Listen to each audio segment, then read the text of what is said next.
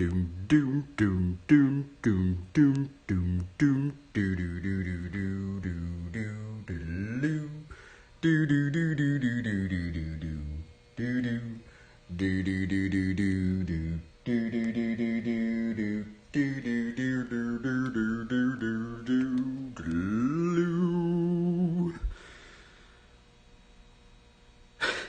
right, let's do this.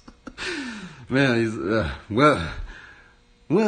welcome again, travelers. Welcome again to another episode of Bible Study Devotional, as well as learning the mysteries and I guess as well as the frustrations and it almost kind of seems like it's just a trial of patience at this point in learning some of these maneuvers.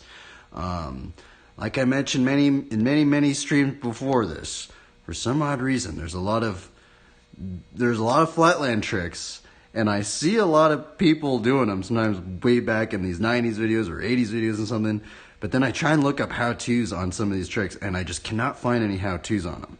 And it's just really weird. Maybe I don't know the trick's name. Maybe they've just named, because that's the other weird thing about flatland. Sometimes they just rename tricks. Sometimes some tricks have like, sometimes I've even heard some people don't even know the name of some of these tricks because there's only there's only a few people that even do it and stuff like this. So it's kind of weird. But I think a very, very big one at the moment that I'm starting to notice within the flatland realm is that I feel like it's the geometry thing.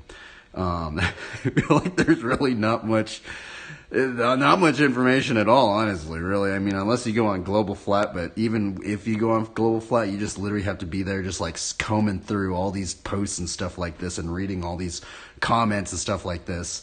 But I feel like it's the geometry stuff, especially, I mean, I guess the fork geometry, you can probably find some stuff, but definitely the bar geometry. I mean, I never even knew that just having like these really kind of like littler flat bars that it would make the double-footed tricks easier. Well, I guess it's just common sense it would make it easier because you have more room for your leg to kind of go through there, and maybe you can tilt the bike a little bit more and you can kind of maybe balance a little bit more, but I don't know. But anyway, enough of that. We will get into bike riding, and if anybody wants to not listen to the Bible study, you can just scroll past the next 30 or an hour or so, and then we will get into bike ride, and then maybe we'll try and draw a picture. We're just going to try and meditate on the word today, even though these things are really, really strange to do, and they still are strange to do. But the thing is, I feel like there's always just verses that I always just don't even if I cover the same verse, for some reason I haven't memorized every single verse. So that's why we're taking just a little bit of time and just devoting to try and attempt to meditate, or even try to sow some seeds out into the field, because the Lord does liken the kingdom to people that go out and sow seeds out in the field. Now, how I perceive that as well is, depending on where you are planted, like if we think about the 1 Corinthians 12 on the many members of the body of Christ, and we all have different functions, maybe you're just there to plant a very, very, very subtle seed of faith. Maybe you don't even know you're planting a little seed of faith. But I feel like just maybe in the season that I'm in right now, I guess I'm in this weird season of doing these Bible studies, which I don't know if I'm going to should I just keep doing these Bible studies on every single stream, or should I because I will say I do have some doubts. Like we went into last week, I do have my own doubts of being like, should I just keep doing these Bible studies? I mean, like I do feel like they really are helping me. And it's a good practice and just a good, I guess just, it kind of does, I guess in some way it does kind of hone me a little bit, because I'm just like, okay, well, these things are a little bit awkward and strange to do, so I guess it does kind of get me into that mode of thinking like that. So, but anyway, we randomly opened up the scriptures today, and kind of was scrolling through here, and there's one that popped out to me. I actually have it underlined, and we're just going to read a commentary on it, just because it kind of reminded me of the drawing, the cheesy drawings that we do with the characters, but it was this one right here, and we're gonna get into reading a commentary on this one. It says, good sense makes one slow to anger, and it is his glory to overlook an offense. right? I feel like that is such a big one. I feel like when I was younger, I just never really took that in. I didn't even think about this at all, to even just, it is his glory to overlook an offense, right? It's such a strange one to think about that. Because the other weird thing is I have seen people just like bump into each other and just start getting into a fist fight and stuff. It's actually kind of ridiculous. I didn't even notice that. Or like somebody like snakes somebody at the skate park and then they get in a fight or something. It's really weird that even happens. I guess it's kind of the whole thing, the fight or flight technique. Maybe you spooked them, maybe you kind of frustrated them or something, and now they're angry at you, and then stuff like that might happen, stuff like that. But I do remember that there is let's see if I've remembered. There is a verse that I have tried to memorize, and it was, "For the anger of man does not produce the righteousness of God." I think it might be James 1:20. I don't know if that's exactly where it is. I feel like this is another thing about memorizing scriptures for me personally. I have a lot of scriptures memorized, but a lot of them I don't actually know exactly where they are in the scriptures, right? But then some I actually have memorized, like, where they are in the scriptures and stuff like that. But I think it's James 1:20. So let's write James 1:20 in here. James 1:20. I think it's 1:20. Oh, it is 1:20. Radical. "For the anger of man does not produce the righteousness that God requires." James 1:20. And I feel like that one goes into this. I guess we'll look into, I feel like there's this fine line of frustration. I feel like, because here's the other weird thing. I've noticed many people, not only within, I guess even like bike riding, but also within other things, maybe even hobbies, or even some video games, man. I mean, dudes, there's been some video games where I've seen people just blow up, bro. They just get so angry when they lose and stuff. And I feel like if we're trying to do something for a longevity, I feel like when we have our emotions maybe so tied in to that point, it might be harder to do something for a long period of time, right?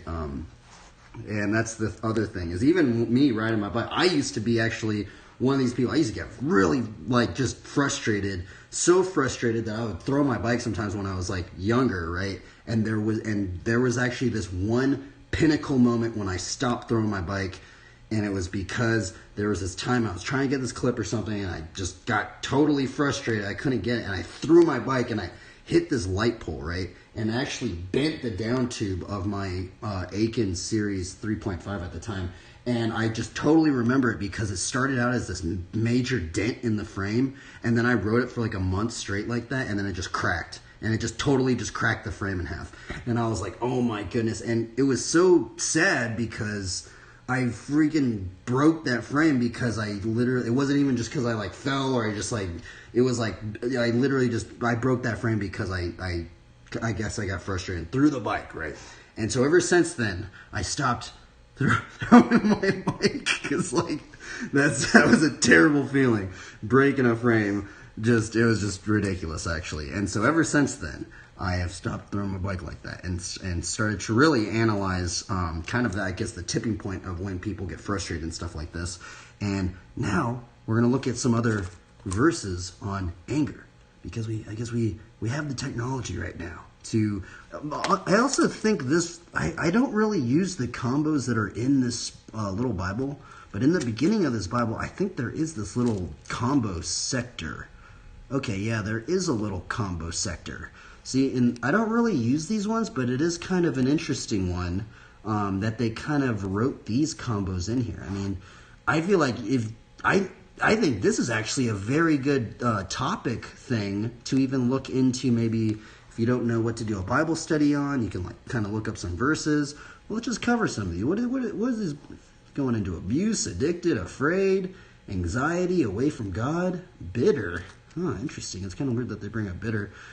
Critical, curious about God, death, depressed, desperate, disaster, discouraged, doubting God. Huh.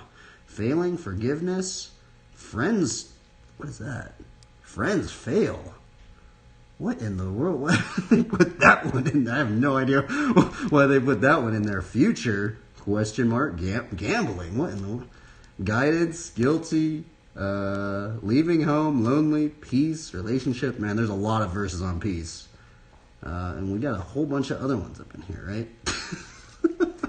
So we're going to go into anger. We're going to just look up some anger Bible verses. So let's look up anger Bible verses. Also, there's another, I wasn't actually thinking about this. For some reason, it keeps getting brought up as well, because I guess we kind of keep going somewhat within the realms of anger. But there is some other verses that talk about actually the devil uses our anger, and he actually can use our anger as a foothold, which is very strange, because I'm wondering, does the devil use other emotions in people's lives? And it is actually pretty sad to think about the brevity and gravity and the scope of, imagine all the people that have died because of anger. I mean, it's actually really, really crazy to even think about that. I mean, even just think about all the people that are in prison right now because they got angry or something. And it's very interesting, because I'm wondering actually, where is the tipping point of what starts even causing us to get angry and stuff like that. For me, I feel like it would be maybe something abruptly happening that I wasn't really aware of. I guess maybe also fear, kind of like the whole, I keep bringing up the Star Wars thing. I don't know if really fear leads to anger, but I guess it kind of might lead to anger, because I feel why fear could maybe lead to anger is because it might put somebody into a fight or flight mode, and since they might be in a fight or flight mode, maybe they become like protective, and they're like, and they just want to, like, maybe, I don't know. So I'm not really too sure on that, but let's read some verses now on anger. And I feel like today is a little bit weird, because I feel like I'm kind of sapped on my energy today. I'm not as fully in it. Hopefully we have a little second wind going, but we're going to just keep going, right? I wish every day I was just fully on it, but we're just practicing here. And you guys, if anybody's even watching, going to listen to this thing, you guys peer in or something like this. But I wish every day could be like, I was just like fully in it every single day, right? But there are some days, or maybe I didn't sleep enough, maybe I didn't have good enough sleep, or I'm just tired because I wrote too much yesterday, or something, or I just used my brains too much yesterday or something. But at least we get practice, right? We can just practice. We don't even have to read it. That's the other thing. We don't even have to read a commentary, you know? I like to read the commentaries because I feel like the people that are writing these commentaries, they have a little bit much more wisdom than I do, and they have thought about the theology, about the verses way more than I have. I mean, there are many times, because this is how I've been trying to structure these Bible studies. I'm trying to structure these Bible studies to where anybody could just hop in, because I feel like if I do it in like, okay, we're going to do this verse, and we're just going to go chronological order, I feel like since I'm doing it so many times during the week, people don't have enough time to do that. I mean, you know, it's like, so I'm trying to structure it in a way where if anybody were to just randomly hop in, hopefully they could just hop in at any time, but we're kind of covering these base topics, or maybe covering a verse or something like that. We're just trying to practice. And and that's what we're trying to do. And I tried to also like to think, I like to try and somewhat, I don't know if I'm doing it correctly, but just to have my meditations or my own thoughts of what does this verse make me think of? And then I read a commentary, and then I like to see, oh, well, I totally got that wrong. Like last week, we got some things where I was like, I had all these crazy thoughts, and I was just putting it out there, and then we read the commentary, and I'm like, whoa, that was totally not what I thought. And it was the one about bearing our cross, because I thought bearing the cross was just kind of like bearing our burdens or something like that, which I always thought that's what it was. I honestly think it's, I don't know, I feel like I've heard pastors say that, like bearing your cross is like the trials that we go through in life and the burdens, but then it's weird because the commentaries were kind of going into on a whole different scale of actually like an actual cross, which I was like, whoa, that's like totally crazy to think about that, because like a cross is humongous,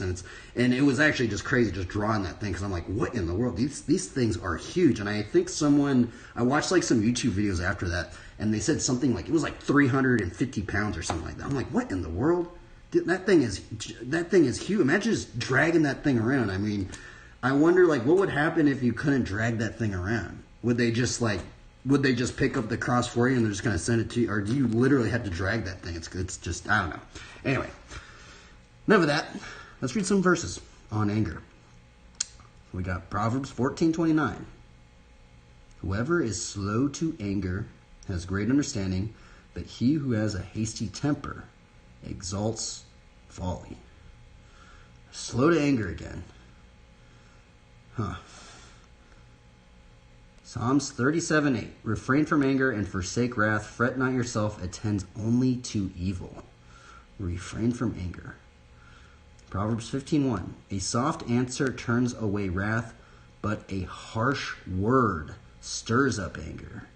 Man, I feel like I need to just do a Bible study on that one right there. I feel like this is something that I actually am actually starting to come to the realization right now, because I feel like sometimes I do have a lot of energy, and I don't listen to these Bibles. By the way, that's the other thing. When I do these streams, there's many. I don't even really listen to these Bible studies over again, so I don't know how I really sound sometimes. But sometimes I do feel like I just have so much energy, and I'm just like, rah! I'm just like, just putting out all these thoughts, and hopefully it's not sounding like maybe I'm putting a harsh word, because I do know, like, seeing on, like, the videos and stuff of, like, the gnarly, like, those street preacher guys are just, like, they have the microphone, they're like, rah! And they're just, like, it almost just seems like they're yelling at people, right? And it's crazy because, like, these people, many times, they, like, get in fights, and people are throwing water on them, and they're getting their stuff stolen, and these people are hitting them and trying to just throw punches at them. Hopefully I'm not causing that. So I feel like I need to take a better kind of lay of the land. The lay of the land of how is my tonality and my honing of my words, because I think that would be kind of maybe a bad place to be if we were called to love other people, or actually even if we look at John 13:35, right? By this all people will know that you are my disciples if you have love for one another. But what if it was like almost the opposite that started happening? What if my words that I was using actually incited hatred? I mean, hopefully it would not be that case.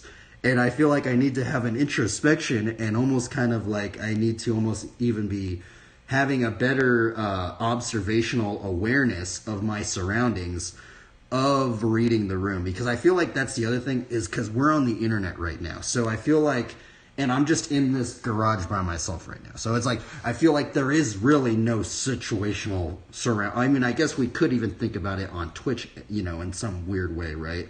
And maybe that's something I have to think about. And I'm like, okay, well, maybe should I be doing these a little bit more subtly? Should I not even be doing these Bible studies? I really don't know, because I'm just thinking about it as just meditating on the Word. But I don't know, maybe I have to go back to how I was doing it prior to this.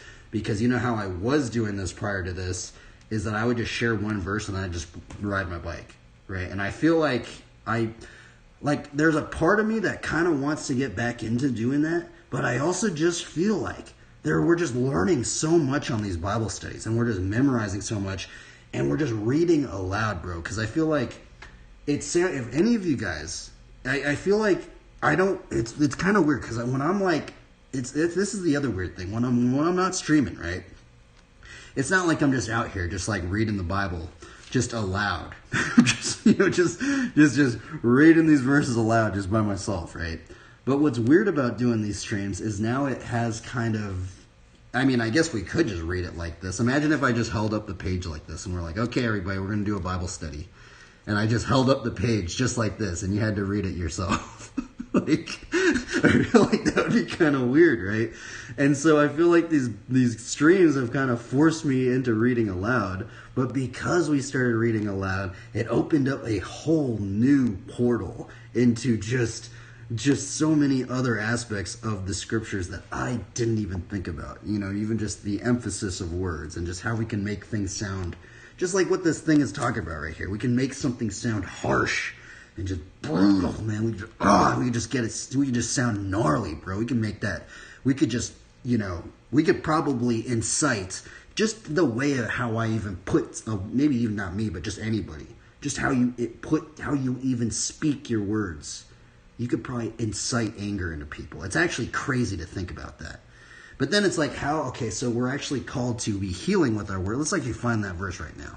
There is actually a verse in here that says we're supposed to be healing with our words, or something like that. I don't know exactly which one it is, just like I was saying, I don't remember exactly the verse or where it actually is, but I just remember I have it underlined. I have it under like 4 times right here. And it's this one right here. Let me just write it in here, but we'll read it up in here too. There is one whose rash words are like sword thrusts, but the tongue of the wise brings healing. How cool would that be if, I mean, that's the other weird thing, right? What are some other ways we could heal people? Now, I know if you were like a doctor or, you know, something like that, you could probably heal people like that, or, you know, some, you know, stuff like that. But also it is kind of strange to think, what are some other ways we can heal people? And I guess that's the other cool thing that we can offer, even if we have, even if you might feel like you have nothing to offer anybody. At least we know we can maybe at least try to heal people with our words, maybe give them some encouragement, maybe to kind of like give them some motivation, or maybe just to kind of just like give them a compliment, or like give them or just give them a thanks or something like that, or like keep it up, or, you know, something like that. And I've been like one cheesy one that I've been doing, just even on other people's streams, and I feel like I need maybe I should get like an entire list of like, maybe that's what we should practice as well.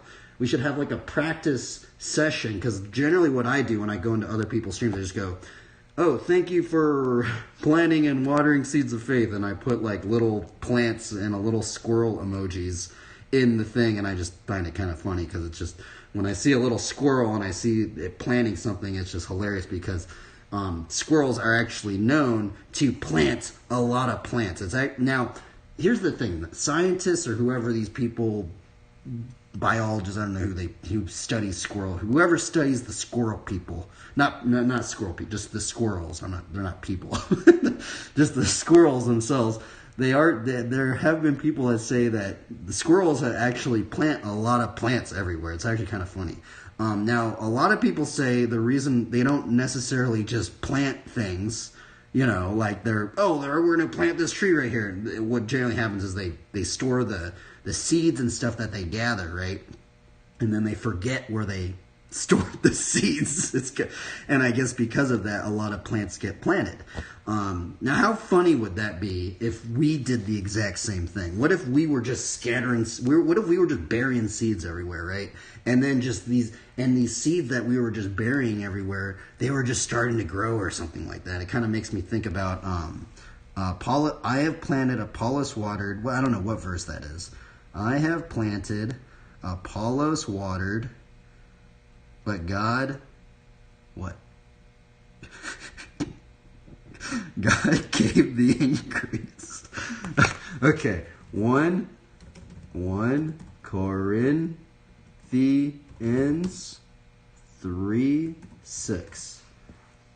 I planted, Apollos watered, but God gave the growth. I guess that kind of that verse right there just keeps me motivated. I mean, that's what even if nobody even watches these streams, even if nobody even watches these things, how I see these streams is we're just practicing, man. Hopefully in the matter, I feel like if you were to do 7,000 Bible study streams, right? Hopefully you would learn at least one thing, or maybe even have a little introspection on something that you're doing in your own life, and how to maybe apply God's word even just a little bit in your life. Just imagine that. Doing 7,000 streams. Now, why I say 7,000 is because there was this one chick, I forgot her name. She became blind, right? It was actually a very devastating story, but in her youth, I think she had some sort of illness or something like that, and she became blind, right? Well, she got really, really, really into music, right? And the thing was, I think it was during the 40s or something like that. And the weird thing is that all these people didn't know what to do with her. They're like, she can't learn anything. She doesn't have an education. She can't work a normal job. She can't do any of this stuff. Well, you know what she started doing? She started just mastering music, and she became a master musician. I forgot her name. I think it's like Fanny something. I don't know. Fanny Parker. I don't know what it was. But she wrote 7,000 songs, and she dedicated 7,000 songs to God.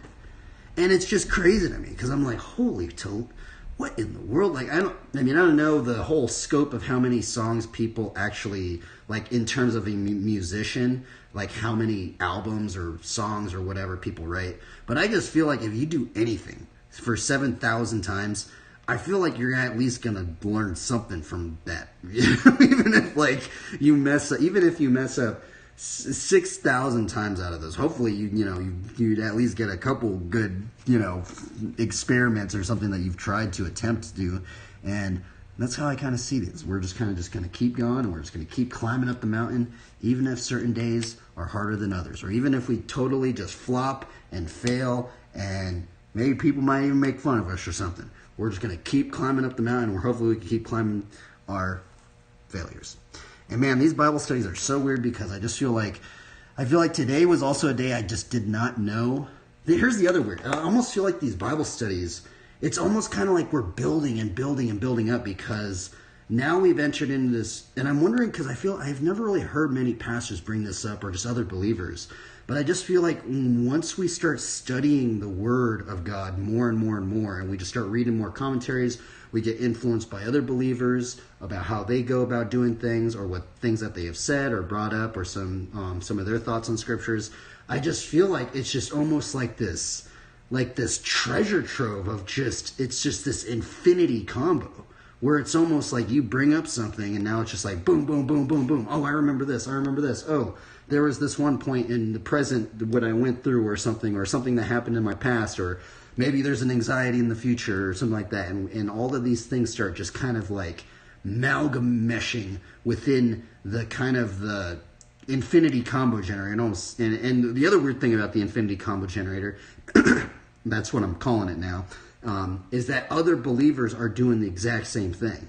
And now it's like, it's so strange. It's almost like we're kind of part of the Word, and we're kind of like meditating on the Word and just trying to apply it to our life. But other believers are doing that exact same thing.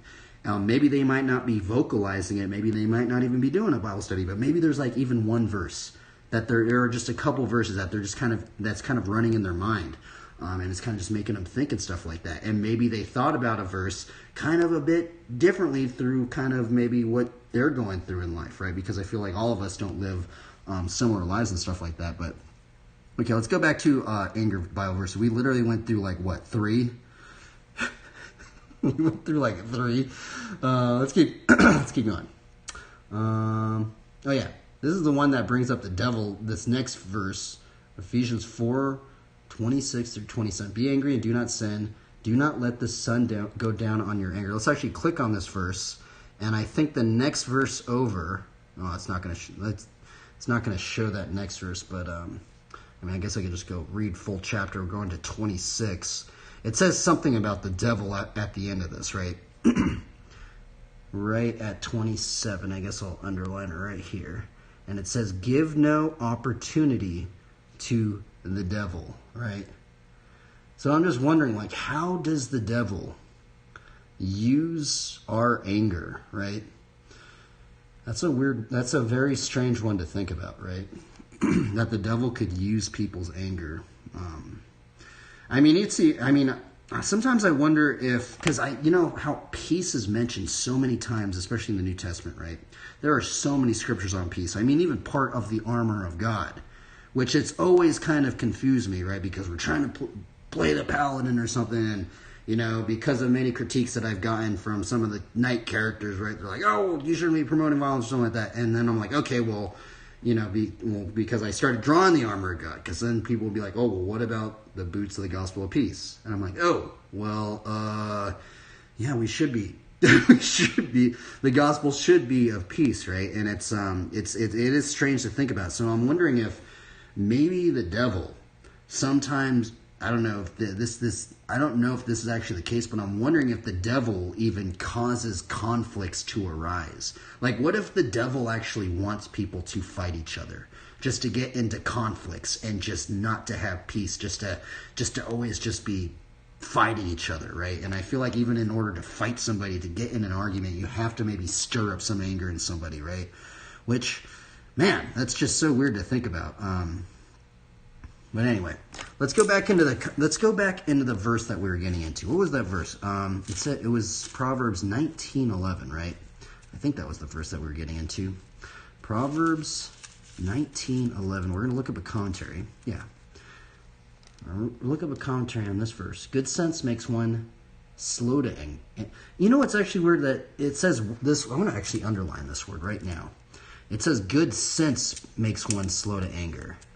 Now, I'm actually going to look up, I've actually never looked up the definition of this word right here.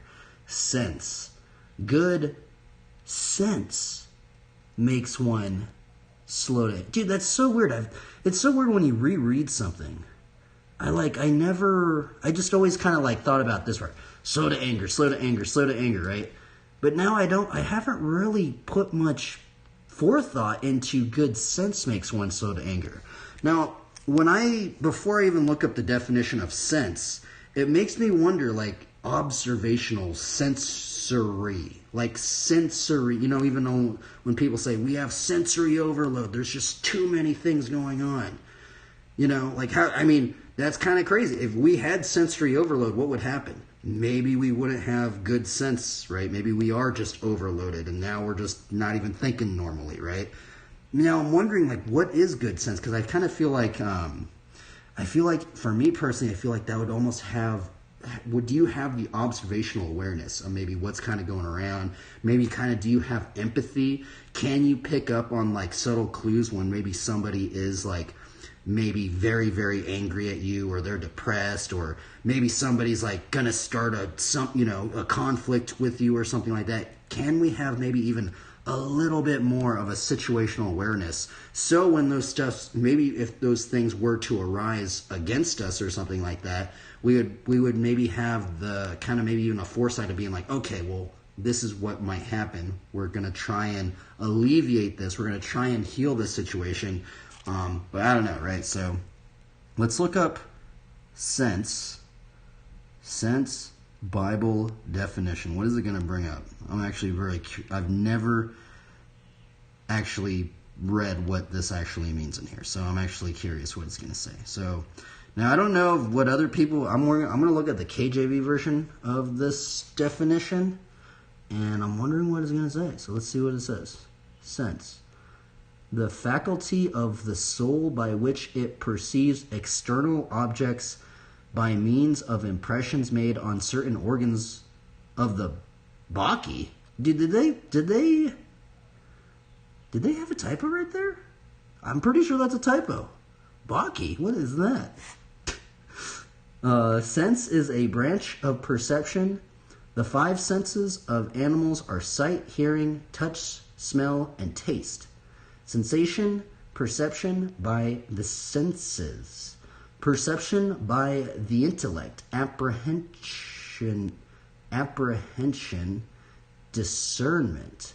Sensibility, quickness of, acuteness of perception. Understanding, soundness of faculties, strength of natural reason. Oppressed nature, what does that mean? Oppressed nature sleeps. This rest might have yet balmed thy broken senses. Reason, reasonable or rational meaning.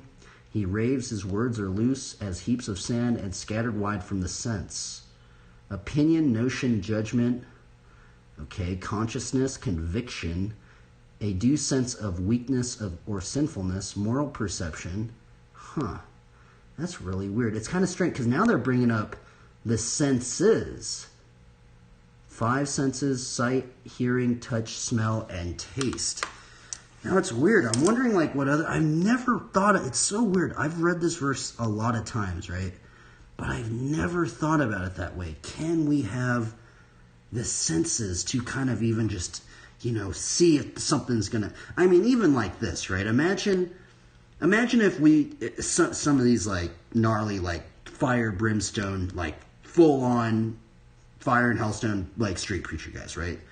Do you think maybe they are maybe not aware of maybe kind of what their words might be doing? Especially because I've seen some videos where these people literally get in fights. Like people are coming up to them, like trying to fight them and stuff. I'm like, you'd think that maybe that might not be the right way to go about things, right? If we're kind of inciting hatred in other people, right? I feel like that is definitely maybe a sense that maybe we could maybe at least ponder on, but not even thinking about that, but thinking about all sorts of different senses, right?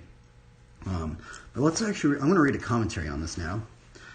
Oh, that was very interesting. I never thought to think about good sense like that. So we're going to look up Proverbs 1911 commentary. Now let's see what comes up on here. Let's see here. Should we read an older commentary or a newer commentary? I want to read one of these older commentaries. Sometimes these older commentaries kind of trip me out. What in the world? The KJV version's like different. Look, the KJV version sounds way different a bit. The discretion of a man deferreth his anger, and it is his glory to pass over a transgression. And it's strange that it says his glory. Like, it's like so strange, right? It's so like weird because, many times I feel like if somebody were to like try and hurt us or something like that, like I feel like a lot of people, me included, like we want to like, we want to like retaliate. We want to like, like put them in their place or something like that. But it's weird that it says it is his glory. It is like, it is how is it a glory for us to kind of be like, maybe why it's our glory is because we know the effects of anger and what it can have upon people, right? Because angers have caused, mass people dying. It's caused murders. It's caused people to get so frustrated. It's caused people to break up. It's caused divorces. It's probably even caused wars. Maybe. I don't really know about that, but I'm pretty sure there had to be some level of deeper anger and regression within all that stuff. And so maybe if we understand that, we go, okay, well, it is actually our glory. Even if you're going to try and hurt me or something like this, even though it might annoy me, can we overlook an offense, right? And hopefully even if I don't know, right? It's such a weird verse right there. And it's like making me think a lot differently for some reason. I don't know why. It's just a strange verse. Let's read Benson commentary. Man, Benson never read. Normally he writes a lot, but he didn't write too much on this one. So let's read this one. What does this one have to say? Benson commentary on Proverbs 19:11. The discretion of a man deferreth his anger, defers the admission of anger till he has thoroughly considered all the merits of the true provocation. Okay, like provoking somebody. Okay, so that's interesting. So that is actually very interesting. So we have to understand why people are provoking us, right? Like what would be the reasoning behind somebody wanting to provoke us, right? Maybe is it they want to maybe they are hurt themselves, just like the whole thing, the whole cheesy phrase like, hurt people like to hurt people. It's like this whole chain effect. So maybe somebody hurt them and now they want to hurt us or something like that. And we have to think about all this stuff, right? And I think the hard thing about all of this is that it is that first part. It's us becoming slow to anger, because many times, we see people, they just kind of just like, they just get super, angry. Even if you just go and see people on the road and they have road rage, bro. It's like, it's like some of these people, it's like you cut them off and they're like, and they just explode, right? It's like, and I feel like just because of that, we have to think about even our emotional states and thinking about just the other kind of cheesy phrase of the straw that broke the camel's back, right? And sometimes maybe I'm thinking maybe all of these kind of deep, subtle emotions at times, these subtle emotions of like fear, envy. I mean, envy is such a big one. Envies and jealousies and anxieties and worries and just sadness and depression, even though all of these could be very, very little and maybe it's not fully affecting us, maybe the totality of all of these negative emotions are kind of weighing us down. So when we kind of do go through maybe something that puts us into a fight or flight position, we're like, and then we just like, we might explode or something like this. And it's really strange to think about it that way. And what's also really weird to think about is I'm wondering all of the people that are actually experiencing this, yet they're actually not really aware that it's even happening to them. And why I'm actually bringing this up, because I feel like this actually happened to me when I was younger. I feel like a lot of this stuff, that's the strange thing about the Bible, right? I feel like the Bible brings up a lot of this stuff, and I was younger and I went through a lot of these things, but yet I didn't have even the thought process to even think about all of these things, right? And it's so crazy because it's so crazy because just thinking about just the gravity of how, people can just on a flip of a dime, bro, just like go out and just get a gun and just shoot a bunch of people, bro. Like, it's actually scary to me now. I'm like, holy Toledo, bro. Some of these people are probably like ticking little time bombs, bro. They don't even realize what they're even going through in their own minds. And then, and it's so crazy. But hopefully, I'd like to think it kind of even goes what we went into yesterday with us shining our light, with us even stepping into the light, right? Even though it might be very embarrassing, even though our failures might get put into the light, even though our sins might even get put into the light, right? Our failures, our humiliations and all this stuff getting put into light. The other thing about getting put into the light is maybe we could be a beacon for other people, like the thing that Charles Spurgeon was saying.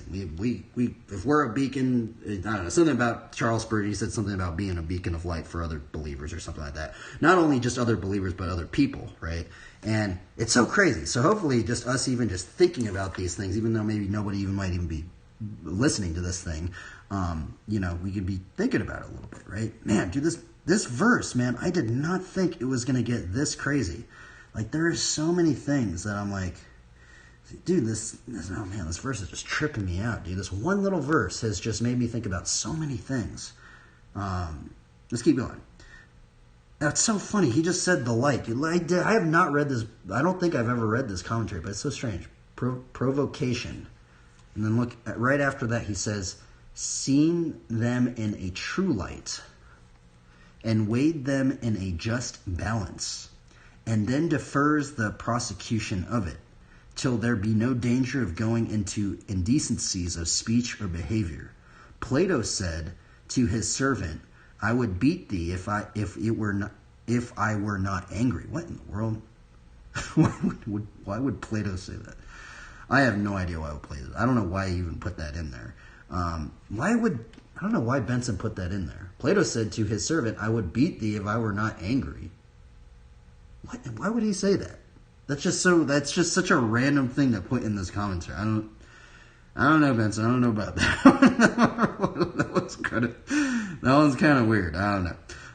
It is his glory to pass over a transgression, not to revenge a wrong or affront when he hath an opportunity. This is oppressed to them perverse judgment of worldly men, who account it folly and stupidity not quickly to resent a provocation, and a dishonor and reproach not to revenge it. Interesting. Huh.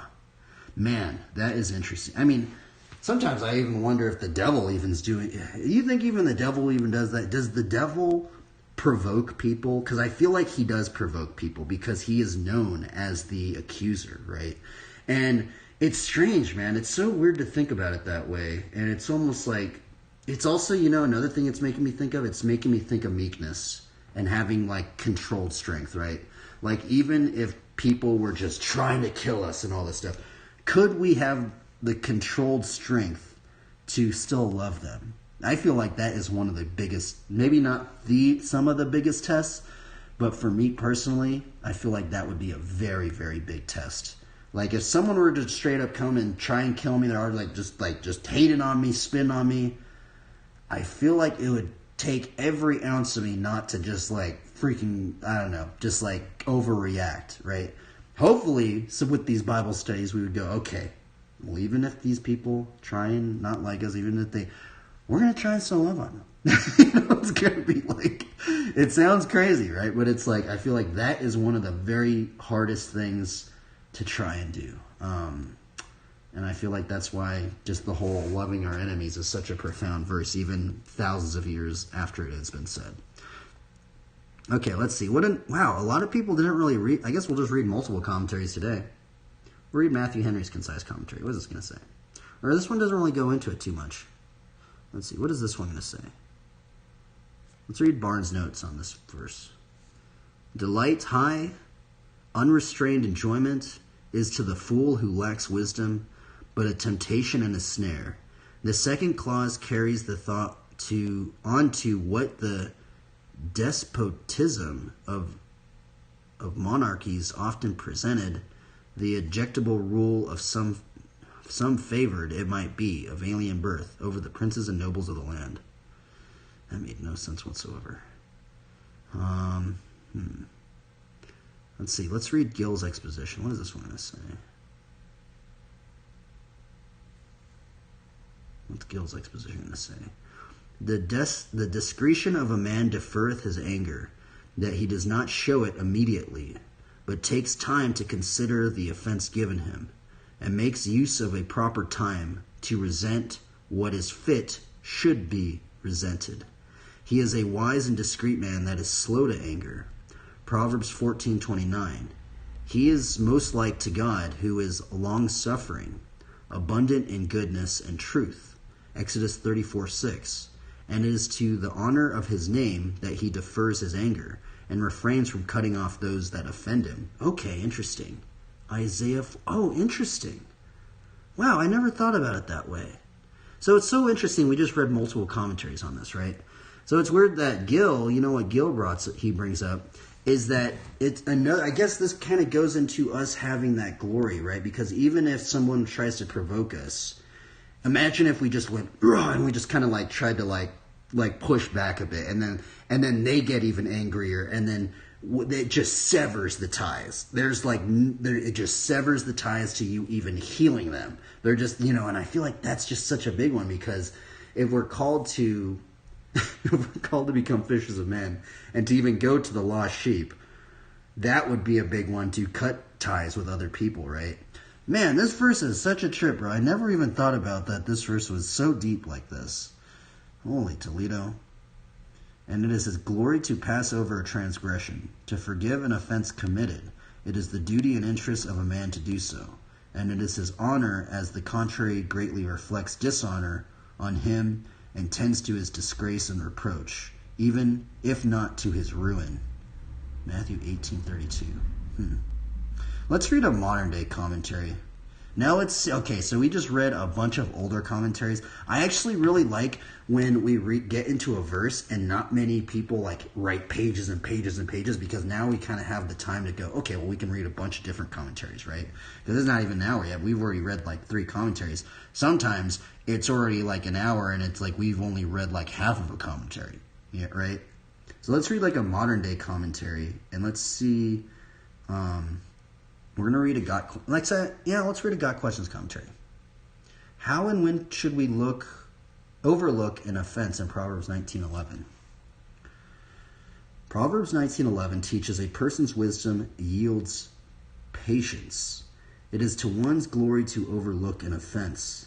To overlook an offense is to take no notice of wrongs done against oneself. Now, okay, let me just read this. To refuse to retaliate or seek revenge, to let affronts go, in a word, to forgive.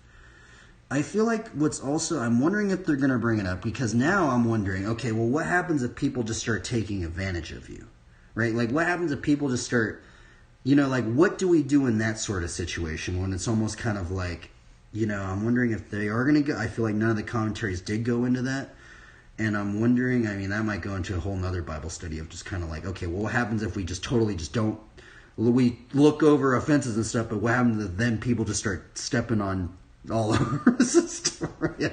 I don't know. I guess that's a whole nother Bible study we can maybe go into, but let's see what this is going to say. First, we can observe that the first half of the proverb focuses on self-control. The ESV puts it this way: good sense makes one slow to anger. The NLT says sensible people control their temper. Patience, being slow to anger, and self-control are good virtues to possess. Patience and self-control are listed as parts of the fruit of the Spirit. Wow. Why didn't the other commentary... So it's so weird, right? Isn't this hilarious, right? All of these commentaries we just read, it seems like they thought something that the other commentary didn't, right? And it just trips me out. I'm just like, man, it's so crazy to think about it that way, right? And when I read all of these different commentaries, you know what it reminds me of? It reminds me of the body of Christ, and how all these different parts of the body, we all have little different functions, right? And hopefully in the totality of it all, we all kind of help each other out or something like that, right? An essential part of the Christian's life, our responses are to be reasonable and measured. We should increasingly grow in our ability to control ourselves when angry, and overlook offenses when we can. Second, we know that anger itself is not wrong, but rather how we express it. And James 1:19-20 states, everyone should be quick to listen, slow to speak, and slow to become angry, because human anger does not produce the righteousness that God desires. Offenses do come, and there are times when anger is called for, but anger should not be our first response in any given situation. Our goal is to control our expression of anger and, when possible, overlook an offense. Third, the Bible calls us to not be easily angered. God himself is slow to anger. Nahum 1:3, and we should be too. A slow fuse is the product of wisdom and love. 1 Corinthians 13:5 says that love is not easily angered. It keeps no record of wrongs. To aiding us in developing this type of self-control, we can also carefully choose our friends. Do not make friends with a hot-tempered person. Do not associate one easily angered. Wow, I totally forgot about that verse. Look at this verse right here. That's such a weird one, right? Do not make friends with a hot-tempered person. Do not associate with one easily angered. I never have that verse in my mind. I'm going to be like, that's so weird. Like, that's a very interesting one, right, huh? Those who are easily angered show a lack of self-control. Fourth, God considers it a glory to overlook an offense. In other words, overlooking a wrong done to oneself is a sign of maturity and grace. Forgiving others is worthy of respect. It is a triumph for us to forgive and to take no notice of injuries and offenses. Jesus taught, if your brother or sister sins against you, rebuke them, and if they repent, forgive them. Even if they sin against you 7 times in a day, and 7 times come back to you saying, I repent, you must forgive them. Luke 17:3-4. Of course, God has forgiven our sins for Christ's sake, for us to forgive others. For Christ's sake is a glorious thing. Other proverbs also express this theme. Proverbs 17:9 notes, whoever would foster love covers an offense. Wow. Proverbs 10:12 says, love covers over all wrongs. Wow, that is a gnarly verse right there. What does that really mean, right? Love covers over all wrongs? That is gnarly to think about. I mean, does that really mean all wrongs right there? Or is that, We also see this virtue lived out in David's story. He refused to retaliate against King Saul, although the king was trying to kill him. 1 Samuel 24:5-7. And David chose to overlook the curses and other things that Shimei hurled at him. 2 Samuel 16:15-14. A person's wisdom yields patience. It is to one's glory to overlook an offense. Stating this verse conversely provides this paraphrase: a person's folly yields impatience. It is to one's shame to refuse to forgive. Forgiveness is graceful. Revenge is disgraceful. Holy moly, this is a long commentary, bro. What in the world? It's so funny. This is actually one of the very, very few commentaries where the modern day commentary is actually longer than the older commentaries. I thought this one was going to be really short. Overlooking offense does not negate justice. It does not mean we turn a blind eye to sin or pretend that evil doesn't exist. It means we are willing to forgive, especially when the offense is directed towards us. It means we refuse to hold grudges. There are many trifling things that could bother us, but the grace of God, we let them slide.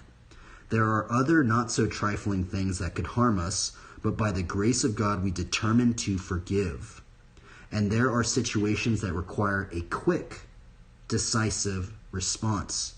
But by the grace of God, we are slow to anger, even as we stop the wrongdoing. How is this overlooking an offense accomplished? From a human standpoint, it is impossible, but God's Spirit at work in the life of a believer offers the power to forgive any wrong.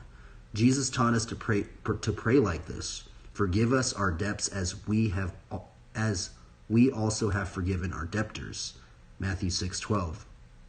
We forgive because we have been forgiven, knowing that all have sinned and fallen short of God's glory. Romans 3:23. In wisdom, we know what requires a response and what does not. In patience, we turn the other cheek. Matthew 5:39. In love, we choose to overlook the insults, slurs, and slights that come our way. Turning the other cheek's a very interesting one. And it's strange. It sounds really, really weird, but it's also odd because I feel like, they kind of covered the topic of maybe when people kind of start stepping, kind of maybe taking advantage of us or something. But then, it's also kind of making me think of, for some odd reason, I don't know what it is, but I have met a lot of it sounds really strange, but I actually have met a lot of bodybuilder guys that were actually really, really gnarly Christians. I don't know what it is really about it. It's kind of strange, but also it kind of does make me wonder. It's just how crazy would it be if you were just completely imagine if you were the strongest person, right? You're just ugh! And even though people were just trying to take advantage of you maybe, or something like this, what if you could just straight up just in one just backhand sweep just knock him to the ground, right? But still, even if people are trying to hate on you, you still try and love them, right? And ultimately, I think that would be a gnarly sign of meekness, being okay, you're going to still hate, you're going to still try and provoke me or something like that, when you can maybe do some damage to them and still love on them. Bro, that is such a gnarly thing to think about, right? And it's kind of funny. That'd be it kind of makes me think about if we were an RPG class, right? We wouldn't have much damage to do, but maybe we could heal people. Even if they were our enemies, how do we do that? How crazy would it be if there was some sort of RPG class like that, where you just kind of the enemies just try and kill us, and then we just can't even do damage to them. We have to just heal them, and then we just convert them or something like that.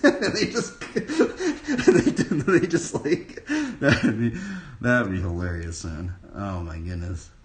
Anyway, wow, man, dude, these Bible studies are brutal, dude. Oh my goodness. I feel like every single one of these, I'm just even today, I was okay, this one's going to be, I literally thought it was going to be like this. I've been thinking about it. I'm like, okay, this one's going to be just walk in the park. We're just going to it's just not going to get into anything too crazy. And then every time I read some of these commentaries, I'm just man, this thing is brutal, dude. Some of these verses, man, there's just so many implications of dude, it's just, I don't know, man. It's gnarly. I think it's gnarly. Maybe it's just gnarly to me in this season that I'm in, but I'm holy Toledo. Anyway, we're gonna do a card draw now, everybody. So, and then we're gonna ride our bikes. So, yeah. Man, these studies are weird. Holy moly, man. But I feel like it's in the season I'm in. I will be honest. I feel like I am getting a lot out of these Bible studies. So we're going to just keep going with them, even though they're kind of awkward to do. We're going to just keep trying to give glory. I mean, I'm going to just keep doing it. I keep almost forgetting this verse. We're going to keep doing this one. Matthew 6:33. But seek first the kingdom of God and his righteousness, and all these things will be added to you. One of the first parables that mentions the kingdom is Matthew 13:24. He put another parable for them, saying, the kingdom of heaven may be compared to a man who sowed good seed in his field. Now, what is the seed? The seed is Luke 8:11. Now, the parable is this. The seed is the word of God.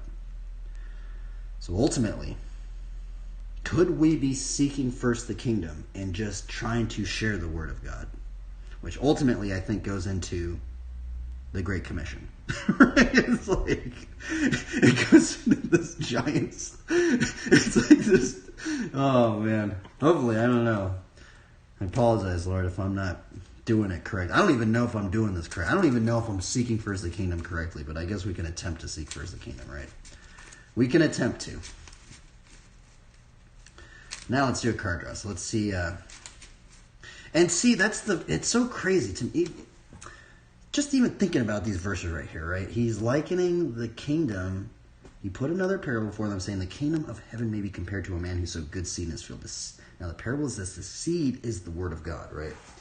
So it's like, how hard is it to share the word of God, right? I guess ultimately I would love to ask the Lord this, right? I'd be like, because even this right here, right? It's so crazy. I mean, I have these cards in my hand right as I speak. I literally, look at this. I randomly just open it. These cards, some of these cards have like Bible verses on them, right? That's what trips me out. This is why I keep doing this stuff, because I'm like, what in the world? Like, now I don't know. Are there just like is there just a plethora of games where they put a Bible verse in it? Because I just feel like I feel like I don't even, like, really, it sounds ridiculous to me, but on the top of my head, bro, I literally don't know. I don't know, like, any game, really, that has put a Bible verse in something. Maybe there has been. I don't know. Let's see here. Maybe Diablo? Has Diablo put a Bible verse in something? I don't know.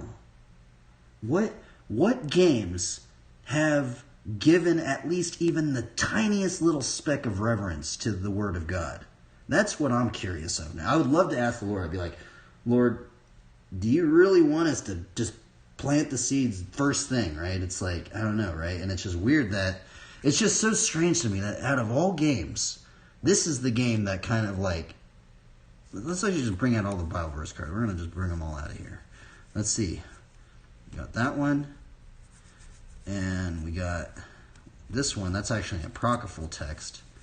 And I just wonder, it just really, really makes me wonder, how hard is it, really, to put a Bible verse in something, right? Because I know how long it takes to, you could literally straight up, dude, there is a plethora of just verses. You could literally, there's a straight up just Bible on the internet. You don't even need to download an app. You just go to that, you copy and paste a Bible verse. You could put it on a 3D asset like this. Boom. You could just copy, paste it, put it on a 3D asset, boom, and bring it out to millions and millions of people.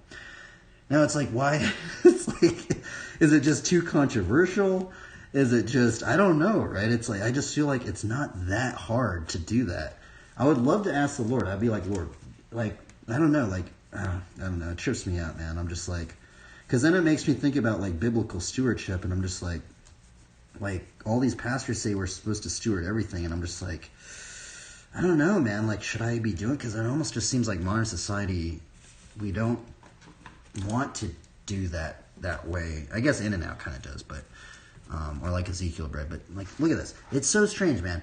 Out of all these games, for some odd reason, bro, this is one of the few games that even has Bible verses and stuff. Like even this one.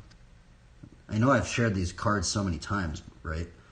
Leviathan 2, can you catch him with a fishhook or run a line around its tongue? Job 40:25. This is actually an apocryphal text, which I guess that's kind of controversial. Many are in high place and of renown, but mysteries are revealed unto the meek. Ecclesiasticus 3:19. We got this one. And the unclean spirits went out and entered the swine, and the herd ran violently. Mark 5:13, right?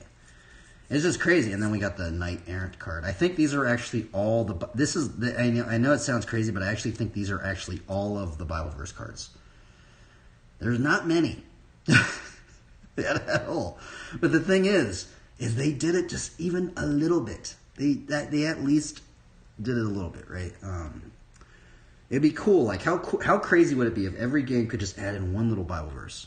How hard is that? Like really? Like it's like that's what I would love to see that. I'd be like, how crazy would it be if every game kind of like, okay, everybody, we're gonna seek first the kingdom, and we're gonna plant seeds of faith. We're gonna put a little Bible verse in every single one of our games. We're gonna hide it, and you guys have to go and find it. Dude, that would be amazing. I feel like so many believers would be like, yeah, dude, there's a Bible verse. Let's go find this Bible verse in here, or something like that, right? But I don't know. I don't know if it's either too controversial or what's going on here, but I don't know. Creative Fit, what's up, dude? You have to hear the ramblings of a crazy person. Just kidding. you get to hear the ramblings of someone that's ridden flatland, basically in an area with not many flatland riders. So,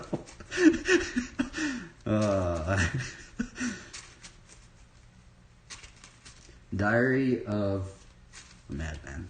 I'm just kidding.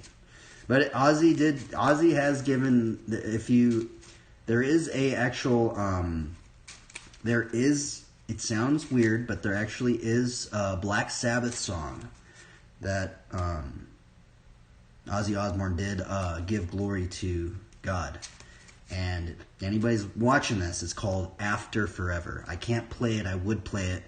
Look up Black Sabbath. I think it's, what album was it on? I think it's literally I think it actually might even be the album After Forever. I think that, but look up the song Black Sabbath After Forever and listen to it. It is one that I think he says in that song, he says, he says something about love. You don't understand the truth. Oh, what is it? I don't know what he says something about love in that song, like God is the only way to love, or something like that. Yeah. You think it is true that people like you to crucify Christ? Something. Oh, I forgot. I haven't heard that song in so long. That's a good song. Shuffle, shuffle, shuffle, shuffle, shuffle, shuffle, shuffle, shuffle. Okie dokie, everybody. Maybe it's not even a Bible verse now. Now I'm just looking for crosses in games. I love finding that. So see, it's gotten into this point, everybody, where it's like we can't find Bible verses in games. Well, can we find a cross at least? Can we find one little cross like those? At least one little cross. One little itty bitty cross. Can you find one? It's like the whole like I spy. Can you I spy and find the cross, right? Holy Toledo. Okay, first card of the day. What is it gonna be? Whisper Silk Cloak. Intriguing. Huh. It sounds weird. I know it sounds weird. But sometimes I feel like the BMX bike is kind of like obtaining this card. Because, I know it sounds weird, because I feel like I have literally went through this, and I know people that have went through this as well, is that when you are riding the BMX bike, bro, you could straight up go into some hooded, I was literally almost about to curse. You could go to some hood areas, bro, trying to find a street spot. The thing is, bro, if you're walking into some of these areas, bro, you're going to get some stares, bro. They're going to be like, who is this guy? Is this guy an undercover cop? What are you doing up in here? You dude, like, you know? Like, if you're just randomly walking in some street. But the thing is that when you're on a bike, bro, and you're just, like, doing a trick or something, they're like, oh, dude, like, it's like a conversation opener. It's like they see you doing something, and it opts you into, like, kind of like just going into some sketchy areas. It sounds ridiculous, dude. But sometimes when I draw this card, I think about that.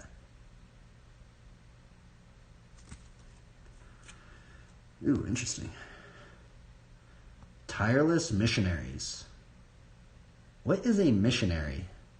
I don't even think that word's even in the Bible. Right? I don't think missionary is actually I don't think that word is actually in the Bible. I'm going to look it up right now. What does missionary mean? Missionary meaning. Huh.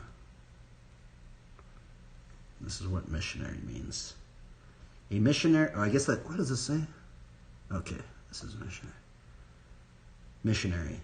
A missionary is a member of a religious group that is sent into an area in order to what in the world, bro?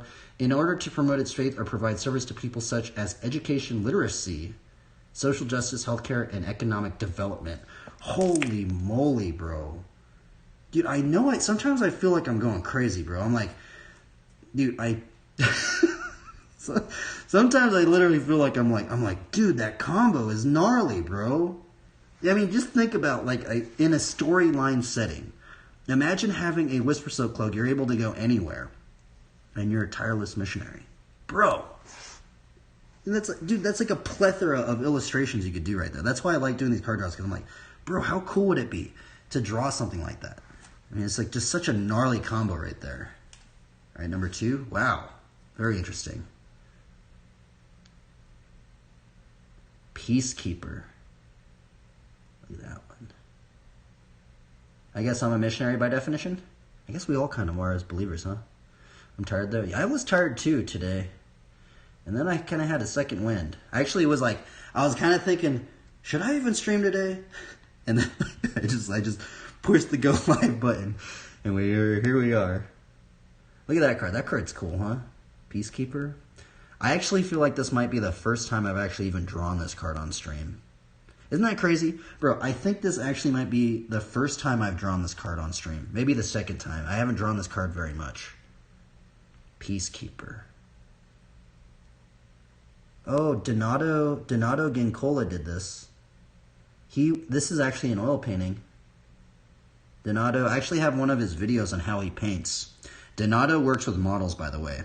I actually know how Donato paints. I don't know if you're still listening, but how this guy paints right here is he actually does hire models. He does hire models, and see, he's really into like this jewelry. See this stuff right here? Because I literally have a video. I have a video because I won all these concept art videos, right? When conceptart.org was a big thing, I won this big competition. I won all these videos on how to do these things. One of the videos is actually how this guy oil paints. And how this guy oil paints is he hires models, he takes pictures of the models, and then he's very direct with his light source. He knows exactly where this light source is. A double light source? Is it this light source? And then you know what he does? He takes something like this or something, right? He'll take like something like this. He'll put it in the same light source. I mean, look at that.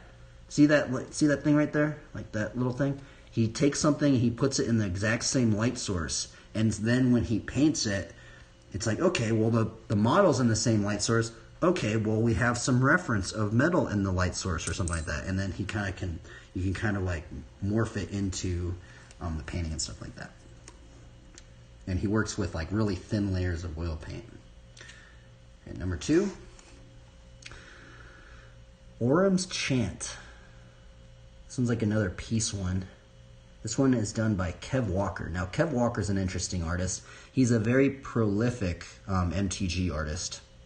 If you bring up Kev Walker to basically anybody that plays this game, they probably know who this guy is. He has done so many cards. Now, Kev Walker works with acrylic paint on paper, and he is known to use that liquid, I don't know what it's called, the liquid masking tape or whatever. And so sometimes what he'll do is he'll like paint out the character, and then what he'll do sometimes, he takes that liquid masking stuff, he'll liquid mask that, and then he'll like paint the background. And that's how he's getting some of these really, really sharp edges, right? They're very, very sharp. 1, 2, 3, 4, 5. Got planes.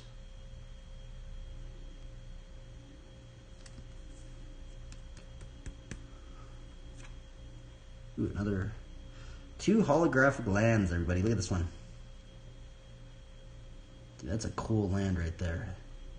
Dude, imagine living in that little thing.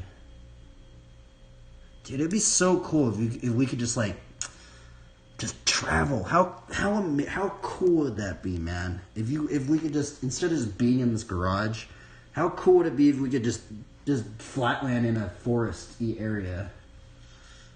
Right? I'm riding in this little garage. That's kind of funny. 1, 2, 3, 4, 5. 1, 2, 3, 4, 5. 6. Ooh. What's card gonna be? Oh, Stoneforge Mystic. Stoneforge Mystic. This is actually a very heavy card. A lot of people use this one still. I don't even know why I have that one in there. Oh well, I guess it's just a good card. There's no biblical implications of that card. Your station wagon?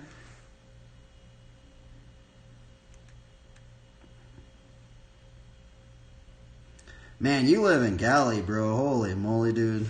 You don't even need to travel, bro. You got everything around you, dude.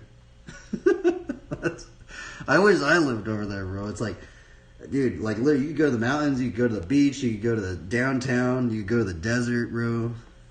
That's what I love about California, bro. It's like, literally, everything is literally probably like, what, 2 hours away from each other? Like, you know, or maybe 4 hours, something like if you go to Big Bear or something like that. But it's like, dude, where I live, bro, it's literally like an hour or like 40 minutes, and then you just have like a downtown area. And then it's just like, and then everything else is just desert, bro. It's like, it's kind of brutal, but it's kind of brutal. It's very like, like if you were to travel here, bro, it's so different from California. It's literally like, it's so different, bro. It's so isolated out here. But I don't know. Okay, let's do this card draw. Welcome, travelers, to the card draw of the day, where we get to observe some artwork, as well as help to support these artists and find some combos, hopefully for some drawings or something. Today we drew Whisper Silk Cloak, Tireless Missionaries, Peacekeeper, Orm's Chant, Plains, Forest, Stoneforge Mystic, and for the last card of the day, oh, look at that thing, man. That thing looks awesome. Dude, I love those colors. I like the color teal. Look at how peaceful it is. Peaceful Island. Speaking of peace, we drew Peacekeeper today. I hope you guys have a good... Oh yeah, this is painted by Donato Gincola. This dude works with oil paints. And he does work with live models. I have heard that as well. So anyway, you guys have a good one. Try your best. Have fun.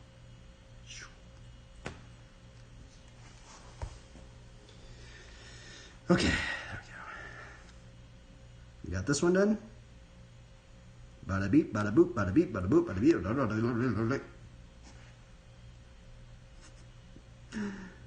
There we go. There we go. Dude, these streams are so weird, bro. Oh my goodness, bro. These streams are so odd.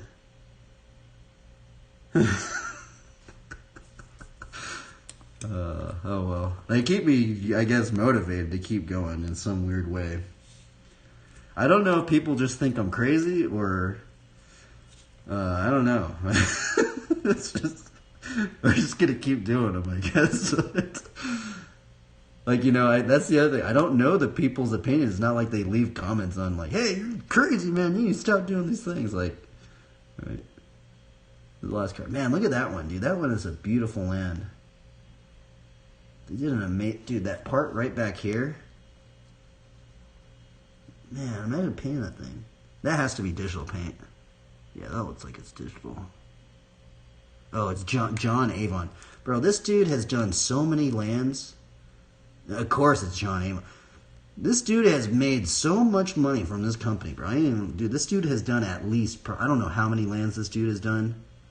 He has done a lot of lands. Basically, I don't know. I'm not good at landscapes. That's the other thing.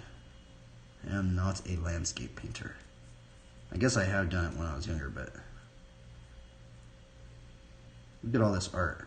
Dude, this is like 8-9 months of art I'm holding in my hand right now. Not done by real artists. This is not AI generated. This is why I like this company too.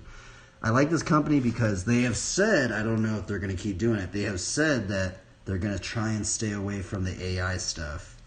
But are they going to stay to their word, right? Because they should. I think there would be a massive outcry of people like... Imagine if just this company was just like, okay, all of the artists, we're done with you. We're going to just use robots now. Dude, I think there would be a massive outcry. Not only within the artist community, but also within the people that play this game. Just because they put the artist's name at the bottom.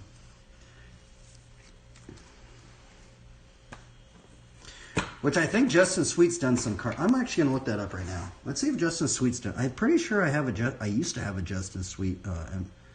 Justin Sweet MTG cards. I think he's at least... Oh, he's done actually a good amount of them. Wow. Holy moly. Wow, this dude's done a lot of them. Crazy. I didn't know he did that many of them. See, I thought I had one. Which was the one that I had? Holy moly, he's done a lot of cards. I had one of them. I don't know which one I had. I think I had a centaur. Dude, this dude's done a bunch of cards. What in the world? Holy Toledo. Oh, see, I had this one right here. See, I had the Centaur Chieftain. I don't know what happened to this card.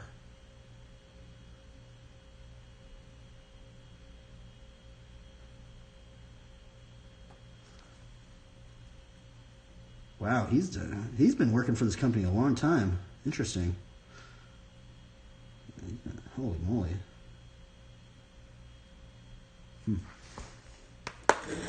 Okay, anyway. Now we're gonna ride a bike, everybody. Wow, we drink some coffee and I stretch my legs out.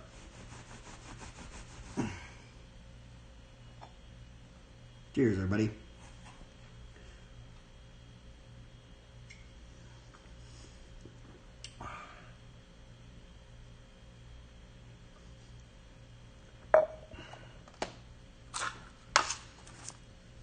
I feel like if you do at least even one MTG card, that's just like a business card for people. Oh, do you have a business card? Here you go. Boom. I wonder if they just have a plethora of them, just like in their wallet or something. They're just like, hey, do you have a business card? Oh, here you go. Boom. Just MTG card. MTG card. Boom, boom, boom, boom. You know? Okay. Let's ride a bike, everybody. Let us ride the tubes. Let us ride the bicycle and have fun. Oh, we could go ADD mode, everybody. Oh, no, I need to do some marketing stuff. We're going to do some marketing stuff. I forgot, everybody. I'm taking this time now because I ain't going to do it once I start riding my bike, so I got to do it now. So what I'm going to do now is we're going to open up a... Oh, wait, I got to actually do it on this one as well. And we're going to make a little post.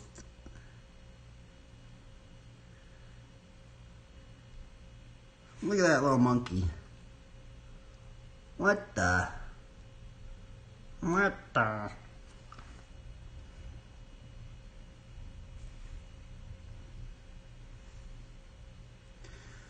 Okay, we're making a post up on here. We're going to post this one up in here, everybody. And I think my Instagram story is taking up most of my Wi-Fi. Maybe I'm going to have to wait for the Instagram post to load because I think it's taking up most of my internet. Okay, I got to wait for this to load before I do the other stuff, so I might as well not waste time, and we're going to put some PSI on our tires.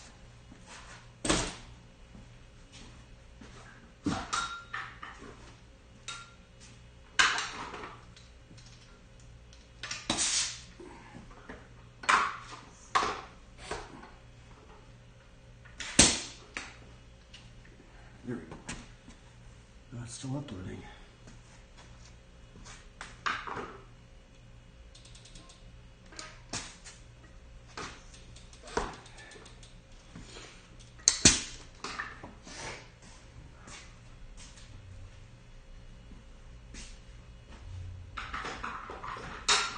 Man, these bars are weird, dude.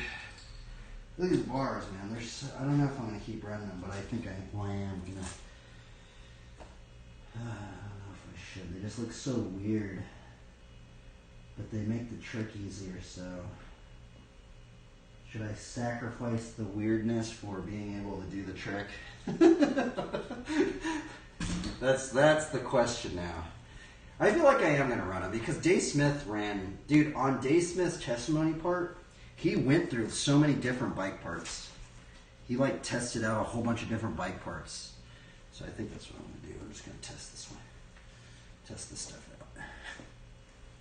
Oh. Oh. Okay, I think it loaded.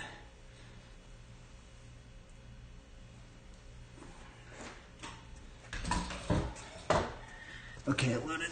Okay, let's do the marketing stuff again now. So now what I'm going to do is we're going to go to this one. Go add, we're going to go, which one should I title this? Armor of God Paladin, BMX Paladin. BMX Paladin.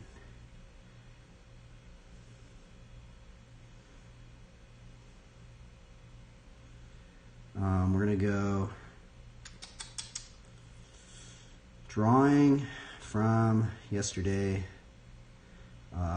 If anyone is interested in the process, was streamed yesterday.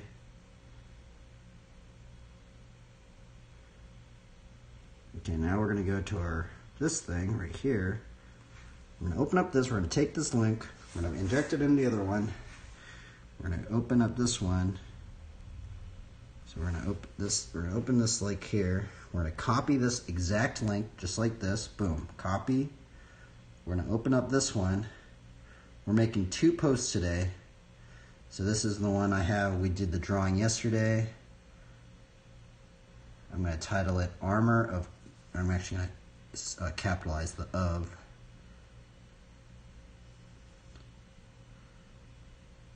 Armor of God BMX Paladin. Let's post it. We're going to go into drawing. I have to put graphite. Boom, post. Then we made 1 post right there. Hopefully I gotta make it load. Now we're gonna shred the tibs, dude. Gonna shred the gnar, dude.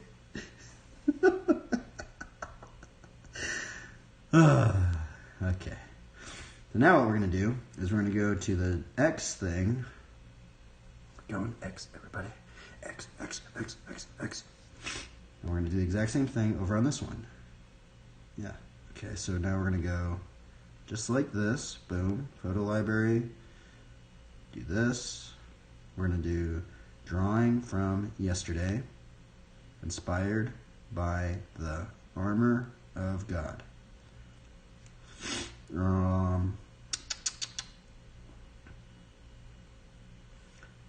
Streaming now.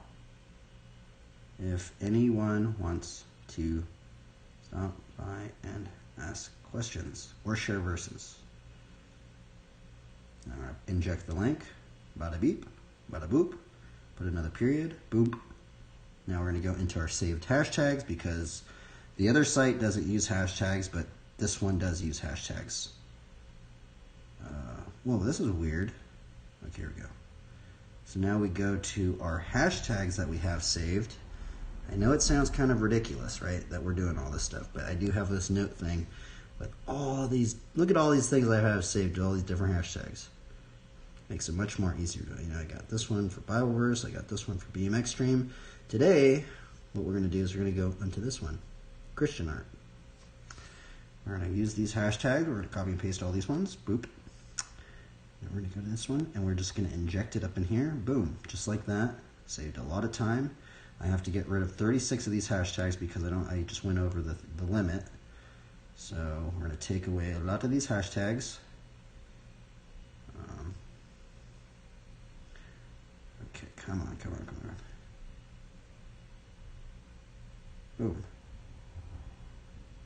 I think that would be good. And we're good. And we just made another post. We just made 2 posts in a matter of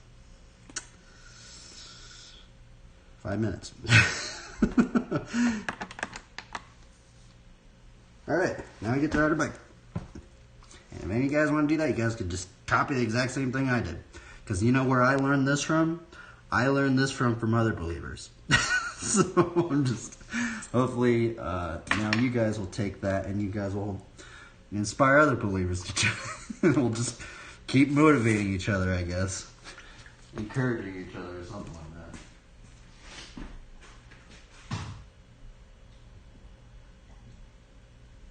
Alright. So now we're going to adjust this camera just like so. And we're gonna start right on the bicycle now, everybody. And I guess we can go ADD mode. We're going ADD mode, everybody.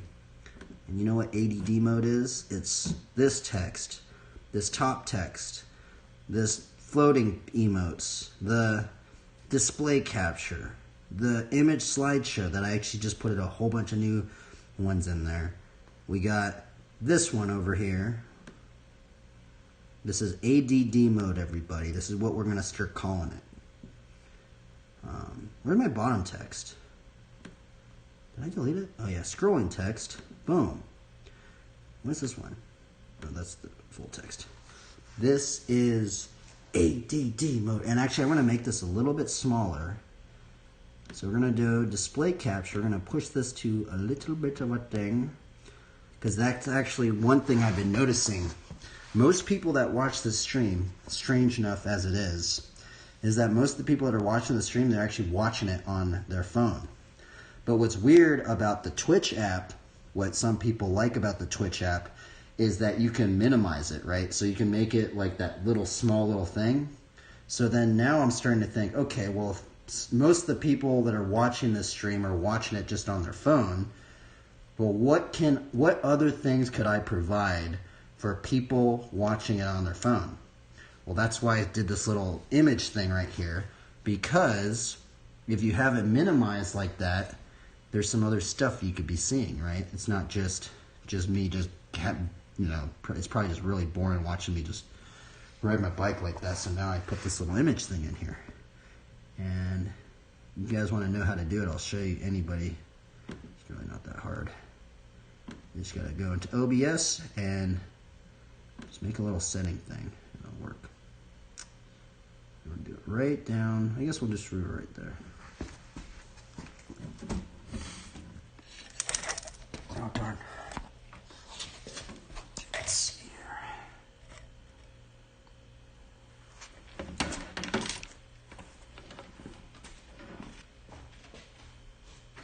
And then we could put a BMX video on.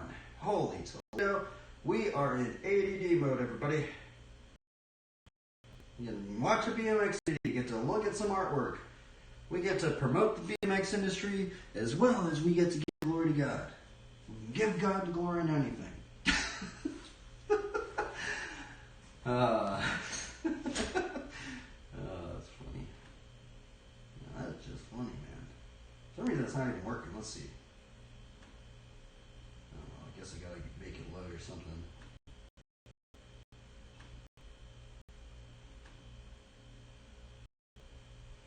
There we go. Let's go in here. Let's go to our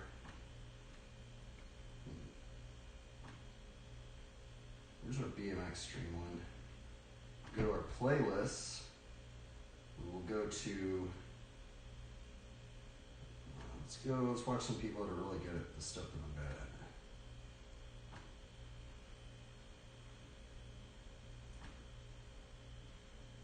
Boom. Just like that. Just like that. Just like that. Okay, let's ride it back now.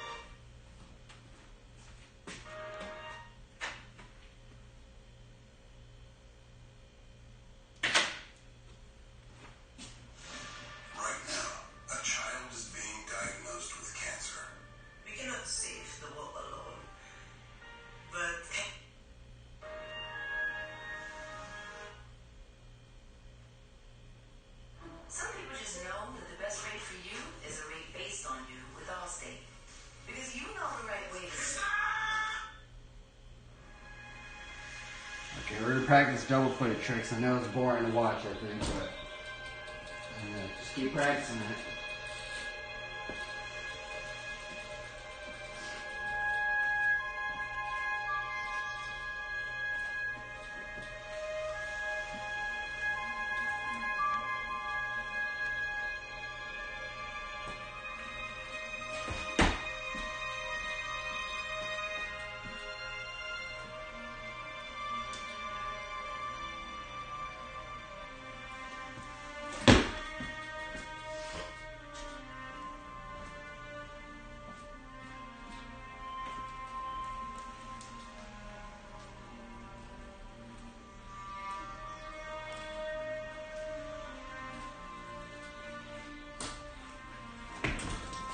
Starting to get a little better. Just a tad bit better. Just a tad bit better. Make this a little bit smaller.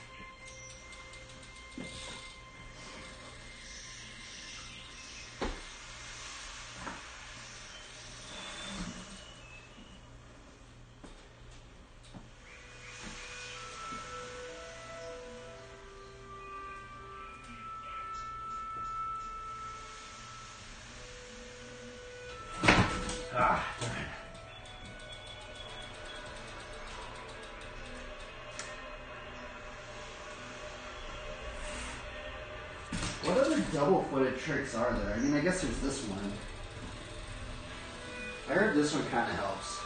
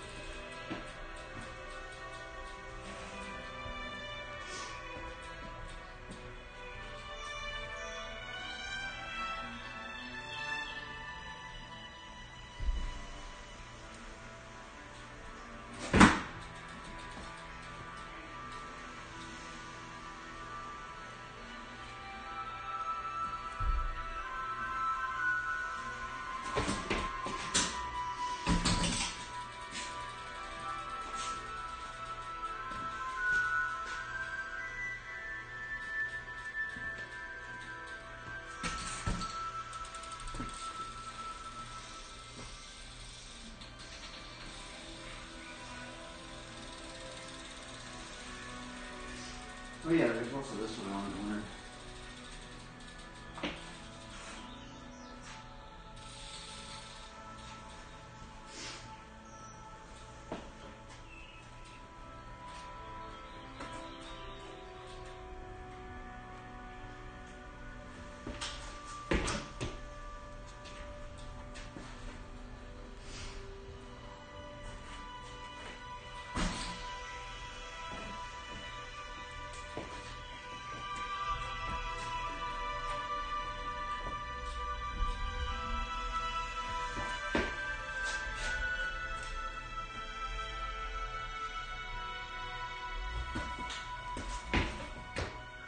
Oh, it's hard. You back setting up? Hey, bro. How you doing, dude? Thanks for stopping by.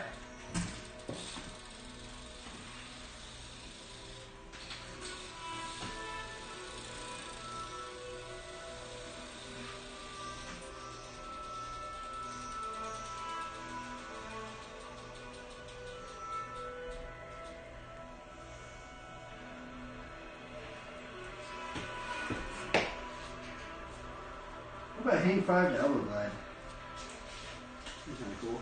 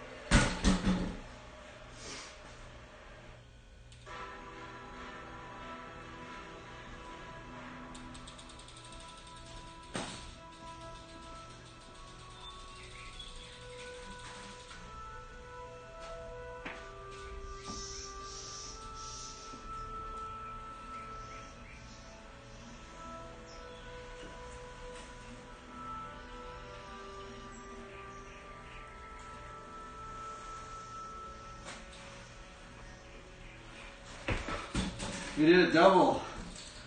That's the second double I've ever done. We're improving a little bit, even though it's very slow, but we're improving.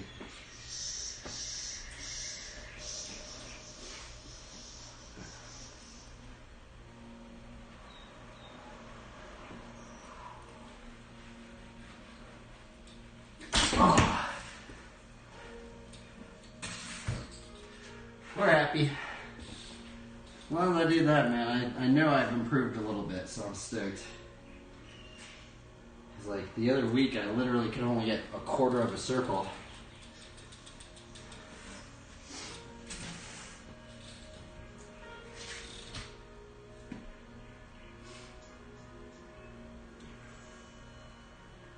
Mm-hmm.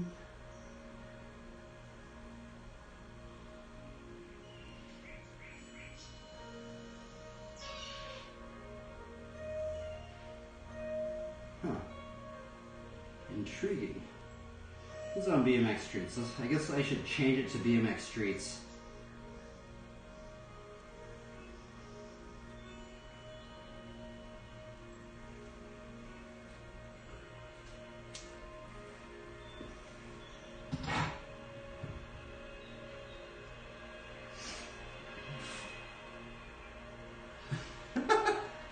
BMX Streets. We in there now, boys. Woo! Woo!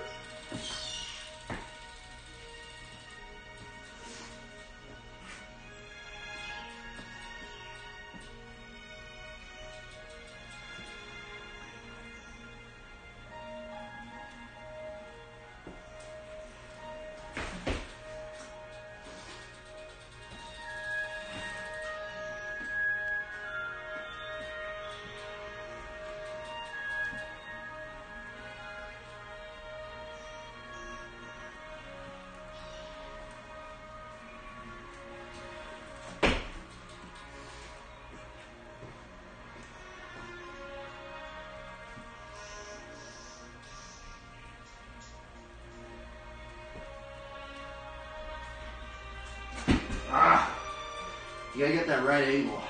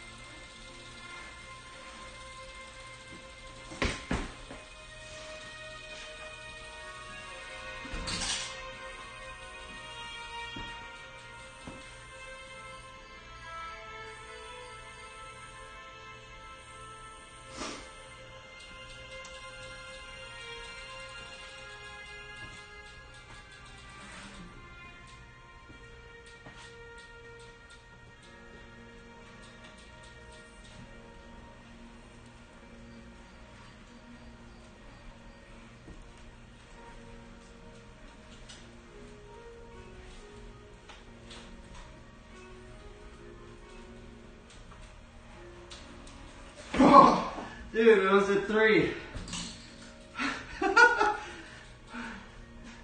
Holy moly. It's so cheesy, but it's like such a big improvement for me. I'm like, what in the world, dude?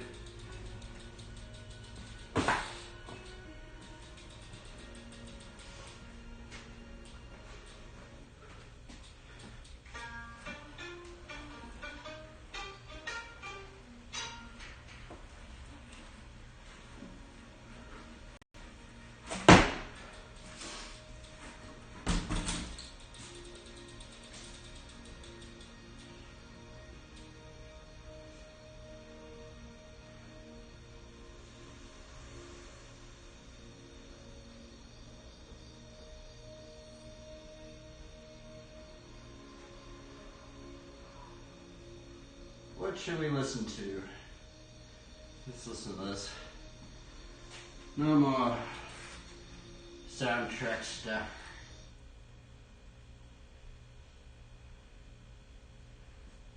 It even loads.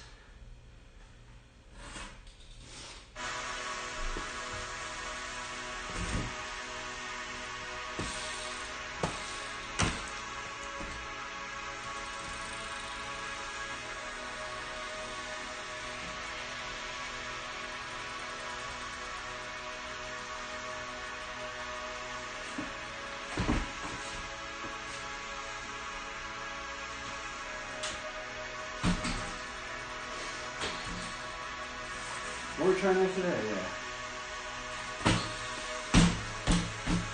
I was trying like a bite flip thing.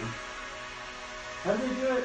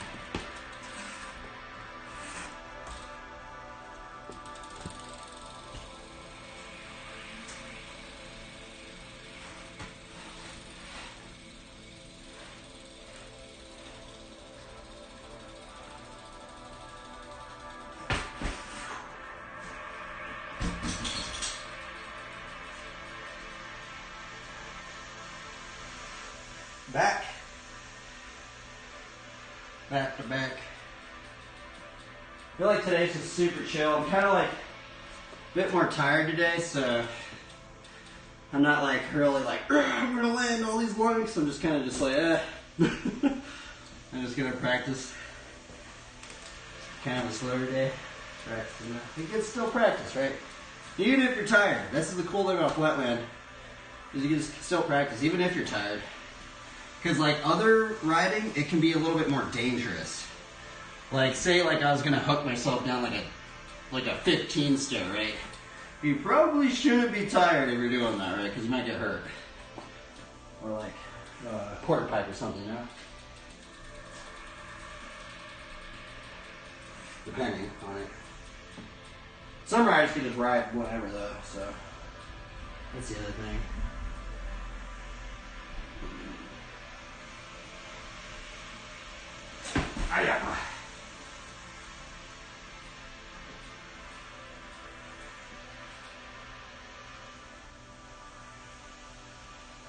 I thought magnesium gets people tired. Was I wrong? Or does magnesium get people to sleep better? I thought I heard that somewhere. I might be wrong. And this video, it's not even in the screen, is it?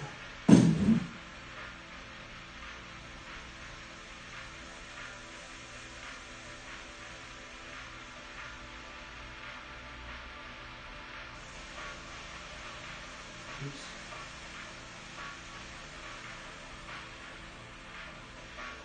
See, Joel's really good at this trick I'm trying to learn. He can do this trick and do juggles in it. So try this that guy right there. He can literally do this and then go like this. And then do it with this hand. He learned it with both hands.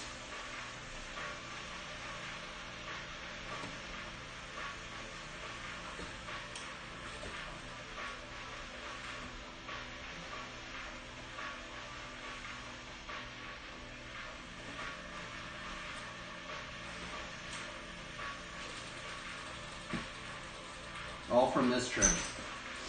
You can learn all that from this trick right here. It's the trial of this trick though. It's weird. But it seems really boring to learn. But there's a lot of tricks from this one. This is a very baseline one.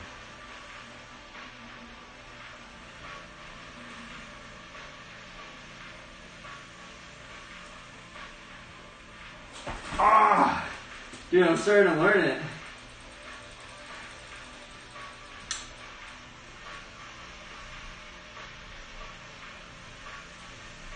Alright, I have a blister in my hand. We got a blister, everybody.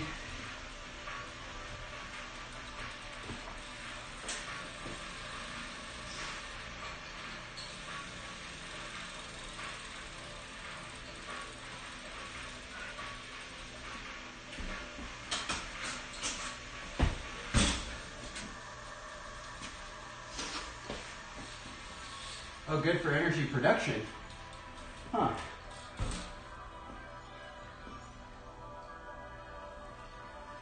Some of my friends told me I should start taking creatine, but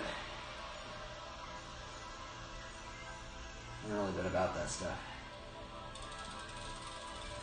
But I think there was like a pre-workout that has it or something in it.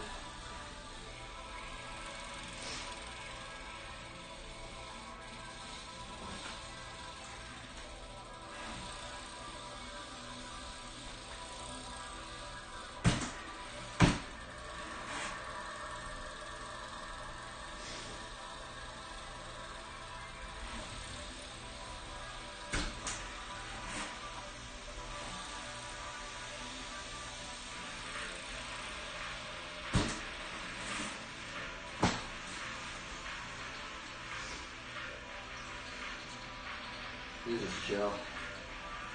It's a chill day. This trick's hard though. Bro, they make this one, I don't even know how to do it. So you hold the seat like this. You put your leg on here. And you're supposed to start scuffing it. It's crazy. I think I gotta keep my arm more straight. That's what he says.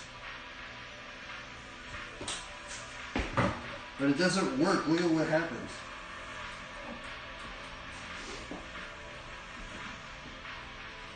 Trying to figure it out. I haven't gotten into one, a good one at all. I gotta keep it behind me actually, like that.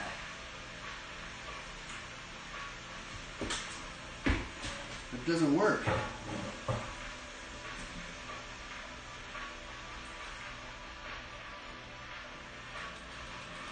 There's also this one.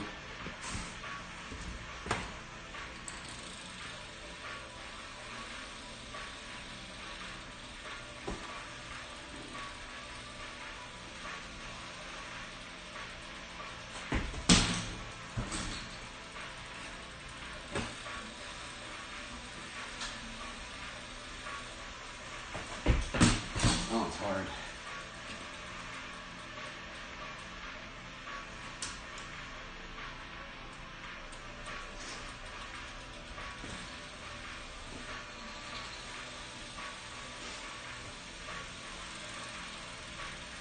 Oh yeah, there's this one too. I forgot about this one. It's the infinity one. Infinity hang 5.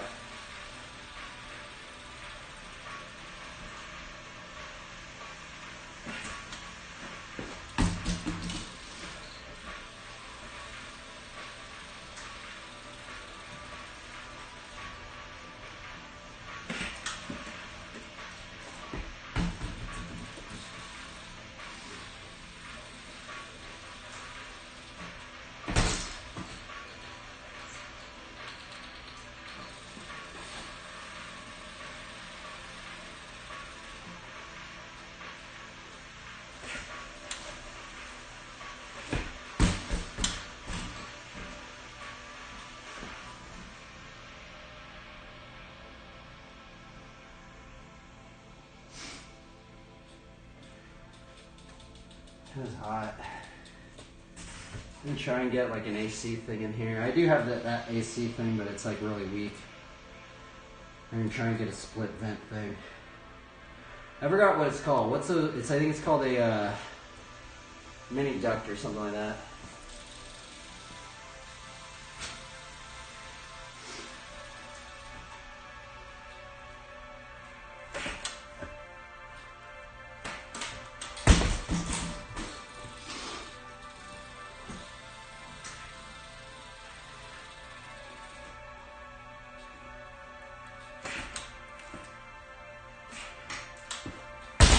Oh, that was the one I'm trying to learn.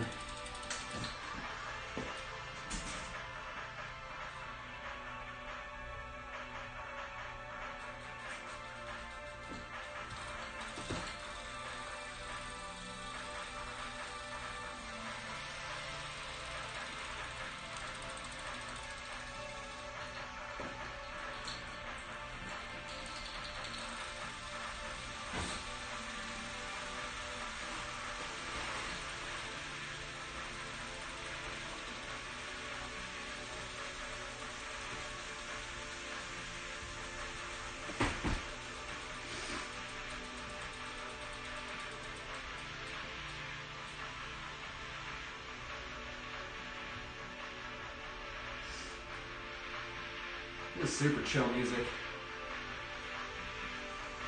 Oh, it's just getting hot.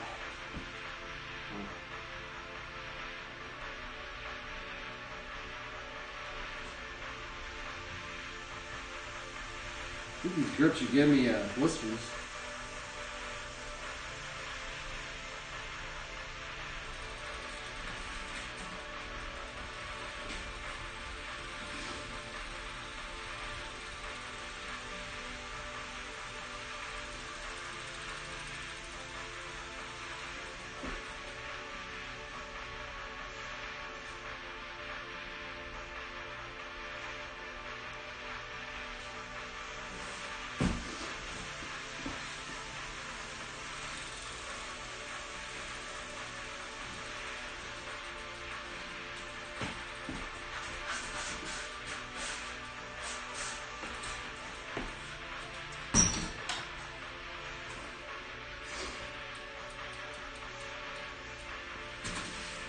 Oh, we're tired. I need more energy. I need more coffee. I like rode all my energy away yesterday. Okay, we need more coffee. Go.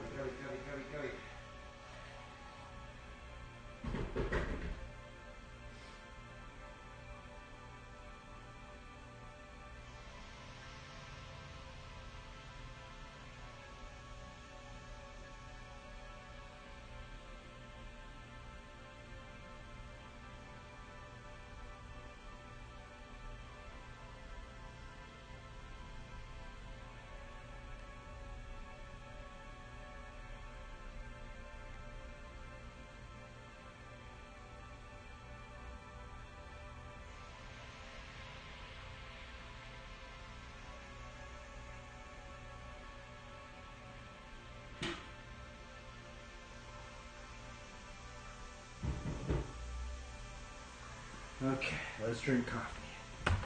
We need energy, everybody. You know what, maybe I should put on this little fan right here. Whoa, here. I need some airflow.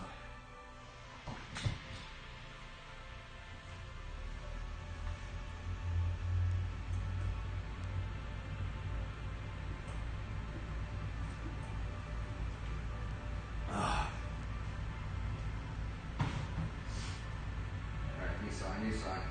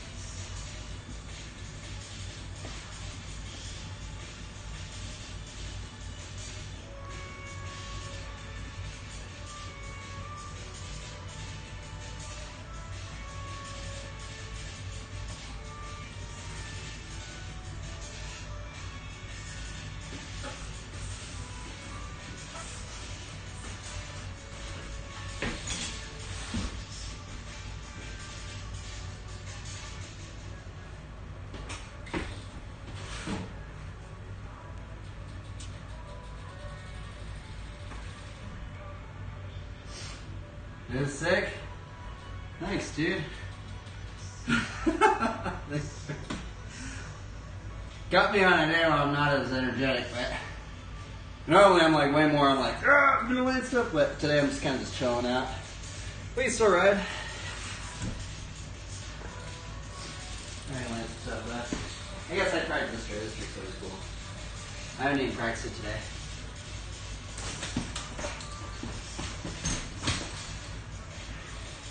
Starting to get a blister on my hand. That's another thing.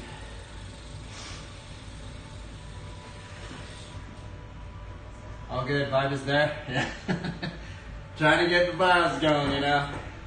Woo. We even have this one. This is like straight ADHD right here, right here. I'll tell you that.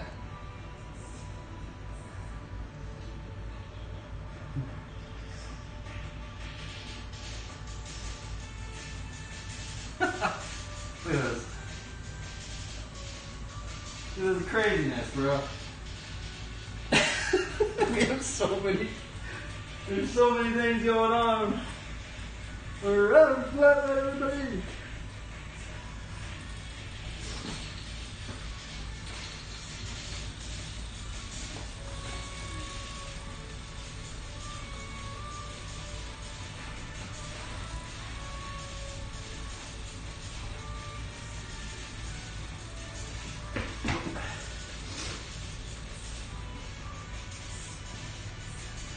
How long have I been riding? Been riding for a very long time. Ever since I was like 4 years old. I started out racing, that's the weird thing. It is kind of strange that I'm riding flatland right now, but I did start racing. Started racing, then rode dirt jumps and skate parks, and like if you actually go to my BMX Instagram, there's like a bunch. I don't even have much flatland posted there because and then I tore my ACL, and then that was the story arc for me. That was my flatland story arc. I tore my ACL. I never got surgery. I'm probably eventually gonna have to get surgery, but then I just started riding flatland, and that's why I'm riding flatland right now, because I don't have an ACL. I do not have an ACL in this knee right here.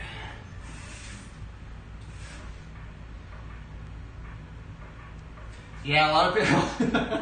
I think it's because I went to this like race camp, and like basically like my parents, like I feel like they didn't know it. They just wanted me to get out of the house. So they're like, we're gonna take you to this race camp, spend all day at the race camp, and then that's basically what I did.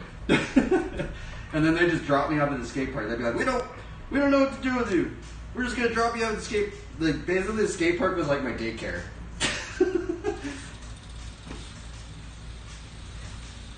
The skate park daycare, everybody.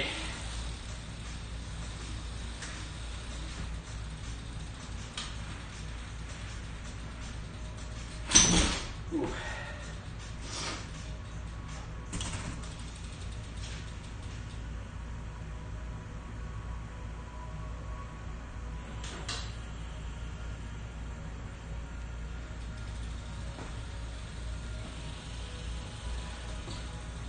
I don't know what to do right now. I guess I could do one no-handed trick. Maybe I should get a thumbnail for the stream, which involves me getting rid of all the ADD protocol. Do you ride flatland? Or do you ride just BMX bikes?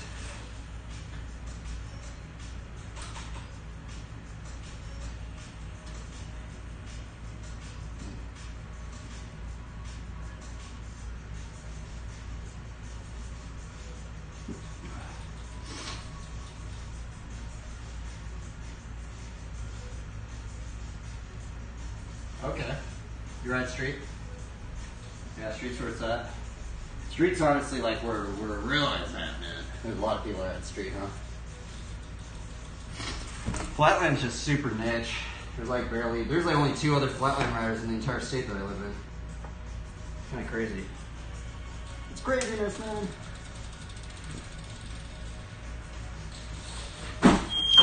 Ooh.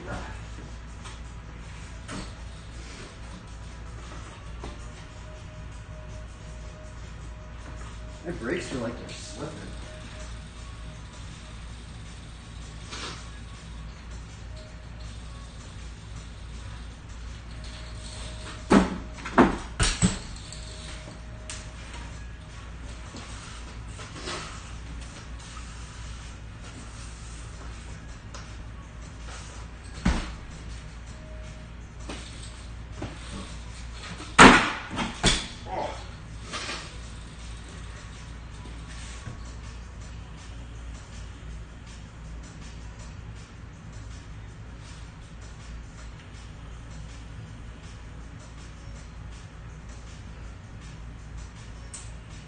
Yeah, the flatland, yeah, it's pretty rare for sure. It's definitely more like, I always told like it's like bigger in like the UK and like Europe and Japan. But I used to live in Long Beach, California, and there's a lot of flat riders in California. I feel like East Coast and then California, that's where all the flat riders are at.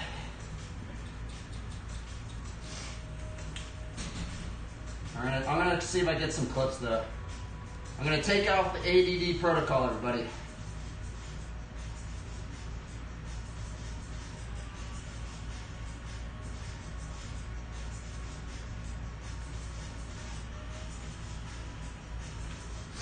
The ADD protocol is gone now. Now it's just clippage time.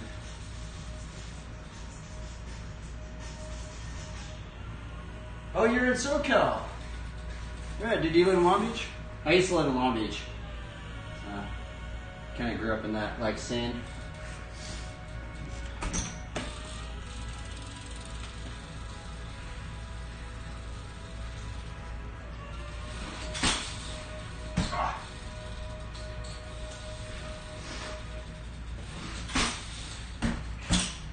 These bars are weird. I feel like these bars kind of made everything harder except for the tricks I've been trying to learn.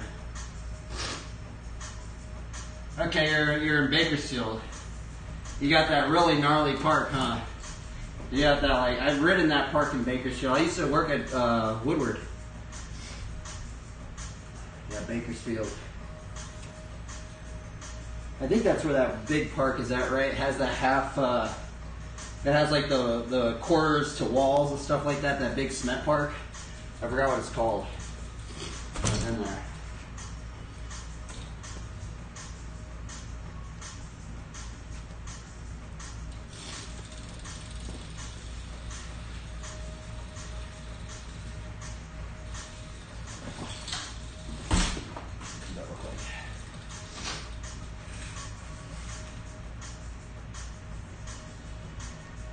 Maybe a little bit further back.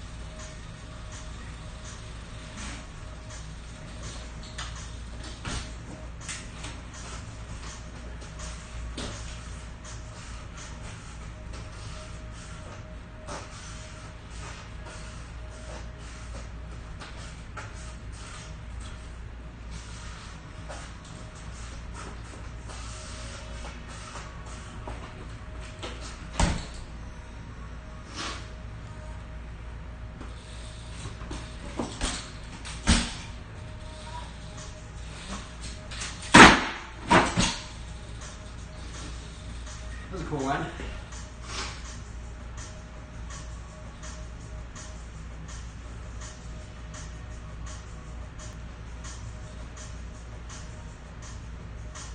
Yeah, there's a few out there like that. Yeah, there's not many BMX riders on Twitch. I've only met like, I guess including you, maybe like 16 BMX riders. It's kind of crazy. So it's kind of a weird, niche on Twitch. Most of the people that actually are my followers on the stream, they're actually like Christians. They actually are believers. Kind of very interesting.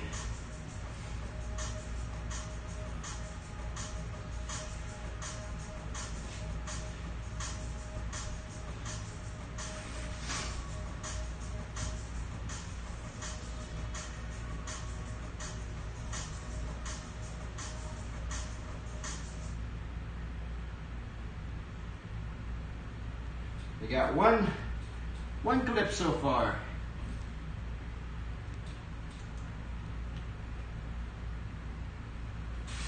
Oh, that's all good, you know?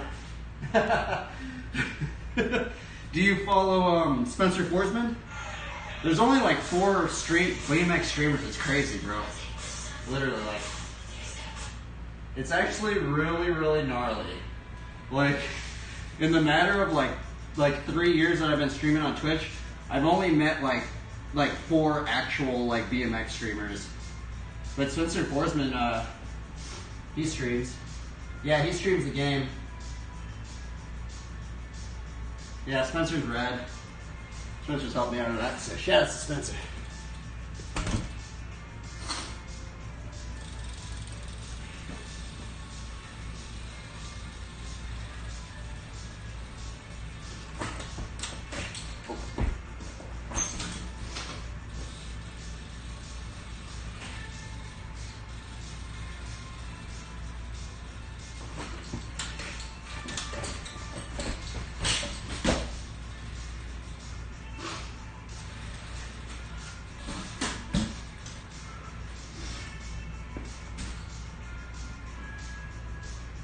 I got a like blister on my finger.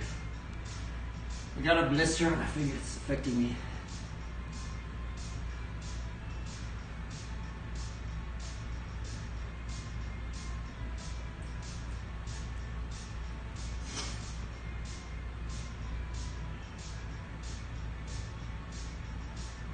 Oh, interesting. Okay.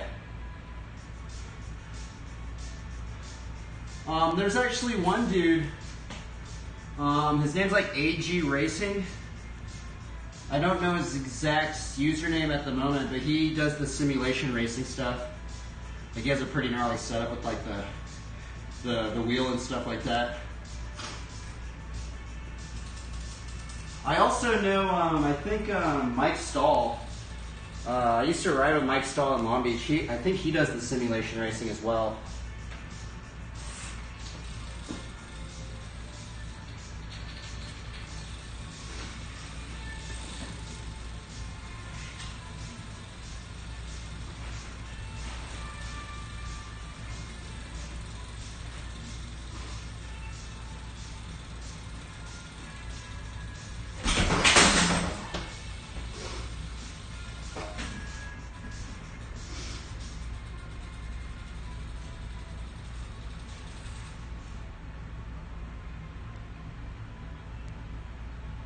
Yeah.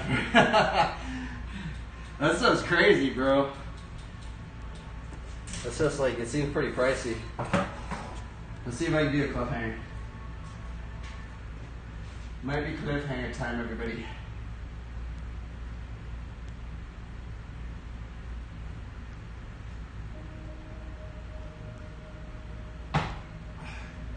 I've been practicing cliffhangers today, so these are the first cliffhanger attempts of the day. Good to see me, Father.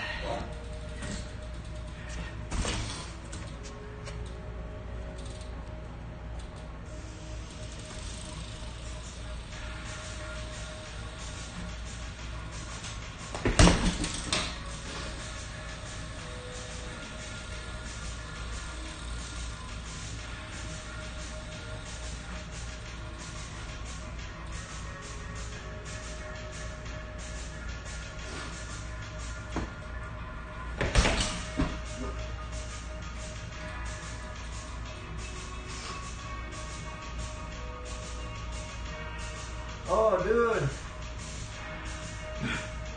Dude, thanks for the rain, bro. Woo!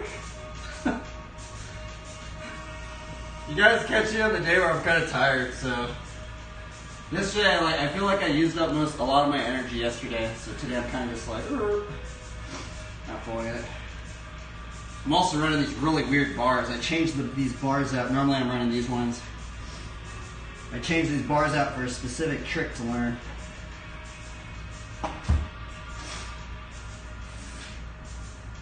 How much do I stream? I try and stream 5 days a week.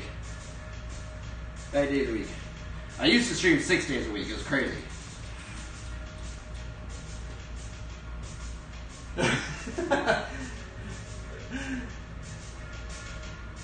Because like it's kind of weird. Like what kind of got me into streaming is like I can show you like on this phone right here.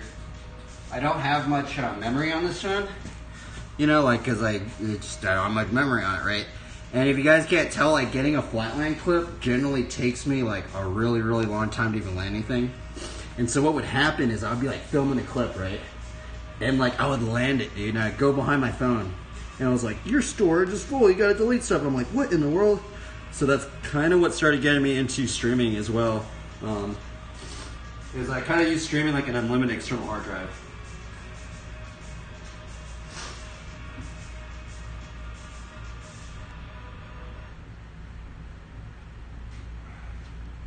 Yeah, I like cliffhanger. The cliffhanger's been the trick I've been after. If you guys have any tips on the cliffhanger, I'd love to hear it. Hard one for me at the moment.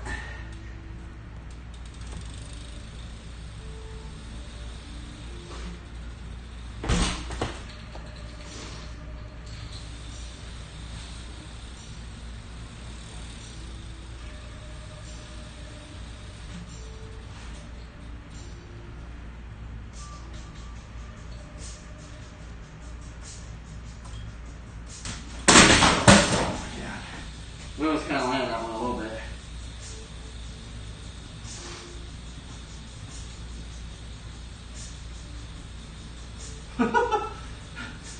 I was like, I've been after that trick for so long.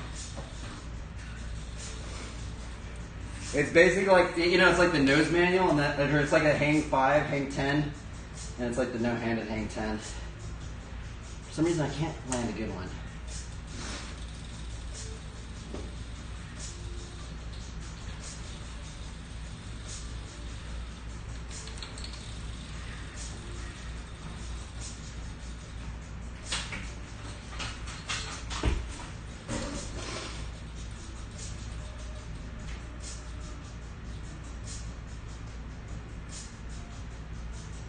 Yep, yeah, I have most of the streams saved. It's kind of crazy.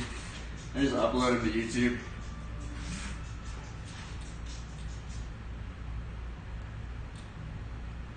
Alrighty, everybody.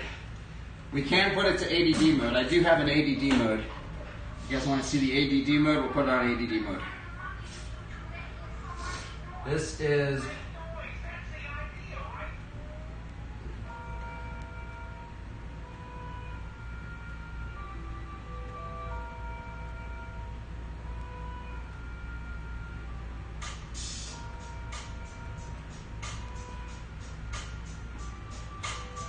go.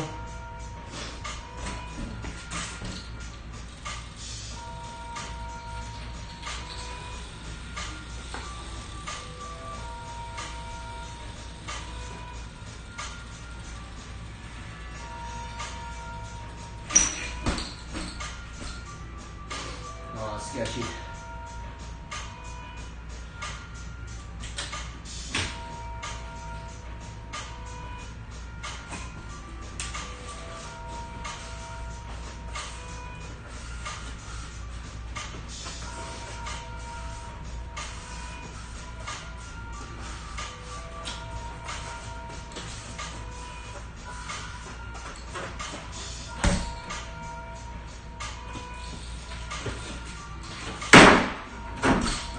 I didn't do it.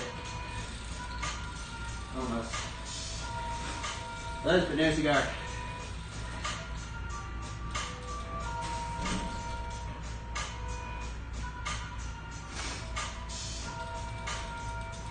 It's really fun though.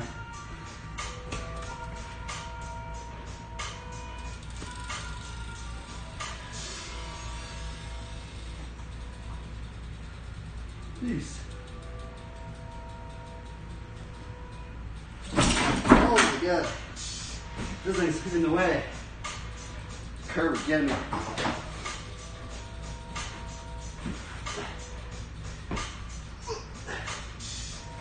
This thing over here.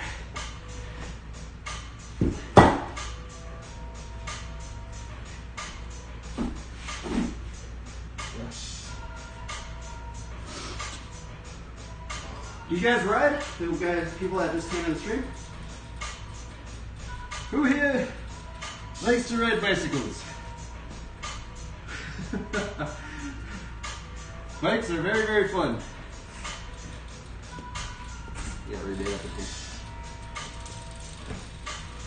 See multi, I think, by the way. Peace. Oh. Nope.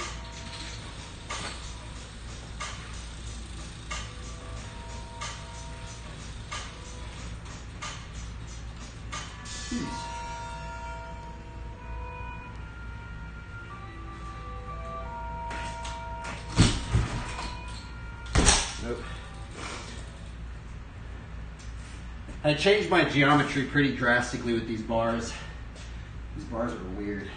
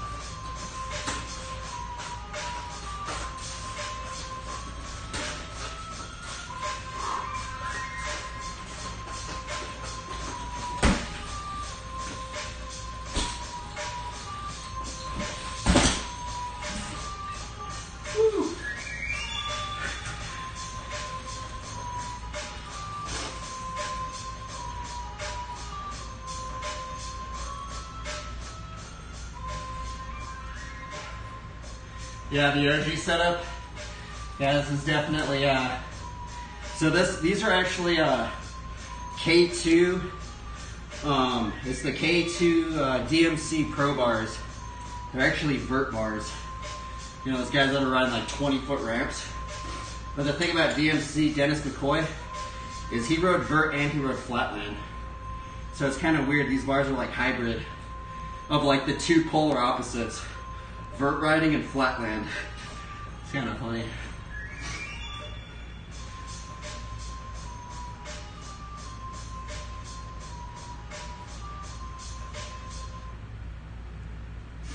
I grew up with this guy too, right here. This guy's Matt Gannon. He taught me about. Shout out to Matt Gannon, this ride right here.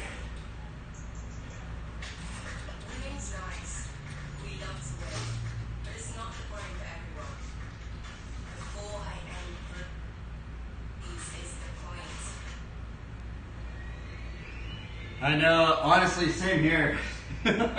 My friend just had these bars in his garage. I was like, bro, could I get those bars? And then he's like, yeah, dude, they're K2 bars, bro. I ain't gonna use them. I didn't think I was gonna use them, and now I have them on my bike.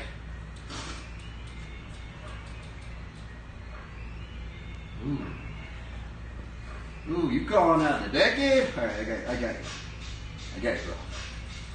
I got you, brother. Let's see all the decade. I got some decade combinations.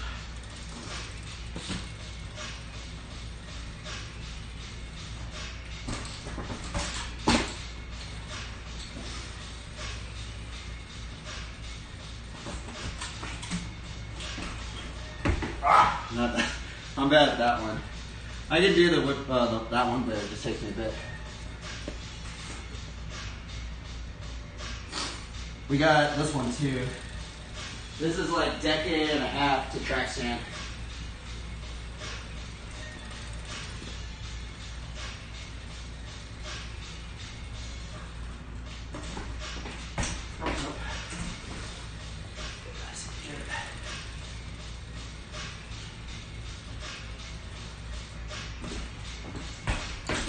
No idea right now.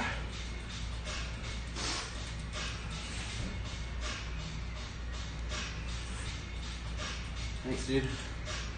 I know the stream's kind of weird. We have a variety of things at the moment. I do Bible studies, I do drawing. There's not many BMX riders on Twitch. Most of my followers are actually believers. It's really strange. Most of the people that even watch this stream, they just listen to Bible studies. It's kind of funny. It is cool. I'm cool with it, but it is kind of weird. It is kind of strange. It's strange.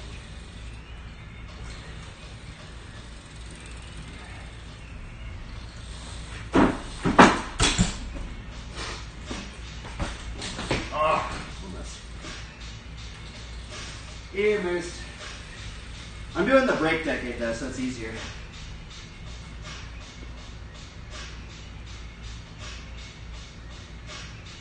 Okay. That's awesome. What's the main thing I stream? I guess it would be BMX riding. But I guess mainly if I were to count the hours I mainly do, I definitely do the BMX riding, but it was only until the BMX game came out that I actually people kind of started watching this. I have some people that watch the BMX riding just a little bit.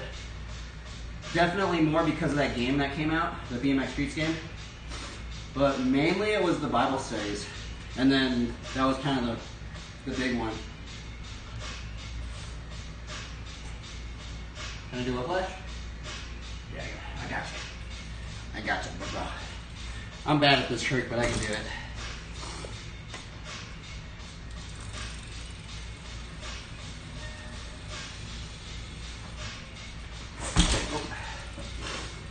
Rebate. It's pretty hard.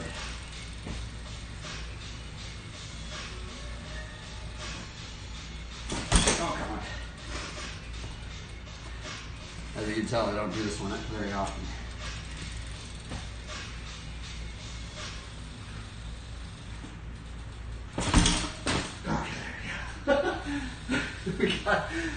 I was worried. I was like, can I even do it still?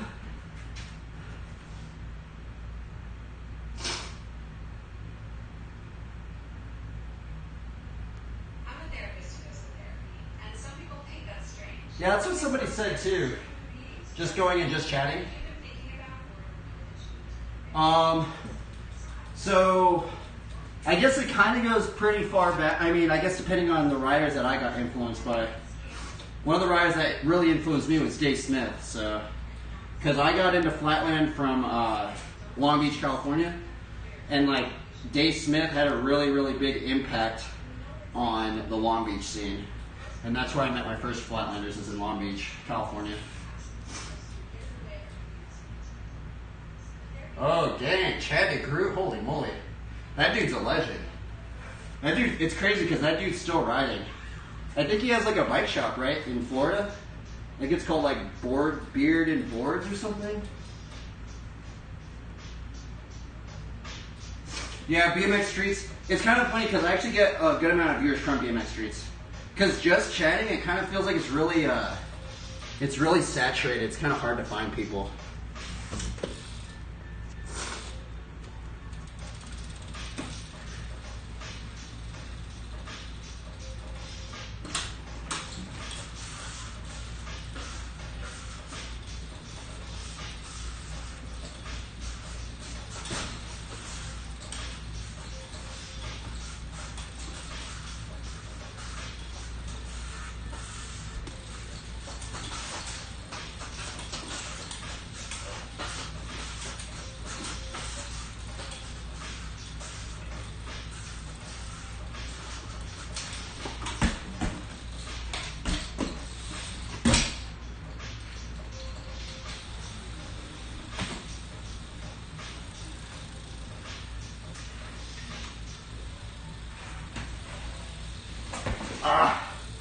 Please land that one.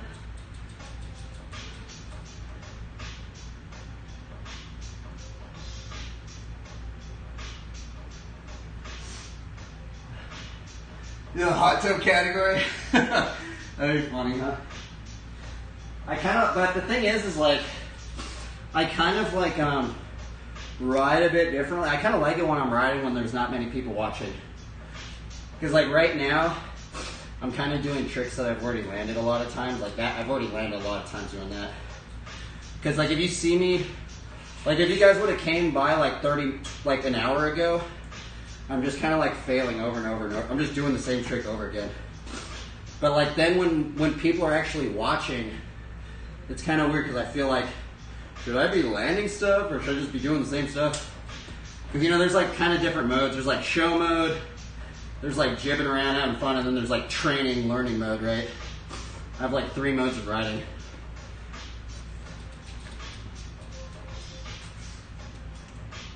Yeah, trying to, man.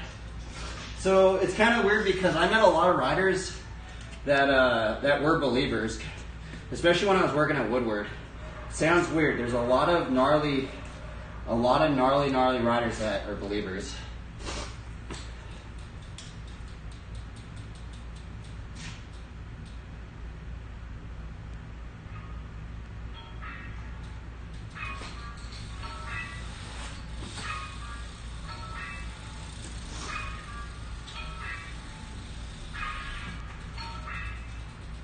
Peace.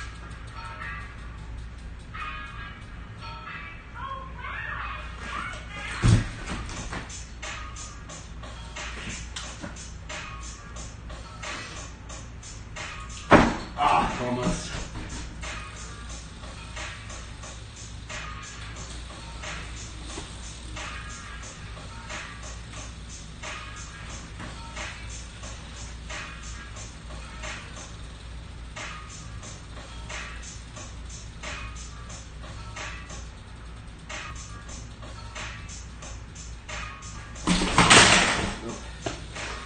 That was a new trick I've been learning.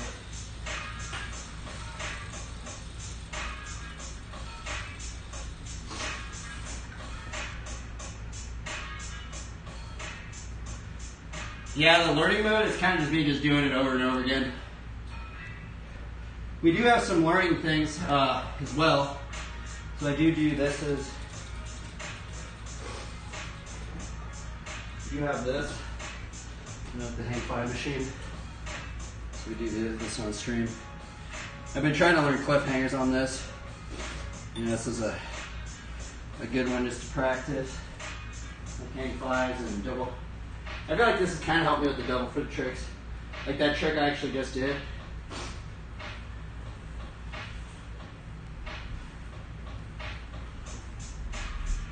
Oh, it's weird. It's like I'm so used to the bike now, this thing's strange.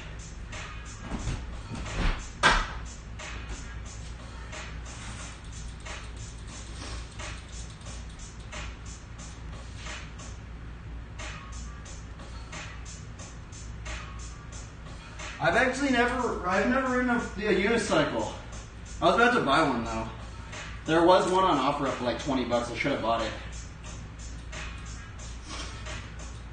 But the other thing is, I used to not always. I've only been riding flatline for like 3.5 years. I do have an Instagram somewhere. I know there's like a drawing and painting Instagram, and I think there's a BMX one over here. So what ended up happening is I tore my ACL. I ended up tearing my ACL, and I never got surgery. I have not had an ACL for 3.5 years, and then that's kind of what got me into flatline, unfortunately.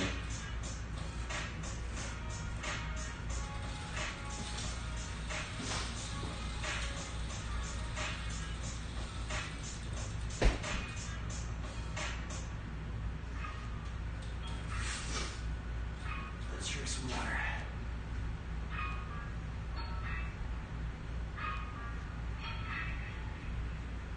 What would be cool is if there would be more BMX. Do you guys follow, by the way, I wonder if anybody in here is not following Spencer. I feel like all you guys are following Spencer. Let me give him a shout out right now.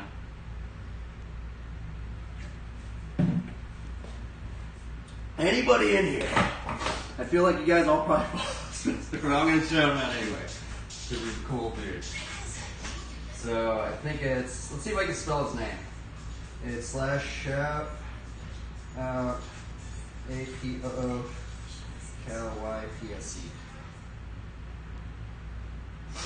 Shoutouts to Spencer Forsman. If you guys don't know, you can look him up on YouTube and learn a lot about BMX riding from him.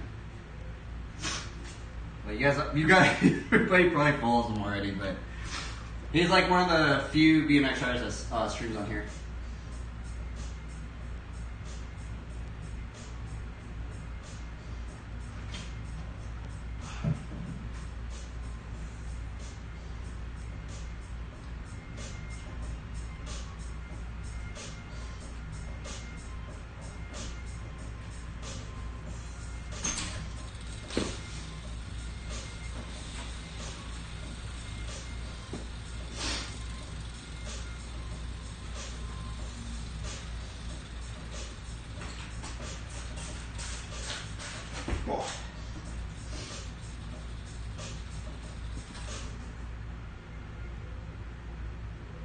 Old Potato. Does Old Potato stream on Twitch? I see him on YouTube. Does he stream on Twitch though? I have seen him on YouTube. But not on Twitch. Maybe I don't know his tag.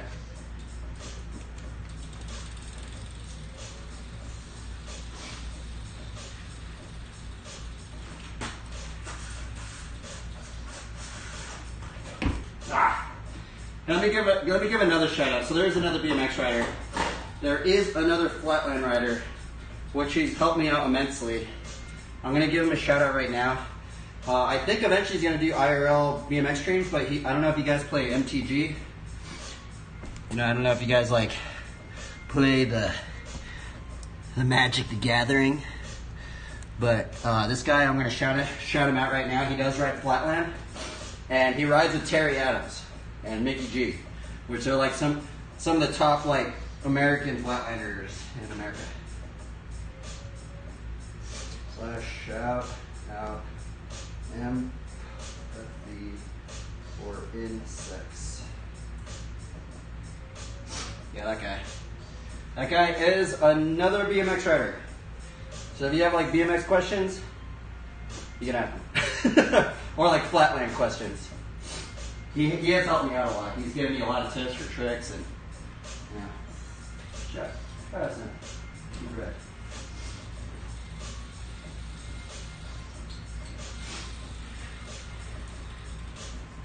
You guys have a favorite trick? I'm kind of like tired, so I'm like not really on it today as much as I normally am. I don't even know what I should be doing right now. I guess we could do an Undertaker. This trick's always cool looking.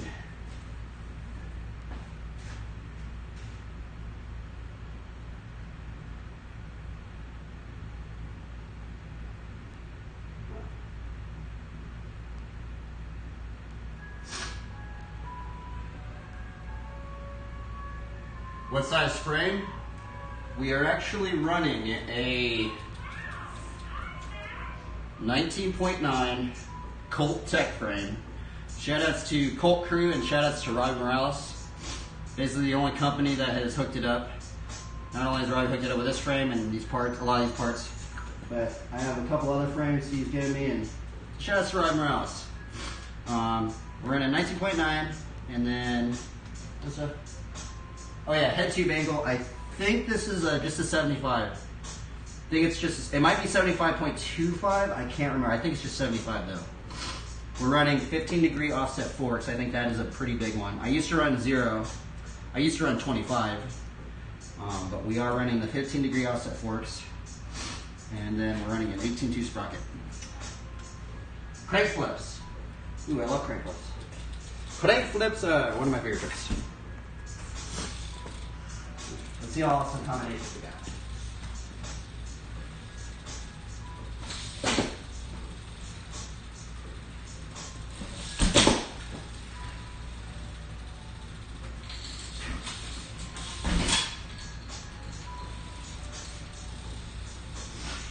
Here we have this one.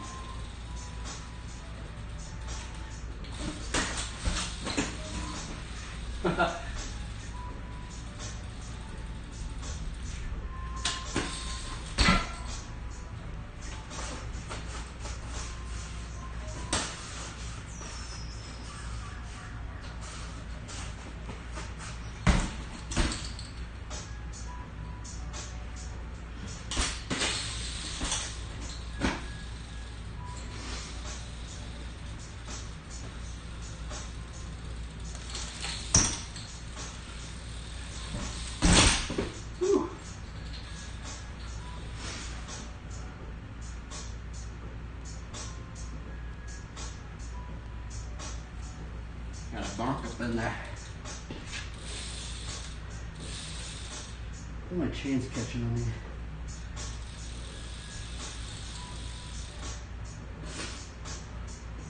It's actually one of the reasons why I like running a cassette, because I do a lot of crank flips. That is one trick I do a lot.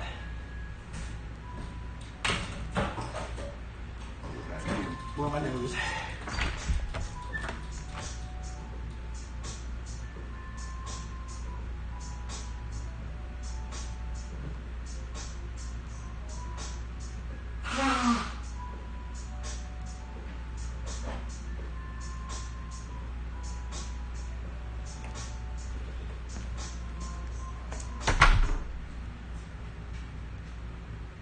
Yeah, crank flips are fun, man.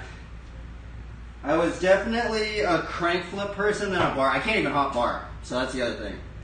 You guys asked me to hot bar, I actually cannot do that trick. I do pickup bars and like flatland bars.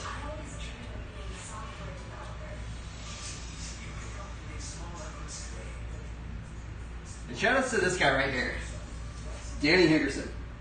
This dude is gnarly, bro. Over there, ride like this guy right here. This guy's like gnarly right here. Speaking of bar spins, that guy got bar spin. He could bar spin in and out everything basically.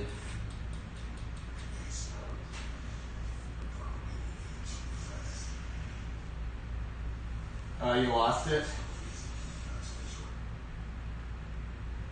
I mean, I like doing pickup bars. Pickup bars are fun for me. They're safer. I also used to be like, I used to always run my seat really slammed, and I feel like that's why I never really learned bars very good.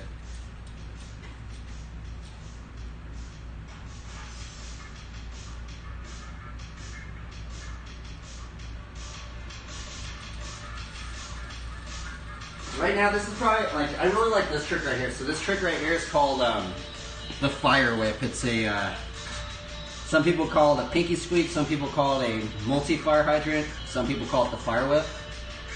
It's kind of like a switch foot jam whip, but you do one scuff, and if you learn it, you basically can do like an infinity whip. But I've been really trying to learn it for the past like couple years. Let's see if I can get a good one for you guys.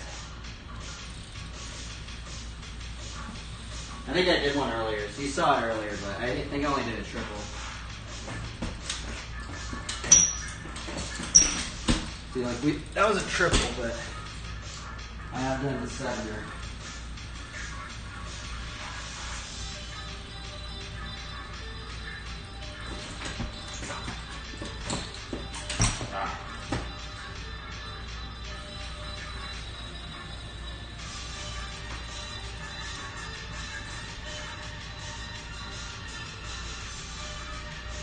So what's also crazy is you can learn this trick breakless. There are some flatlanders and they do a breakless variation. They do like a freaking like they do like a Vader jam thing.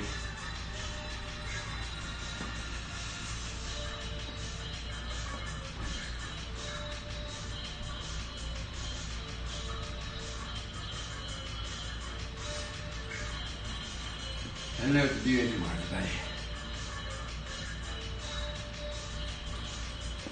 Let's see if we got okay. I'm trying to think of a combo I haven't done yet. And I guess we have the funky chicken. Funky chickens are cool. Yesterday I landed one first try. Let's see if I got one.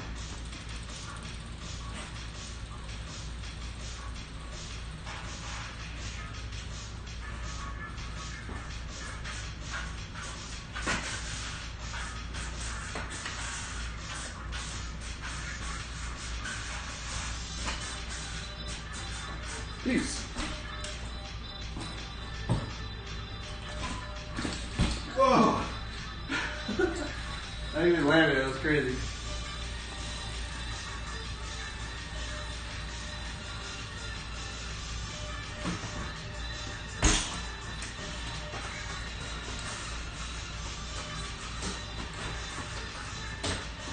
Ah, nope.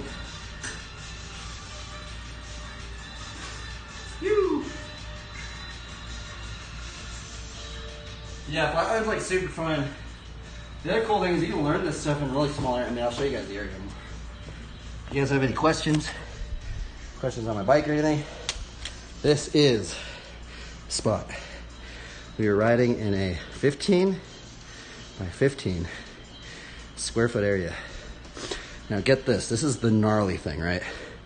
I've seen some pro flatland guys and they actually practice in a 5 by 7 foot square. It's insane, bro.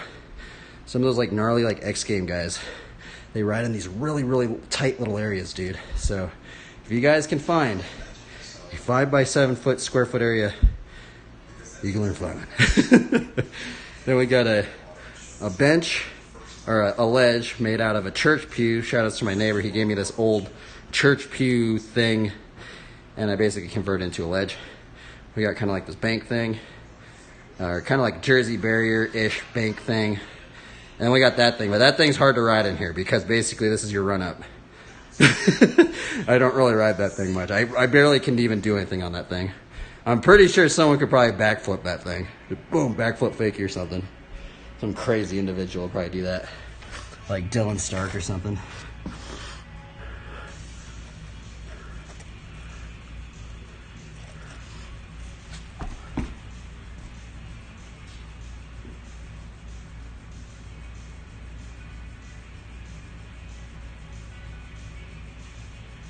A flare. I know someone probably could do a flare on that thing. That's the crazy thing, huh? Yeah, that's basically most of the tricks I do. I mean, I guess this trick's cool. I guess people like to see it throw an Undertaker. I'm not very good at it, but I can land one. I'll really try and land this one right here.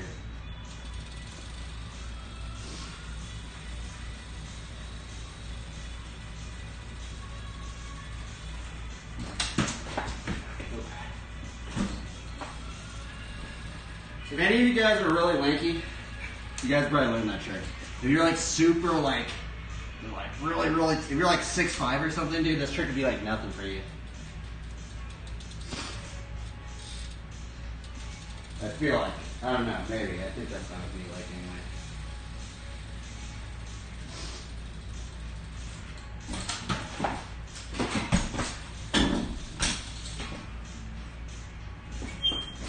Ah! Almost got the decade out.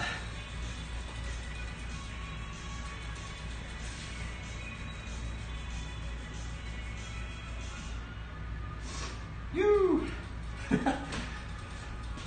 What games do you got? Does anybody in here play World of Warcraft? You're wondering. I've yet to meet a BMX rider besides Montana Ricky. Yeah. I feel like Montana Ricky is the only BMX rider I've ever seen play World of Warcraft. But this stream actually used to be a WoW stream. Strange to say that, but it actually used to be a World of Warcraft stream. Sadly, no. There's a ton of people that play that game. I was thinking about maybe getting my Ethernet cable. If I get an Ethernet cable, I could play video games right now. But I've kind of landlocked myself. I'm playing video games right now. I'm basically drawing is like my video game time. So drawing is my video game basically right now. And I feel like I'm a little bit more fruitful drawing than in the season I'm in.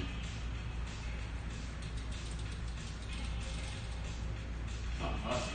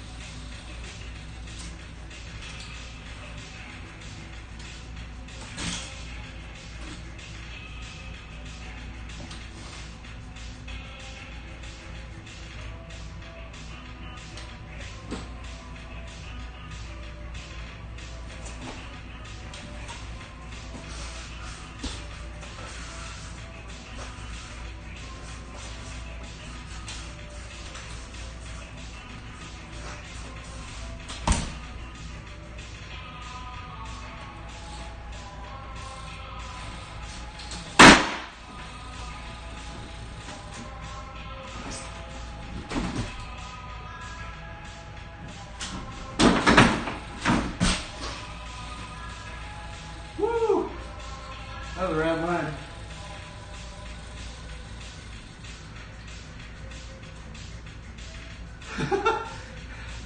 I kind of like cheated a little bit. I held it right there a little bit.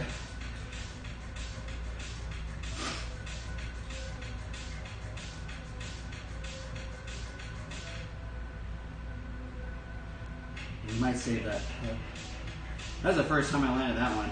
Or that last part right there.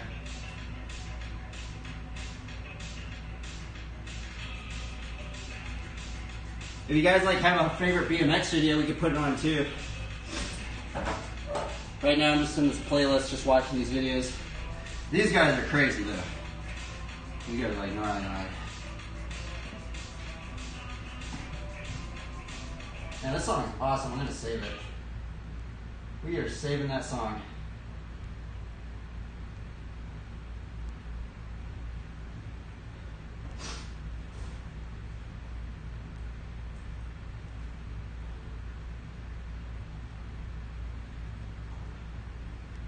Who's you guys' favorite writer? What writers influenced you guys?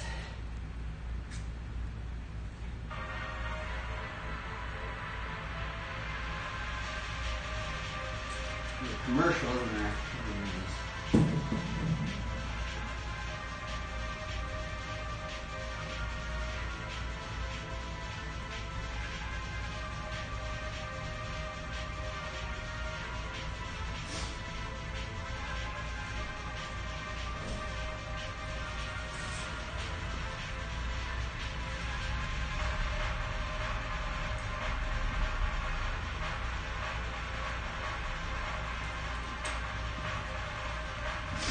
This trip's pretty cool.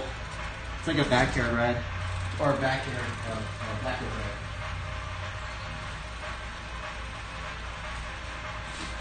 Nope.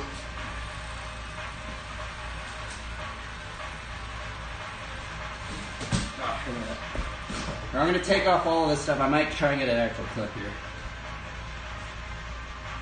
Ooh, Devin Smiley. Dude, Devin Smiley shreds, dude. So we're off. We're taking it off ADD mode, everybody. See all this stuff right here? All of this. This is called the ADD mode. Well, I'm actually going to try and get a clip right now. Let's turn it off.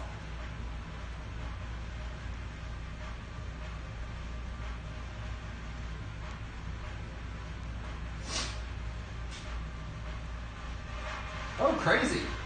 Yeah, actually, I mean, I saw on a long Instagram story post, I saw he has like a setup, right? I've actually never rode with Devin.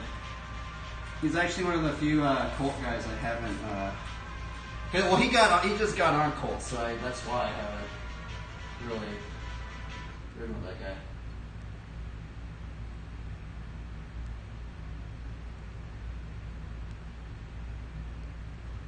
He also has a really gnarly car, doesn't he? He actually does drifting and stuff. It's crazy. All right here. This trick's it's cool. It's like a backwards no-hander or something.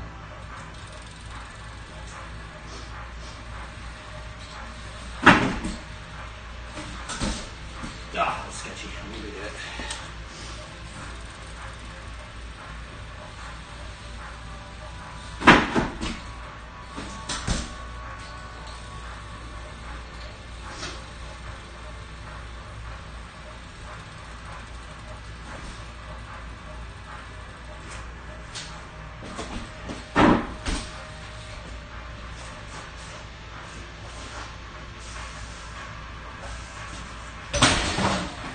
Dude, why did I do that, man? I keep messing up.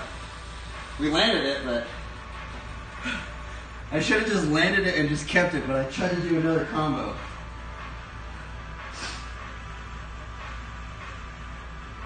Man, cars are expensive. Cars are expensive. Darn it. That clip was so good. And then I tried to go for more and I messed up. I feel like I've actually never been drifting. My buddy down the street, his dad used to be a professional Baja racer. So I have been drifting in that. But it's kind of weird because this trick kind of makes me remind me of you're drifting in here or something. Here, check it out. This one.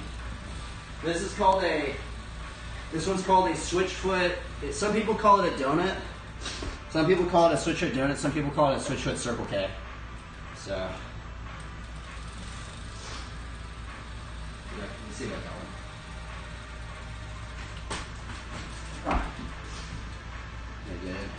It is bars, bro. I feel like I had this trick down, but these bars kind of changed up. Oh, nice.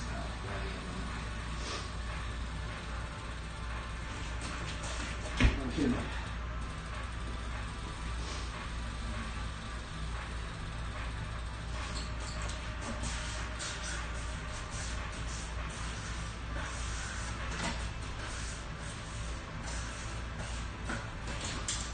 Oh, I almost landed it. But I feel like that trick, like, kind of reminds me, like, if you were drifting in a car, like, it sounds cheesy, but, like, because it kind of just, like, because when you do it, you kind of have to, like, you know, it's like, it kind of feels like,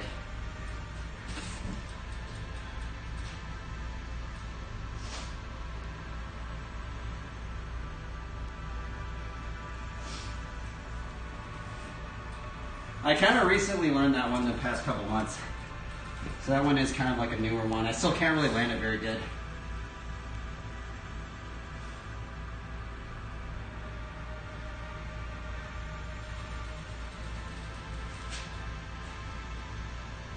Yeah.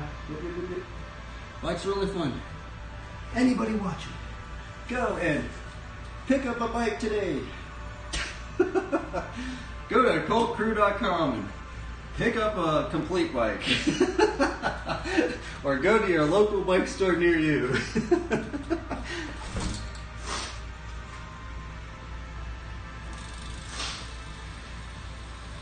Alright, what are we doing here?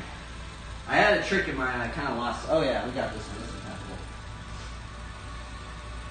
This one, let's see if I got locomotive. Or actually back there in the hand. Let's see if we got back there in the hand.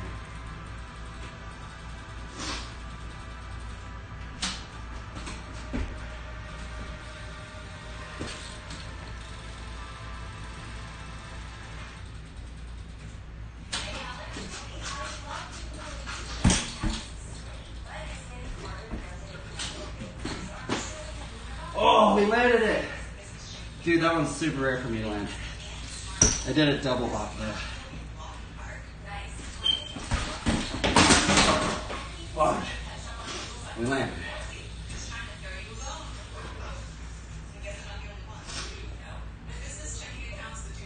it. Darn it.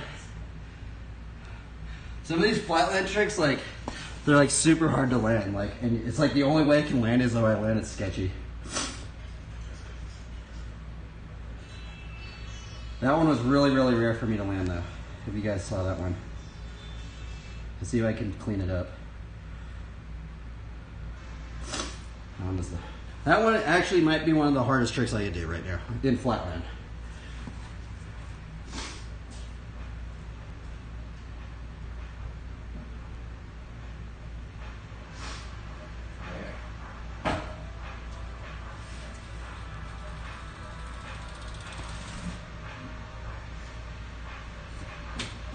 It's like a, I don't know what the ride-in's called. I know it has a name. I know it's a backyard no-hander. It's like a backyard no-hander like body burial. Right at.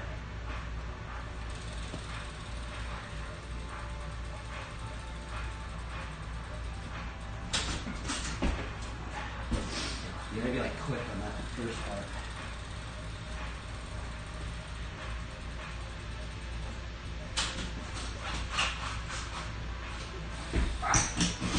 I like stalled it out. How crazy would it be if you just saw someone just stall that on a quarter pipe?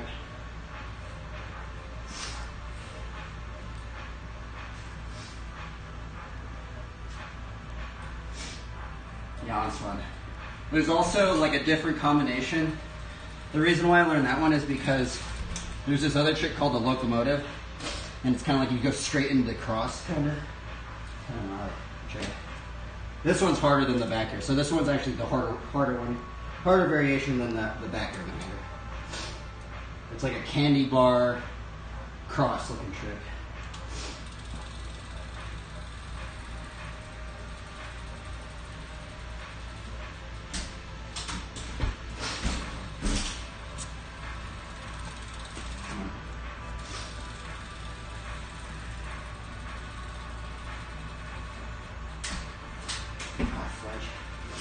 But basically, you do like a candy bar. You do a candy bar through your bars over here and you start scuffing right there.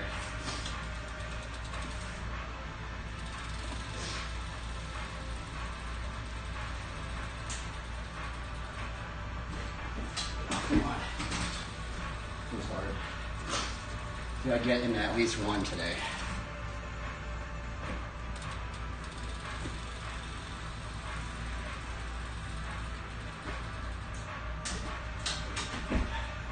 I give up. That trick's hard.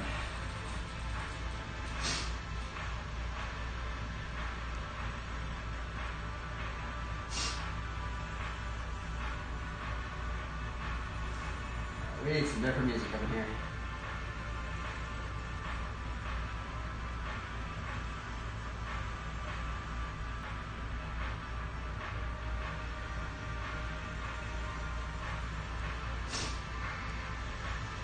Is Spencer streaming right now? Spencer streams like every day. It's kind of gnarly. Darn, dude. These shoes always break on me. Bro, I literally just snapped, dude. That makes no sense whatsoever. Look, I just split this shoe open again. I literally just shoe-glued this the other night. It's split open again. Let's see here. I need to put some music on. What? Dude, it's like the internet's all slow or something.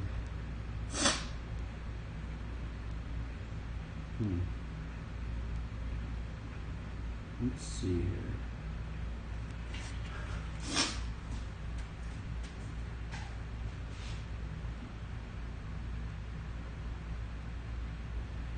Darn it, man. I broke my shoe open. Does this happen to you guys? Look at that.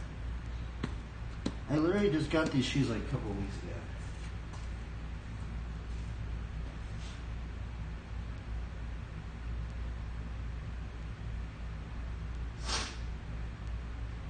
Maybe not a couple, maybe it was a month ago.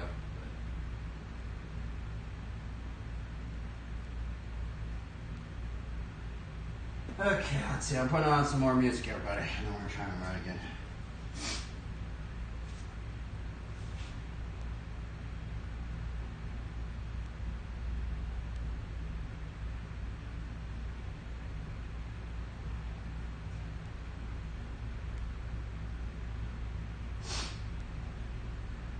Internet's all janky. I don't even know my stream's even working right now. I feel like my internet's like really janky.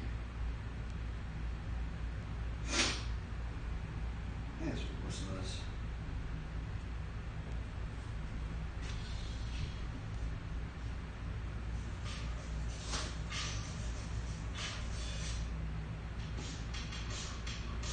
Well, that's probably why I'm freaking downloading these videos. There we go.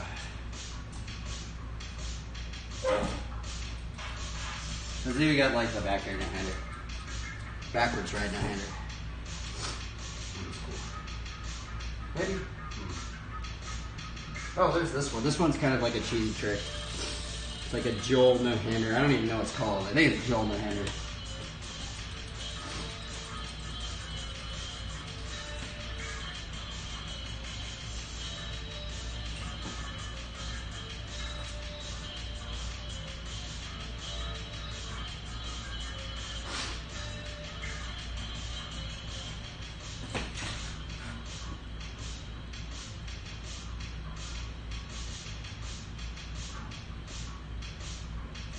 It kind of feels like you're on like a slack line. Oh my god. I don't land it. I think it's hard to land.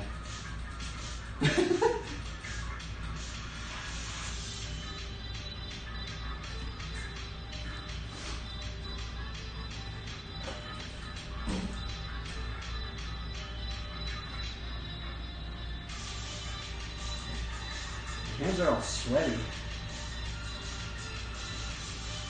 Should have been able to light it. There's also this one. This one's kind of a cool one. If you guys want to learn like a Miami hopper, you can do this without brakes.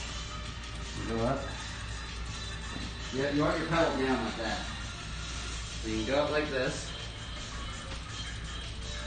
You go into a no-hander. You push the bike down like this. Make sure your bars are like that. You want to put your weight on here and take this foot off, and then put your hand on this post right here, and have this leg free. Bring this up, hold it like that. Have your elbow holding the tire. switch your foot. So you're going to put this foot on the peg, having this one out like this. You're going to put this foot onto this bottom pedal right here.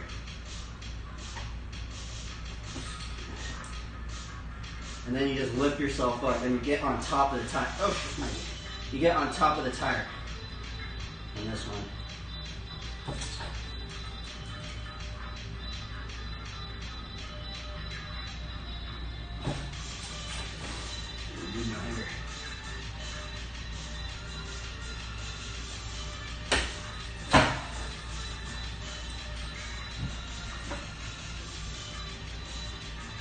This one.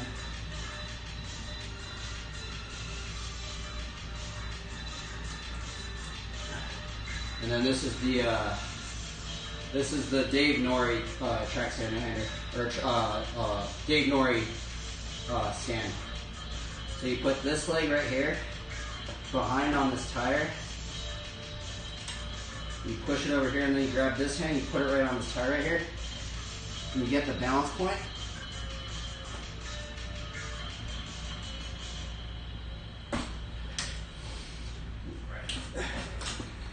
Woo.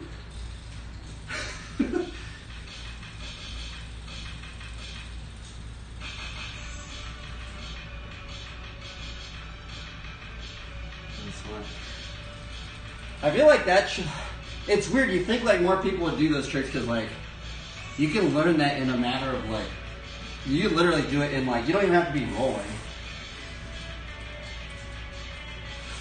Like you literally learn it like right here. You know? And then this is a cool one, the swivel. So you go like this, and then you scuff down, and you kind of like balance it out. And this one, you kind of actually can just keep going. It's kind of crazy.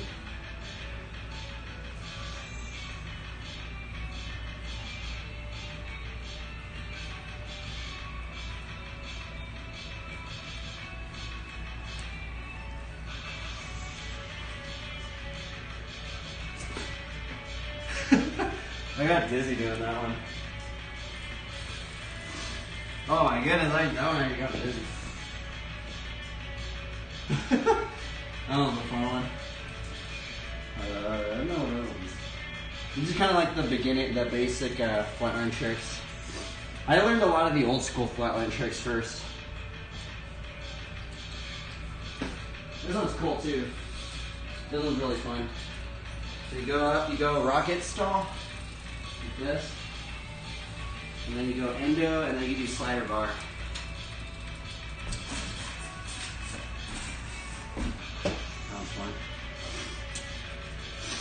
Alright, we're going back to ADD mode, everybody. We're going back to ADD mode. That means scrolling text, bottom text, top text, floating emotes.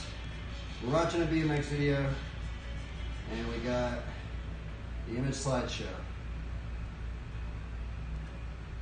Oops.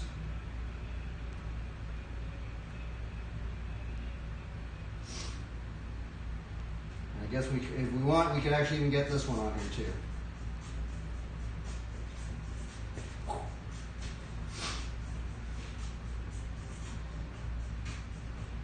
And this is ADD mode, everybody. Hopefully, it would pique somebody's interest. We could look at this. BMX ready. We got this thing over here. We can see the beach.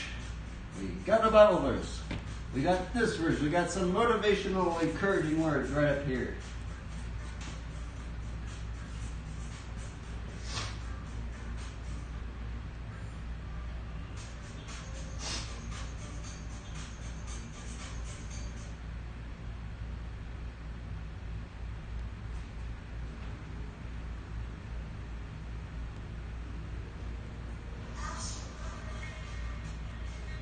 We got coffee. Cheers, everybody.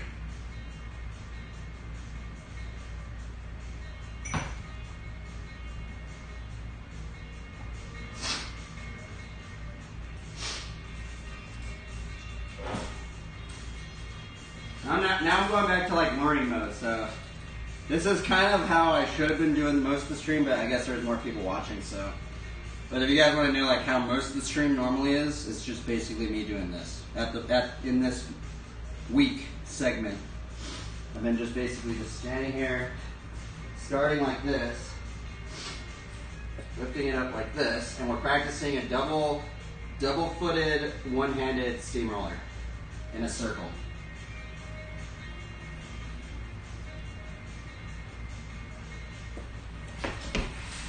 And that's the trick I've been trying to learn.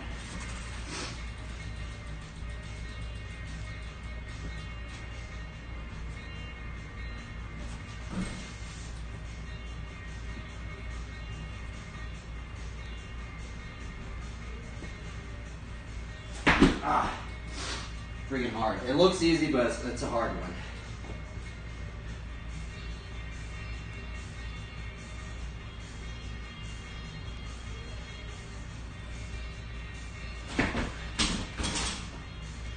So this one unlocks a lot of tricks. If you guys want to get into flatland, I feel like if you guys do get into flatland, this is a very, very important trick to learn. Like basically every single flatlander has told me to learn this trick, so I guess if all these people are telling me to learn this trick, I should probably learn it.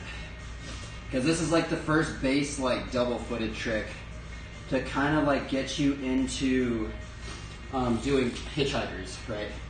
So if you learn this one, right, it can kind of start getting you into this one, like this is the half curl cruiser, and then it goes into this one, and then you learn this balance point, and then you learn the juggle. So then you take this hand off, and then if you learn it switch, so we're going to learn it like this, we're going to learn it like this, and we got to learn it like that. And then when we master both of these sides, this is when we start doing the juggles. Now, if you see flatlanders doing juggles, they're gnarly. Like I feel like they've ridden for a long time. So this is ultimately the goal. If you see people doing this trick, they've probably ridden flatland for at least like 5 years, I think. Because that trick is gnarly.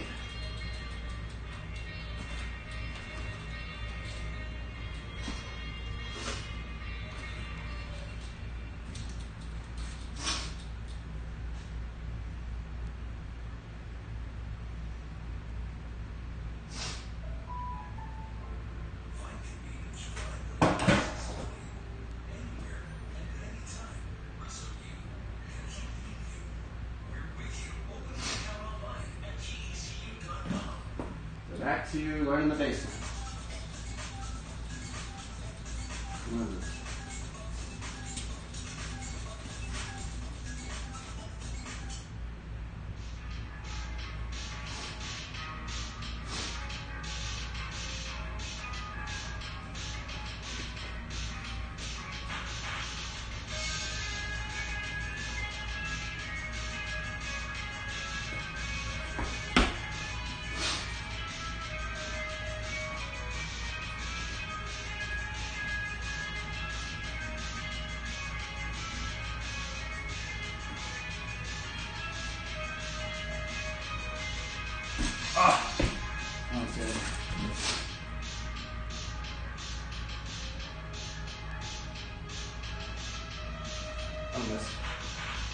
Close to no cigar. So let's see if we got one from a rolling position. So we're going to learn it from bars big, and we're also going to learn it bars small like that. Half bar, half bar. We're going to roll into this one. We're going to ride into this one anyway.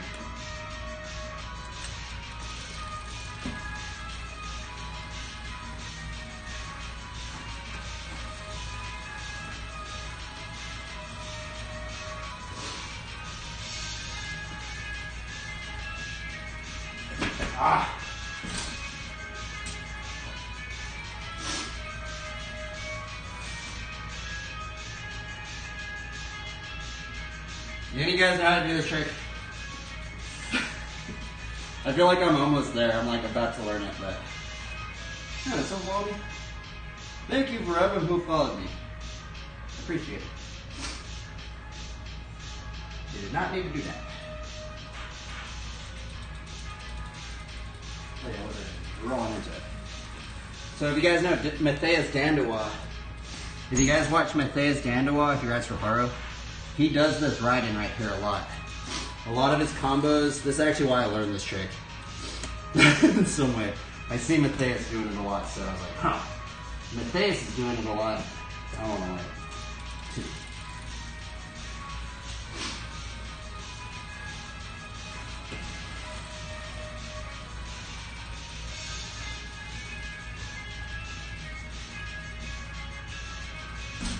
Fuck. It looks so easy, but it's so hard.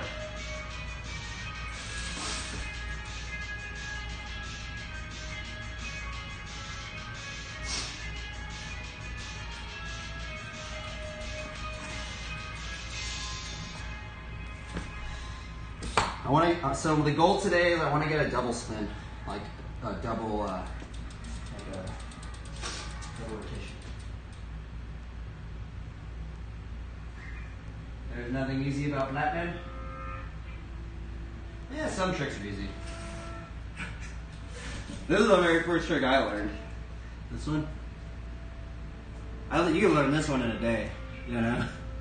You just hold it. And this is like my first no-handed flatline trick.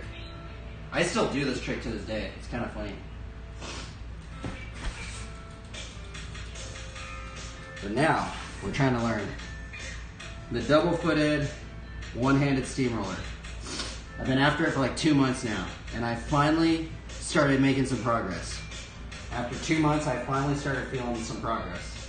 It's ridiculous, actually, but...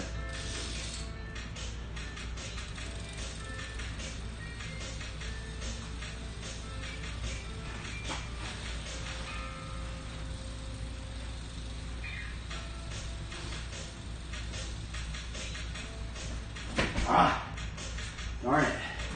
It's such a weird balance point. It looks so easy. When you see people doing it, it's like, oh, it's so easy, right? But it's actually like harder because like, if you're doing it with one leg, you know, you have like all of that to, you know, if I'm about to loop out right here, just and then bring it back up. But like when the double-footed tricks, like basically your balance point with one leg is like out here. But then when you do a double-footed trick, your balance point goes like from here. Because now you have to do all your balance like in these little motions. I don't know if you'll do that.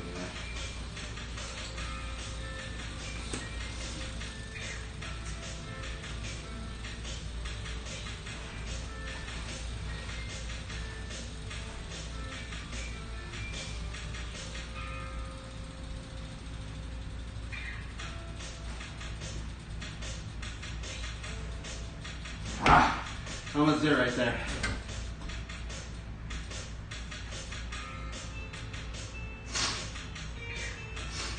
Do you ride BMX bikes, Kush? The Kush Commando? BMX bikes are very fun. Very, very fun. I have a really gnarly blister right now.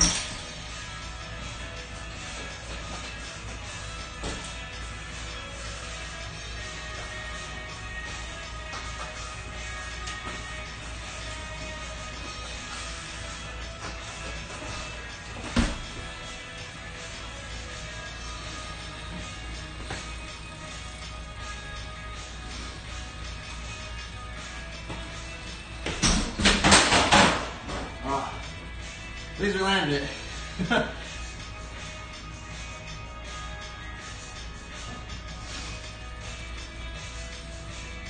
was the first one I landed, I think this week. The Switchfoot Circle K. Rare one. I had all the windows open, so.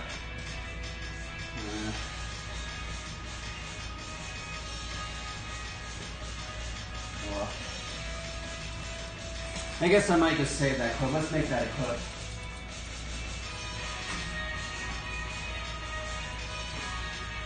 Let's make that a quote.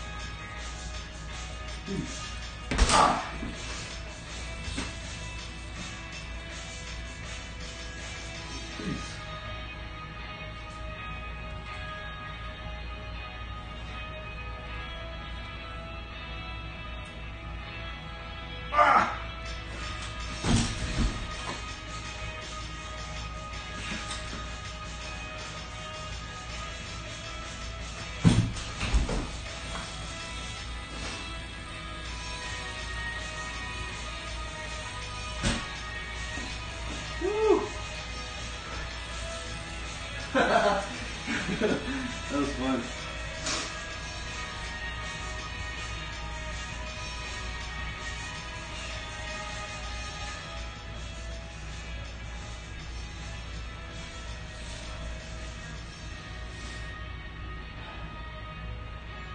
Should I save that clip? I might save that clip.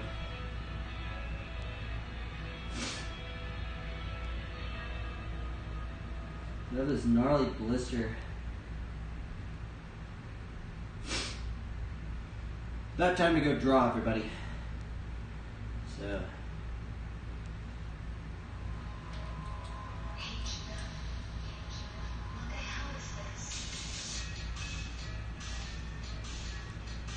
What time is it?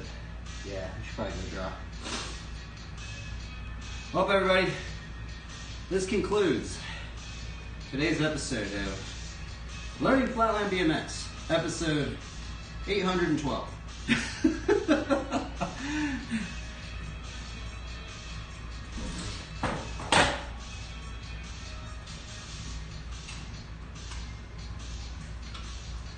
Now we're gonna go draw because I'm tired. Ish. Turn off this.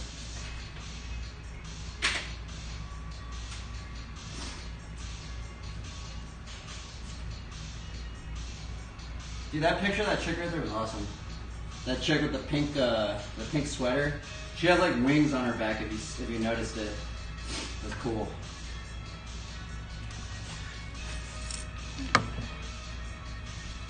Okay, everybody. Here, actually, let me start.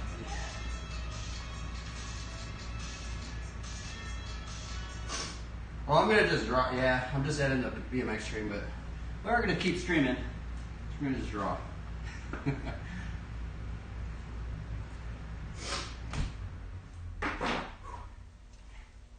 Fun session. BMX is very, very fun, everybody. We need, honestly, if anybody's watching this stream and you guys ride BMX, I say just make as much content as you can. Because if you notice, like the skateboarding scene, bro, dude, the skateboarding scene, bro, there's some people in the skateboarding scene that make vlogs every single day. Boom, boom, boom. Like Dan Corrigan. Basically, if I don't know if you guys watch Dan Corrigan, but basically I feel like the Pal Peralta team has like this strange, like, they almost have like this weird like YouTube vlog. Basically, like all the skaters on Pal Peralta are like vlogging everything. It's crazy, bro. That's kind of what inspired me to also start streaming, because I'm like, dang, bro, I see those guys just making so much content all the time. I don't know if you guys skate or anything, but I do like skating as well. I don't skate myself, but I am friends with a lot of skaters.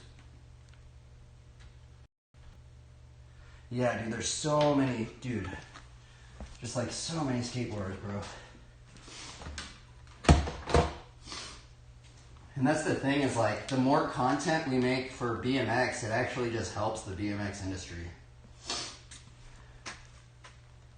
Even Bucky Lassick, man.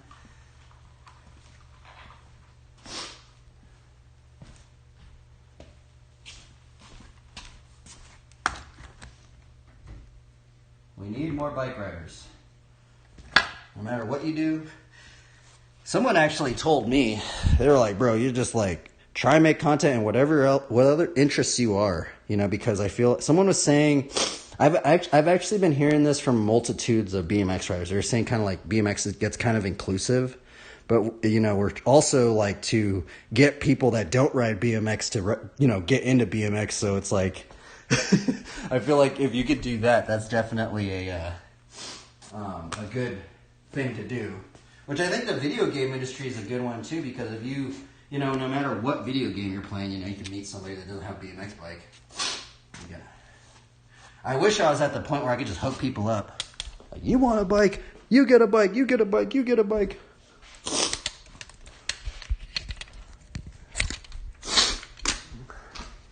All right, everybody. I'm going to take a little break, and we're going to draw. I'm going to go inside. So, but if you guys want to see the setup right now, we are streaming this on a little laptop, and I'm actually streaming this on a old iPhone.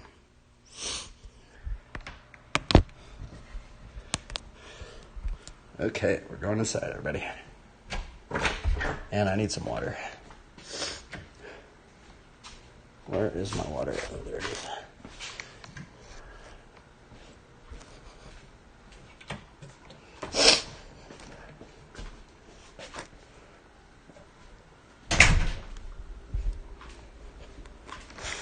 Oh, shnikes. That was my freaking charger. Thank God that wasn't my phone.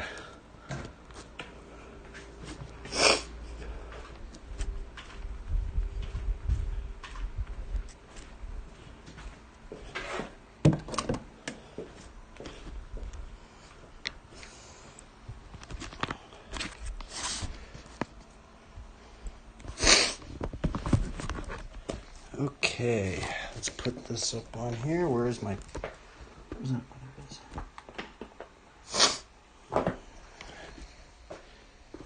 Oh yeah, I need to put this brake sign up. Dude,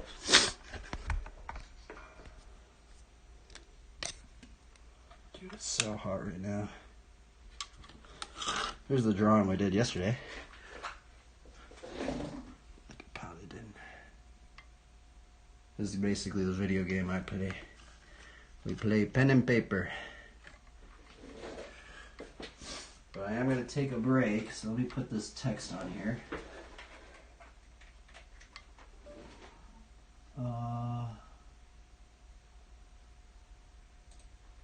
Okay. And we're going to draw everybody, so.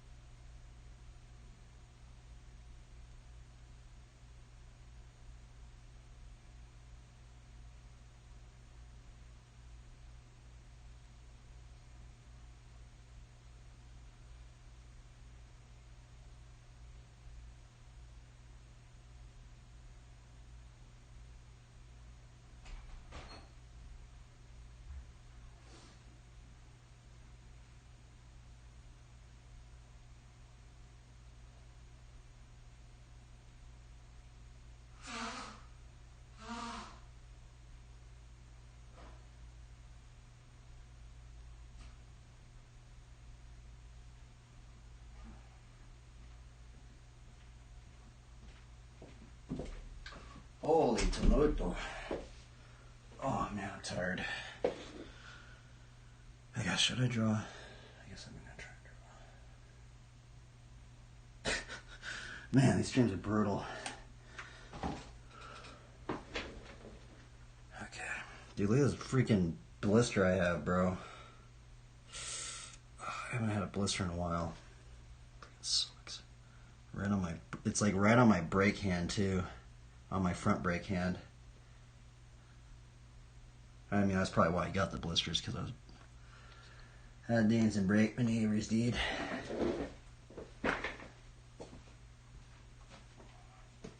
Okay, let's plug everything in, everybody. And we will draw a character or something. Or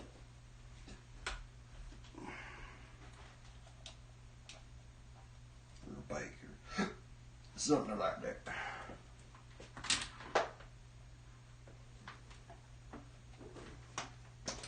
I guess, what did we do a Bible study on? We did a Bible study on slow to anger.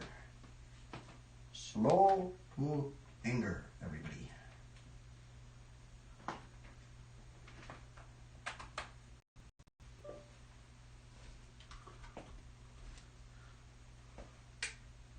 Still people watching, huh? Normally, but I will be honest, normally this is when people stop watching the stream because drawing is kind of slow. That's actually one of the reasons why I actually started putting all this stuff right here, is because, what are we watching? What is this? Oh, it's Ruben Alcantara. Shout out to Ruben Alcantara. He's a cool dude. I actually used to be very, very influenced by this writer growing up. Ruben Alcantara.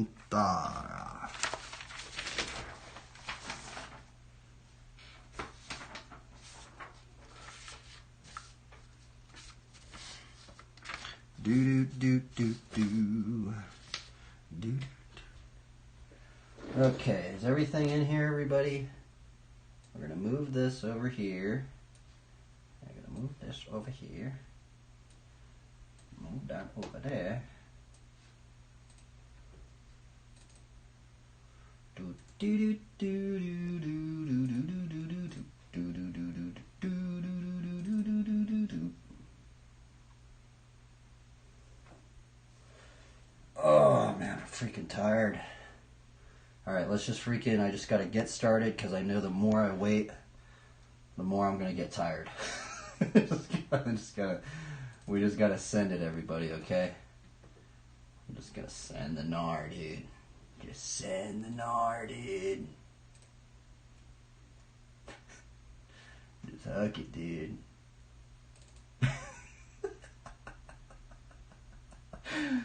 Oh, man. Oh, my goodness. What are we doing, everybody?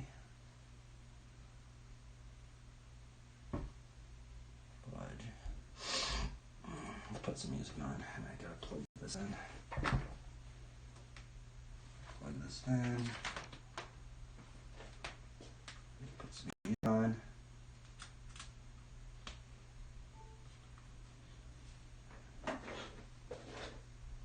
Do do do do do do.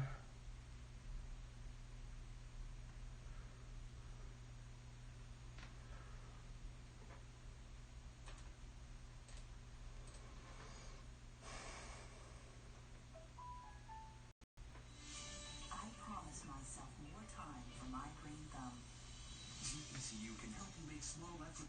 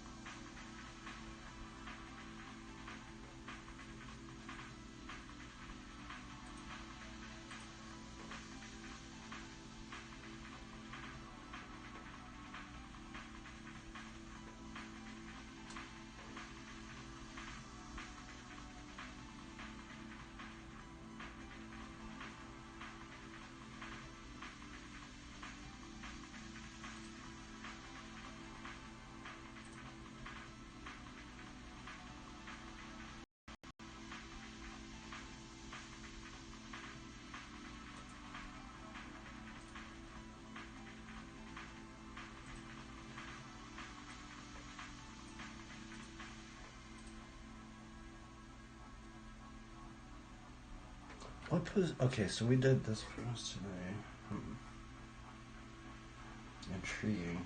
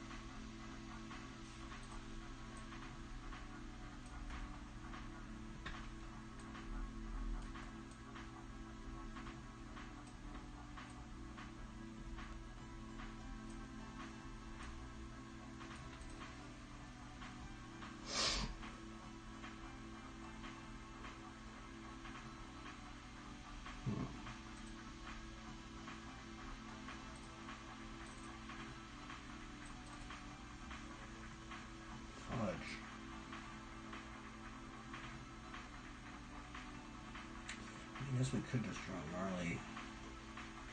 Should we just do another armor of God, dude? Those are easier. I really don't want to think too much about it. I feel like I've done so many armor of God pieces I can kind of just do that and it kind of just easy mode. Or easier-ish. I wouldn't say easy mode, but easier.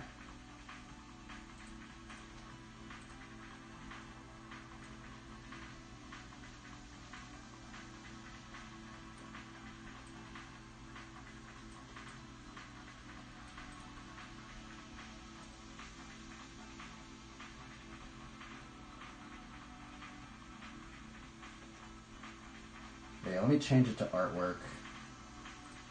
We're going to be playing artwork, everybody. Art, done. Oh, man.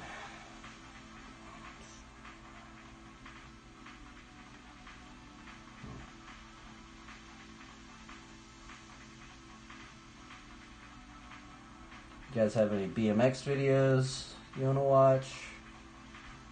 Watch some BMX videos.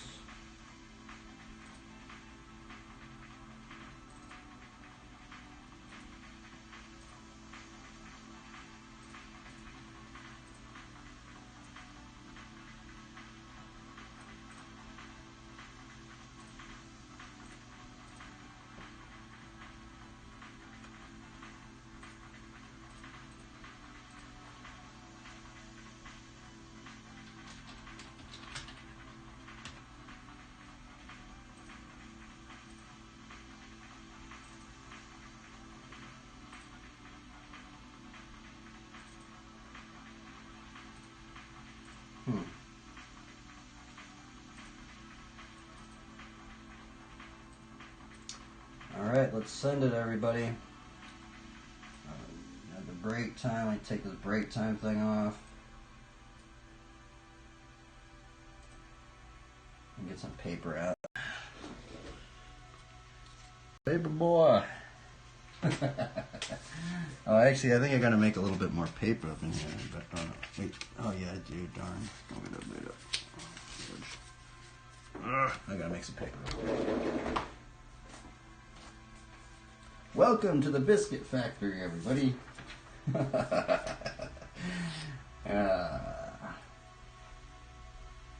Try your best and have fun, everybody.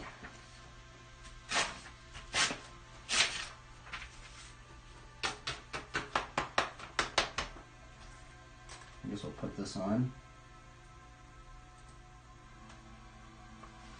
Let me adjust this. Let's see.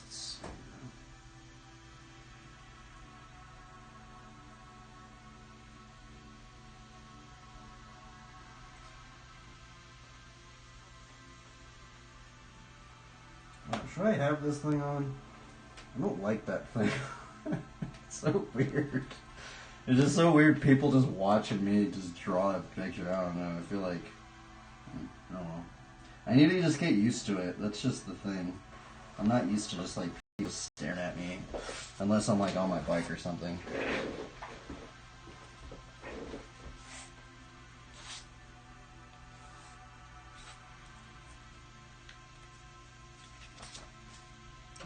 paper. Okay, let's see here. Let's take this off of this thing.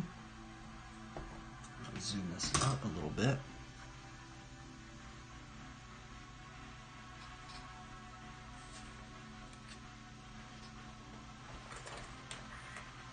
Dude, these clips are so good, man. I use these things so much.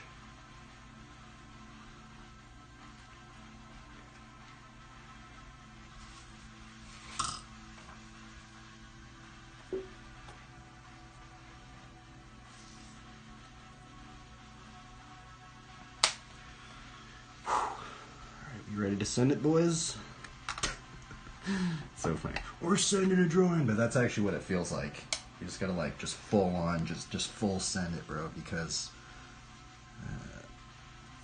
we're kind of on a deadline. We're on a one sitting deadline.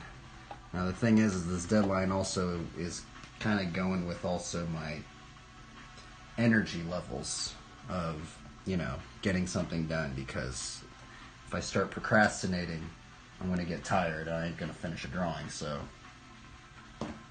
Let me make this thing a little bit bigger.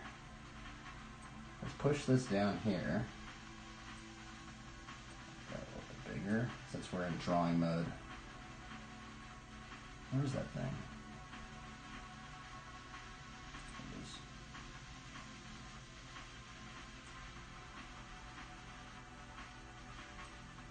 It's a little bit smaller.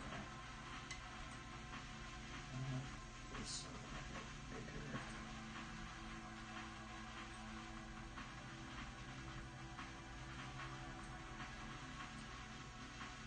Yeah, that look cool? I don't even know who we're watching. What is this? I'm on a different video.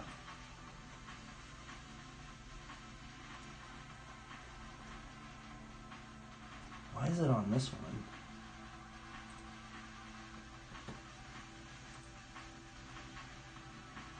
Let's watch some Devin Smiley. You guys want to watch Devin Smiley? Let's do shreds.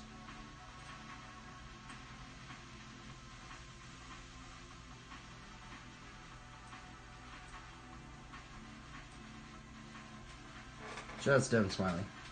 Dude, there was actually a line in here I've never seen. There's actually some edits I haven't seen. He does a 180 bar ice pick half cab kickflip or something like that. It was crazy. I was like, what in the world? On a 1 foot ledge. I just thought it was gnarly, because I'm like, dude, you do not see that every day. I've actually never even seen anybody do that in real life. So I was like, what in the world?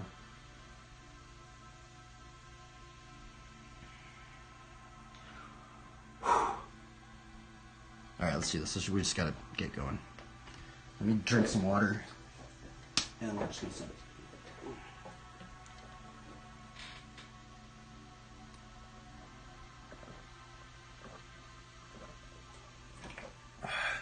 Dude, I drank like this whole thing today, and I still feel dehydrated.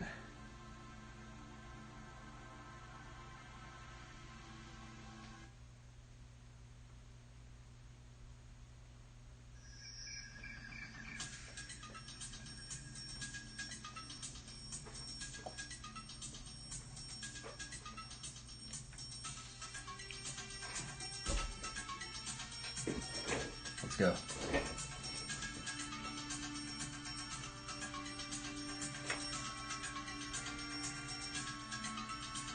Ugh.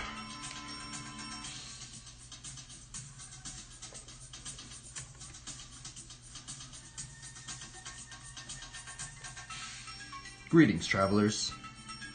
Welcome to another episode of Drawing a Cheesy Character. I know these characters are very cringy, but this is basically the video game that I play. This is kind of my time segment. It's either I'm going to draw or I'm going to play a video game. So now it's at the point where this is my video game. So it's like yeah, so that's basically this is a video game, okay? It's kind of a cheesy video game, cringy video game. That's what it is. But today, like many other drawings, we're starting with this pencil right here. Now we're going to do just another, I don't know, we might do a shepherd character maybe? I'm kind of debating on if we should go shepherd or should we go like knight, right? Generally, I go with the knight because it's like easier. I just do it a lot. But this is kind of the cool thing once we study constructive figure drawing, is because there comes a point within the construction of the drawing where it just feels like an RPG game, bro. It feels like you're playing WoW or something like that. It feels like we're just like grinding for items. And that's kind of what I kind of treat it as in my mind, is I'm just playing a video game. But we're drawing a picture. I do have this thing. Where is... Oh, here we go. I am going to be using this notepad. I'm going to be putting one right here. The reason why I do this is I just like to clean the pencil off. You can also clean this eraser off, which I highly recommend, because there actually have been some drawings where I don't know what in the world was on this eraser, but sometimes some weird stuff gets on the eraser and I just like, and it just smears something. And you're like, what in the world was that? So, let's send this. Let's try and do this in maybe 2 hours or 3 hours. Basically, the deadline I've been trying to put it on 2 or 3 hours for a drawing with a Bible verse, trying to glorify the Lord. Whether we eat or drink, we could do it all for the glory of God. And yeah, let's go.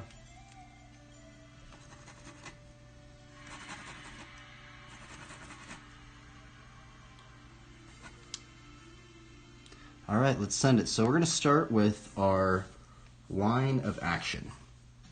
I think we're going to draw like a brutish kind of gnarly dude today.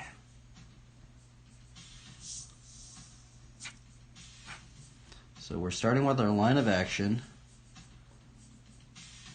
And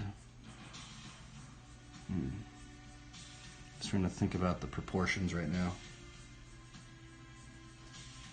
So let's get our proportions down.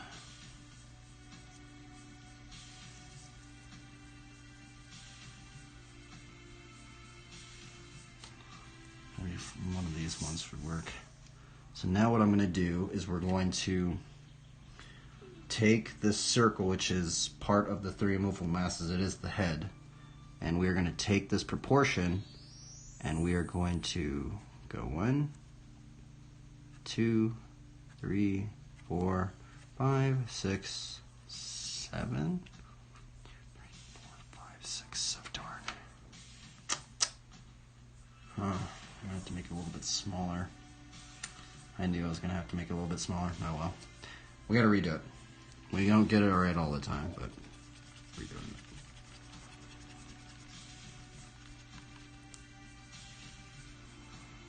It takes a little bit of finagling. Let's try it with this one right here.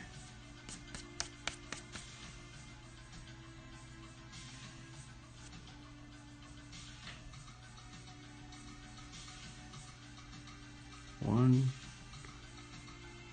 2, 3, 4, 5, 6, 7, 7.5. All right.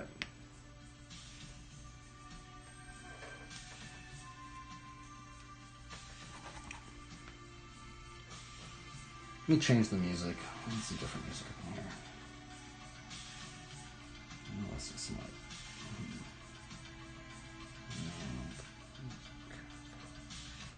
Well, we watched Devin shred over here. Wow. Lucky. I haven't done a Lucky in a very long time.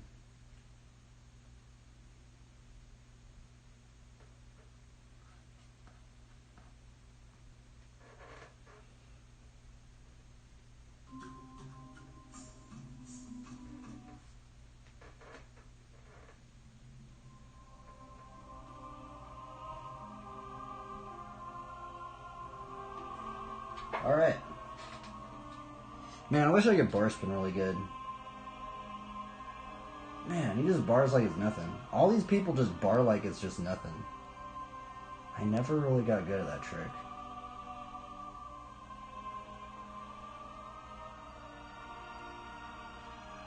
Dude, that was a crazy clip. What in the world? He just gap Smith bar Smith that.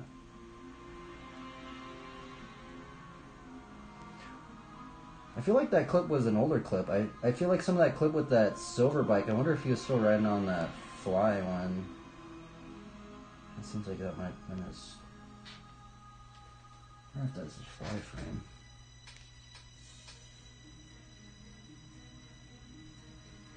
Wow, that was a cool clip right there. What in the... Dude, that was insanity. Holy moly, that was crazy. I don't even know what he did. He just tornadoed out of that. He like did a 180 Smith, like... Man, that's a rare trick to see right there.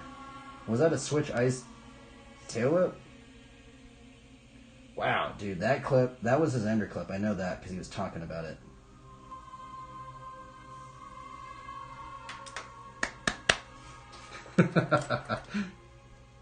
Alright, what are we at? What are we doing here? I need to stay focused.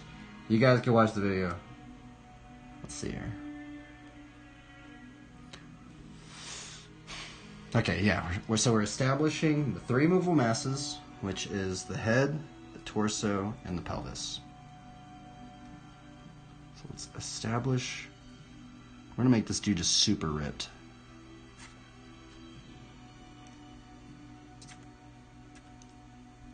Just like comically ripped. 1, 2, 3.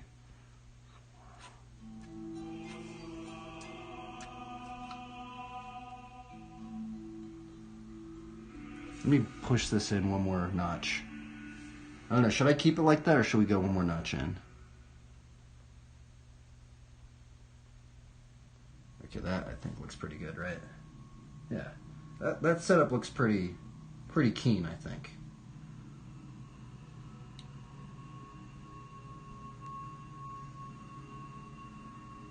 Alright, so we're going with our three movable masses, which is the head, the torso, and the pelvis. So we're going to go 1, 2, 3, 4 is generally at the end of the pelvis, so we're going to push it in there. Trying to get it to, gonna do a little bit more, like cartoony, just brutal proportions at the moment.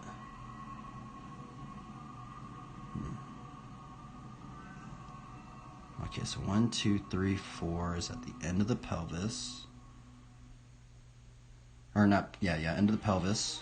We're gonna go 1, 2, 3, 4, 5, 5.5 is at the end of the kneecaps. Roughly, generally speaking. Now there is this bump. I forgot what this muscle is called, but if you study anatomy, you probably know it. There is there's like a muscle that like goes in like that. I don't know what it's called. Some sort of weird thigh muscle. But I know there's an artery in there. If you were to cut that artery, do not cut that artery. Because you'll bleed out in like, I think like 5 minutes or you can die really, really fast if there's a major artery that goes into the ventricle of the heart up in there. So if at all possible, do not get a giant gash right there. It's very, very bad.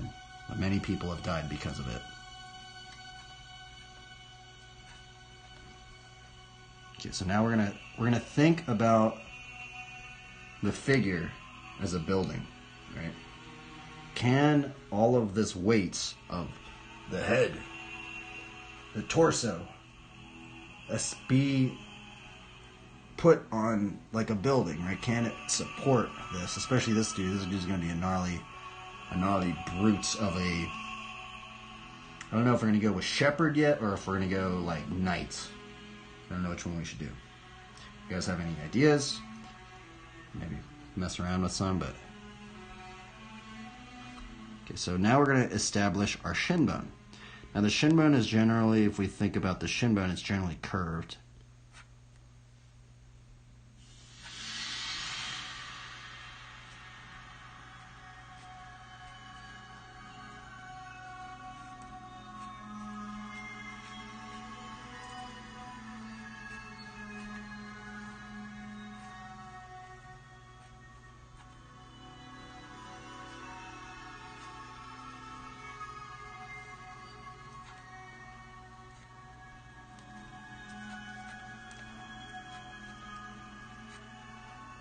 think we're pretty good on that. Maybe.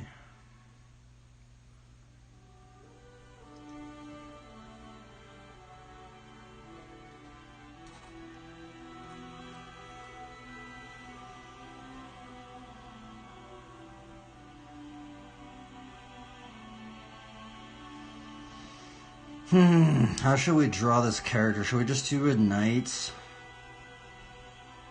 I think we're just going to do a knight. This is kind of like the... What are we doing here? Knight? I don't know. Or shepherd.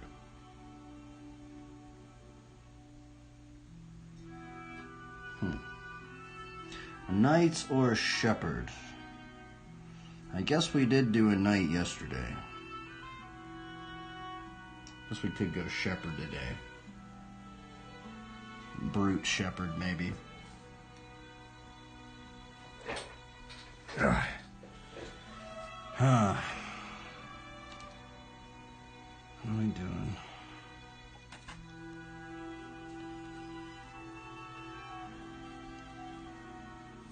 Okay, let's go into our other pencil now. So what we're going to do now is we're going to erase a bit of this. Just because if we don't erase this, sometimes this can be a little bit... I mean, maybe we could try not erasing it, but... we could try. Let's see what happens if I don't erase it, right? Because generally I do, but now I'm wondering... Now I'm curious. Let's just send it. We're just going to send it today, so...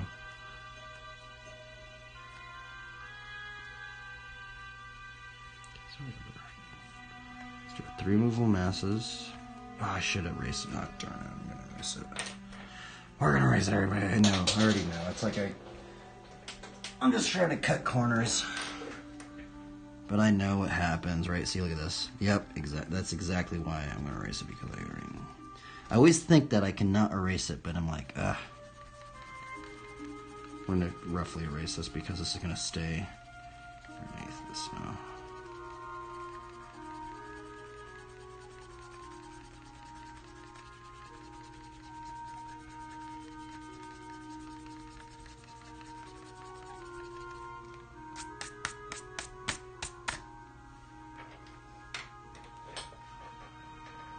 Let's go.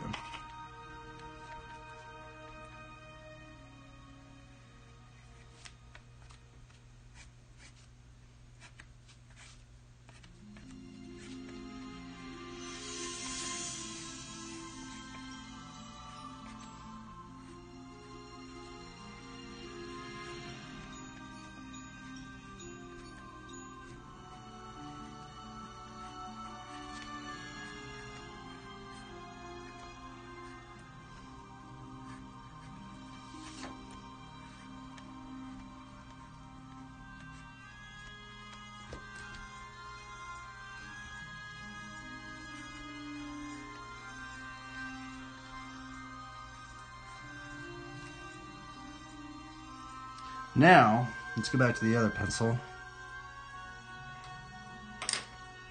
I'm just gonna experiment. I don't know, I still don't know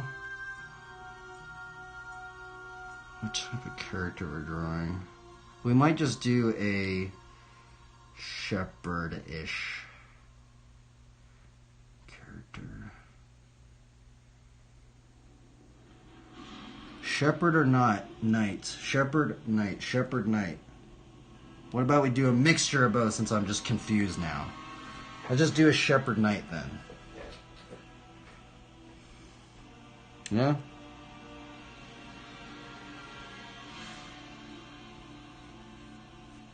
Let's do our deltoid. This dude's gonna be ripped, so we're doing deltoid.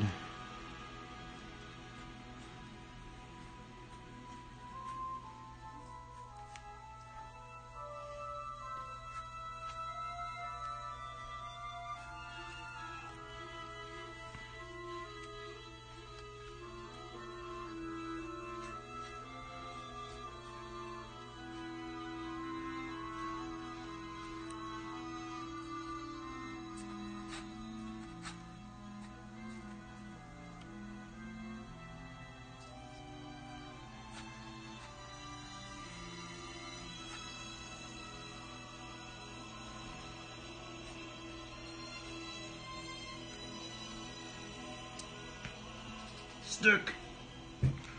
Stick.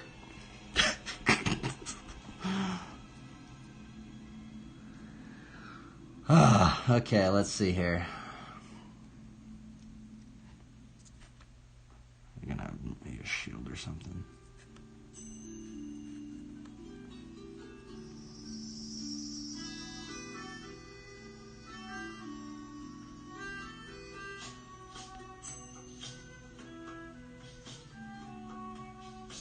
How should we have this shield? We don't know everybody.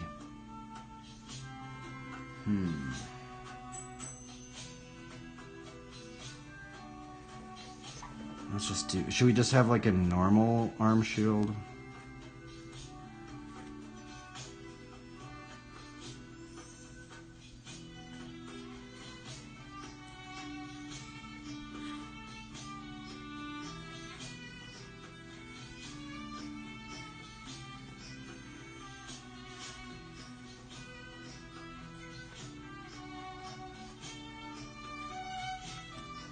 That actually looks pretty alright. Then we got a bike right here. I know these characters are really cringy, okay? Please give me some slack, alright? I'm just drawing an RPG character, we're putting a bike on the side. I feel like and then we can put a Bible verse. It's basically, I feel like just, we have this formula, right? And I'm like like I've done so many characters using this formula now that it's almost like ingrained in my muscle memory. Character, bike, and then we have just enough room to put a little Bible verse right there. So I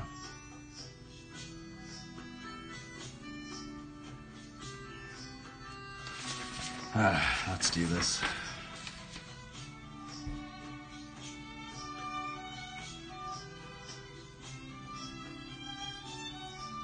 Let's go. Should we just send it?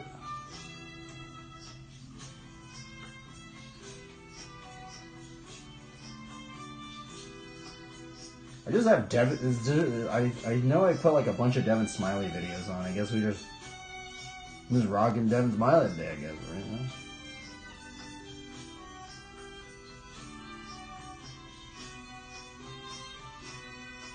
now. Okay. Let's stay focused. Let's go. So with the same kind of thing that we did with the underlayer, we're going to do it on here now. Just got to send it. Let's do it. And this is like the time where I have to just like commit. We just got to just commit. Because once I start using this pencil, it's like, it's go time, basically.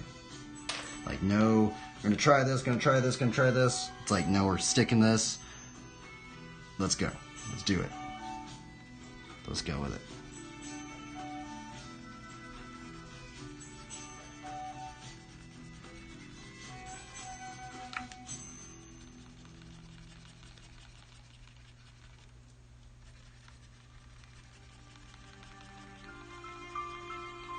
Oh, darn it. I just erased my proportion grid. Here, let me redo that. Fudge. Let's put it 1, 2, 3, 4, 5, 6, 7,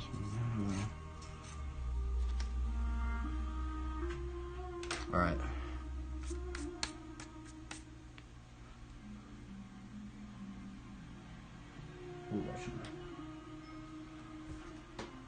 We need some more variety up in here. Sorry, Dan, we need some variety up in here. Alright.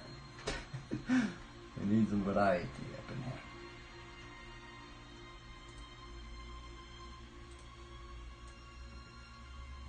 One of my favorite writers right here. D. Smith.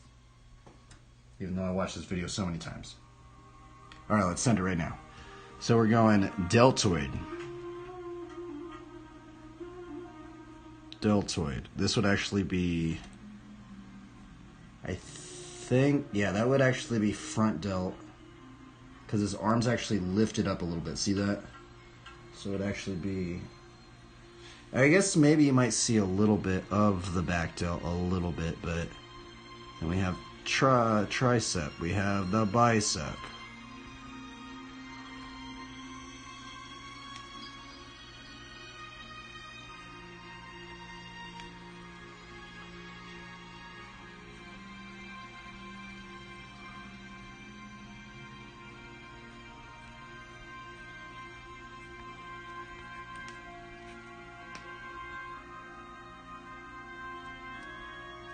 got the shepherd stuff.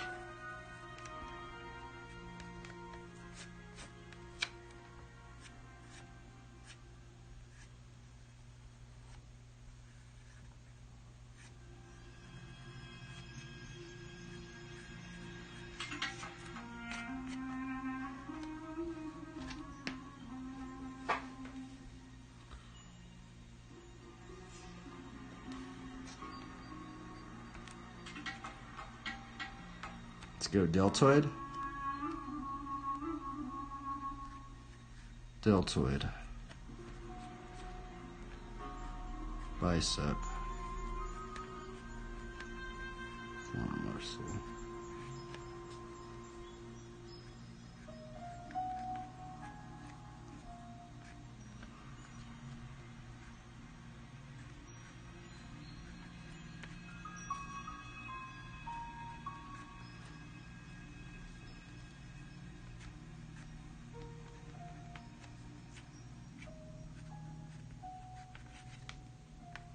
And the shield.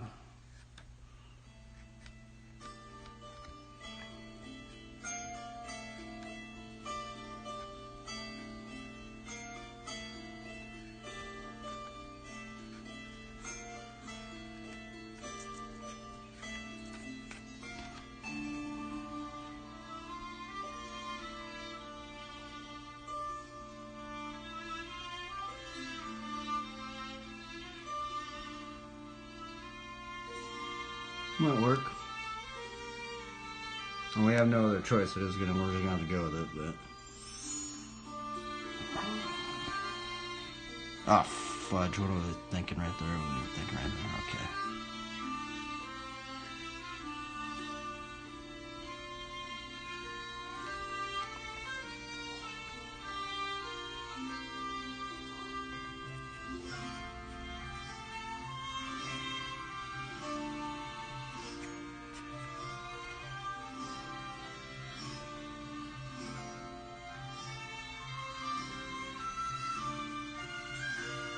I actually might have a helmet on this too. Might make it easier on us.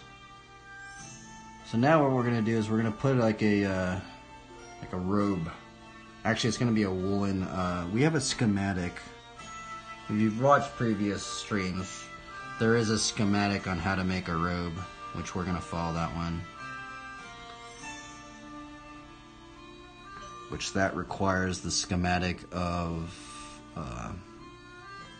First off, it actually starts right here. It actually starts with the clothespin, or not the pin. It's like the fastener pin, like right here. I forgot what it's called. You guys know what that's called.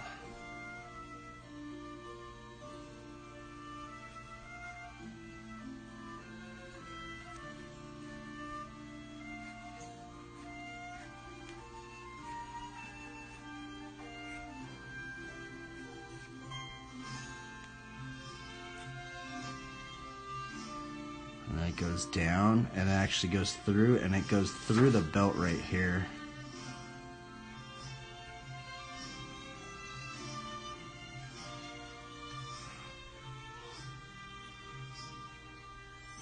This goes down right here, and then it goes over and in right there.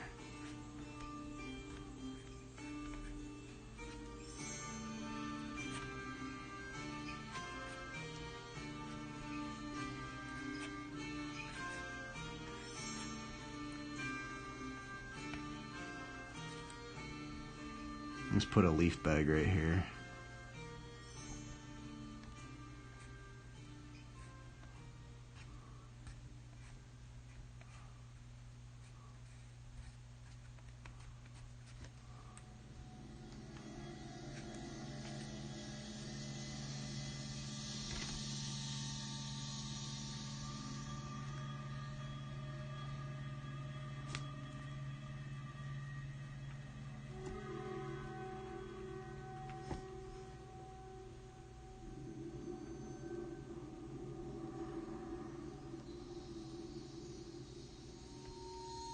Alrighty, then we'll draw the bike after. And push this up to the side. I don't know, should we have just a character face, or Should we do a helmet on this character? What should we do?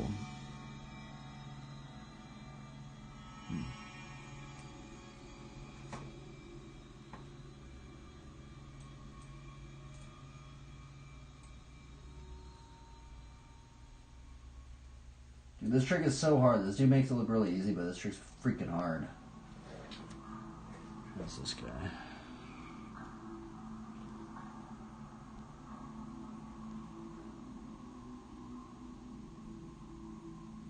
See, that's the trick I'm learning right there. Oh, I guess not that one. He's doing the double-footed Carl Cruiser.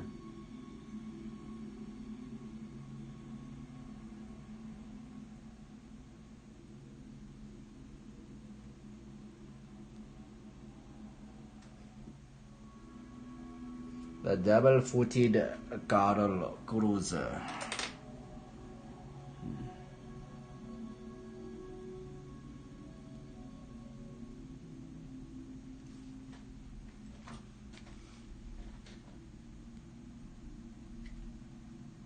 You set me up.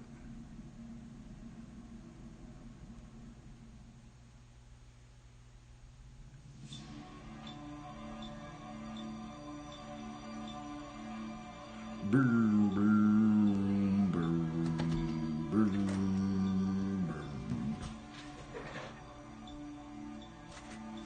I think we're gonna go into our next layer.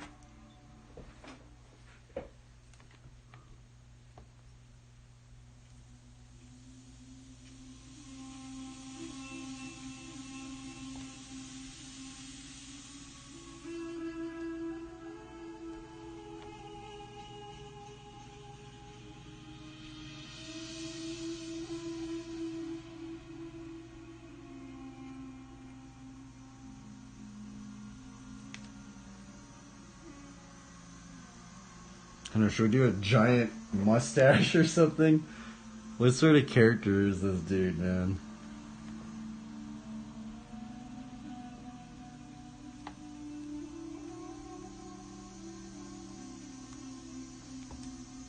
Gonna be a stern dude.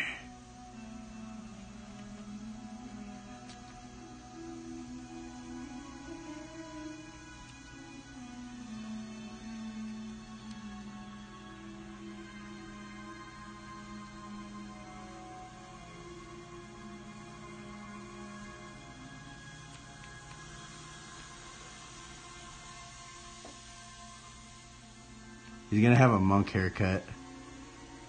Monko.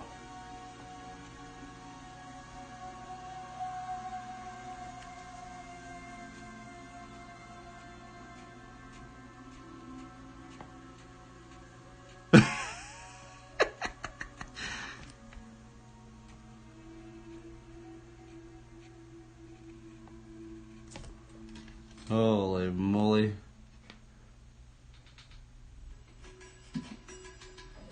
That guy's hilarious. What do you guys think? No? Yay?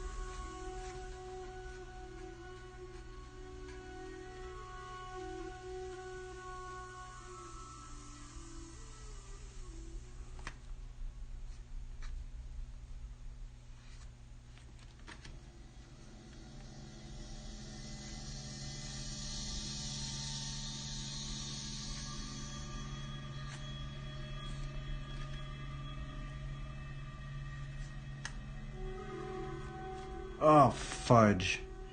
I totally messed that up. I did actually. Fudge.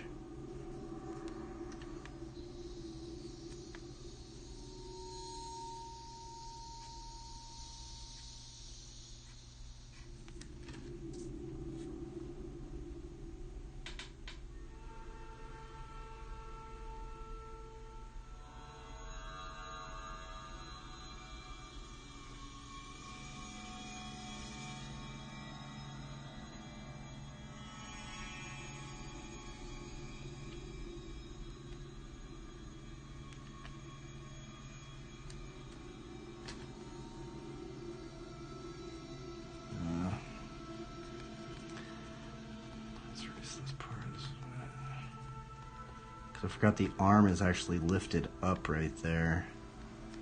Now that is actually very challenging to think about. I don't know how it would really... I think actually if the arm was lifted up, like the drapery would be like above the arm. Right?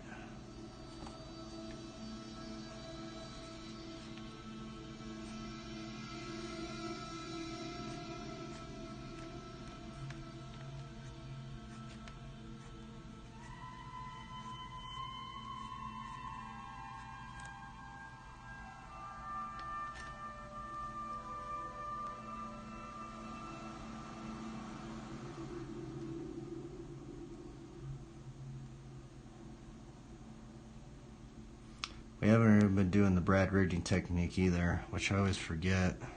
I guess I don't always forget. I mean, we did it yesterday. Brad reading technique is basically working on the hardest areas first. Head, torso. I mean, head and hands.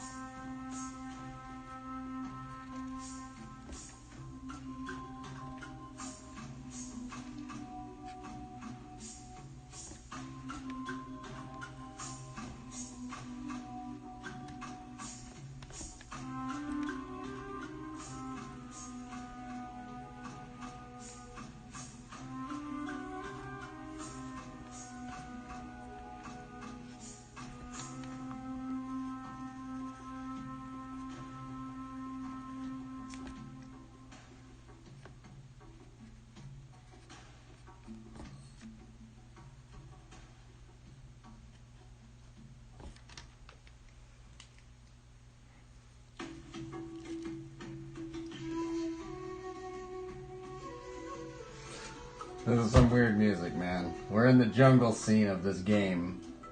Let me put on a different soundtrack. Let's actually just, yeah, new soundtrack.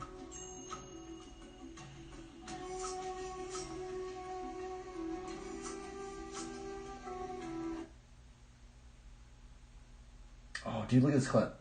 Oh. Dude, that was gnarly. Alright, right here. Let go! Let's send the Nard in. Doing everything for the Lord, dude. Trying to steward everything for God, but at what cost? People just think you're crazy. Companies don't want you anymore. Oh well. I guess if that's what the Lord wants, then I guess we'll just go for it. We'll send it for the Lord, I guess.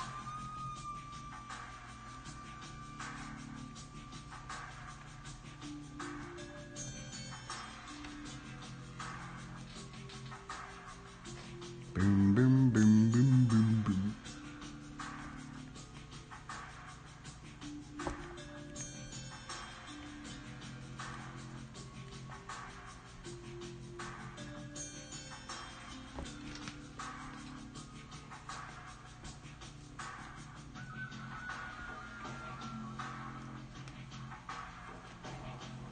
Okay, so see this drapery? I can do a schematic. There's a whole schematic to... If you look up how to make a, like a cape out of... Or I guess not a cape, it's like a robe. Like a robe out of, a wool blanket, there's schematics on how to do it, right?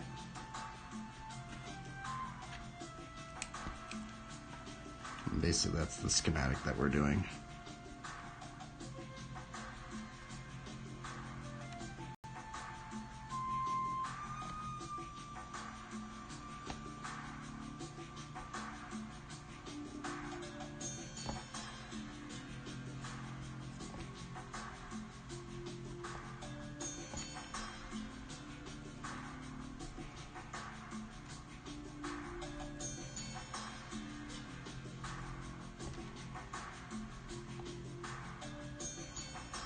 I love doing the leaf packs, man.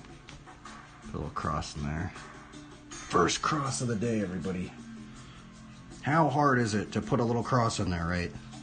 That's what I would always ask. If I had one question for the Lord, I guess I have a lot of questions for the Lord. I'd be like, how do you want me to steward this for you, for your glory? Like, I don't know, man.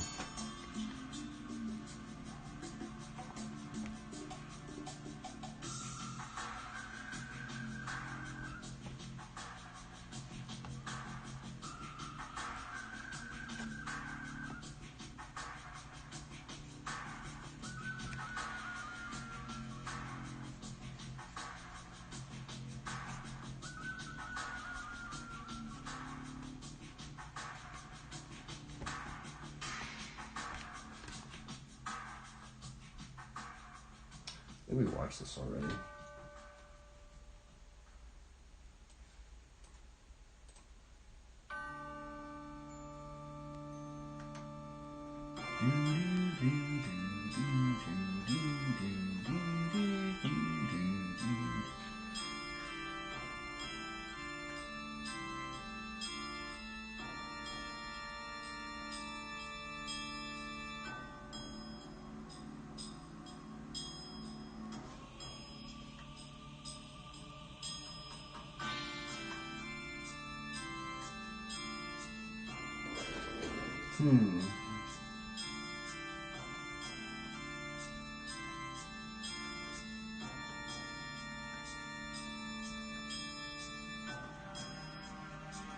Watch some Joel Shallharn.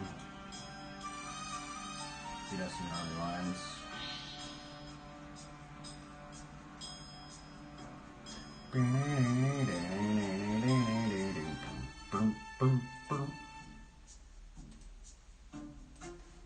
Let's watch some videos in here.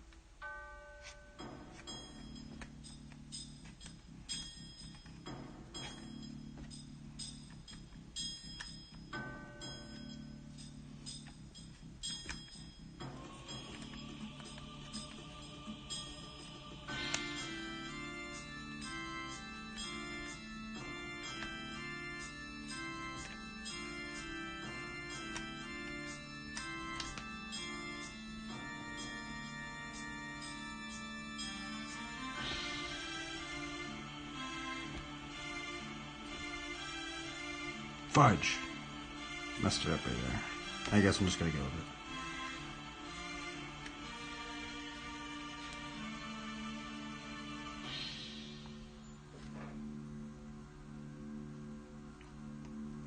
Brr, brr, brr, brr, brr, brr.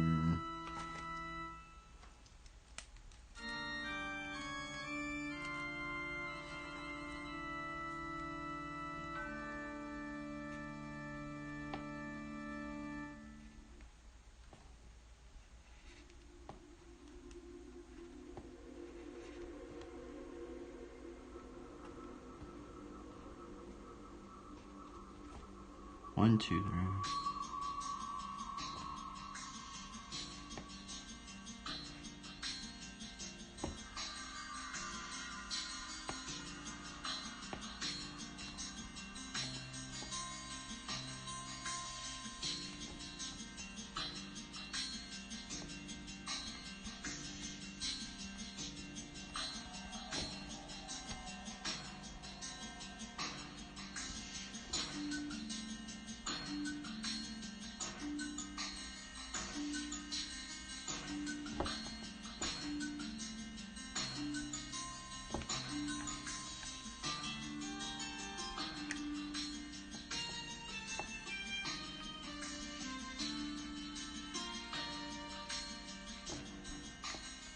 Hobbit fish. Oh, we get those mushrooms. Mushrooms. Because hobbits like mushrooms. Mushrooms.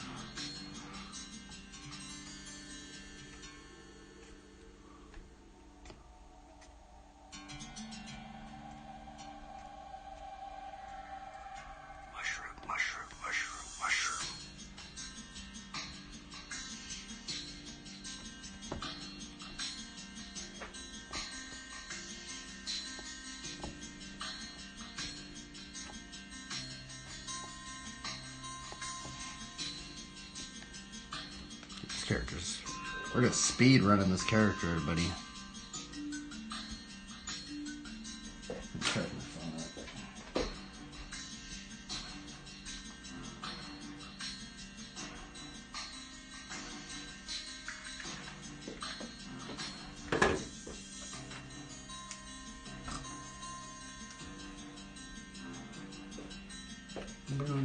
He's gonna be wearing chainmail.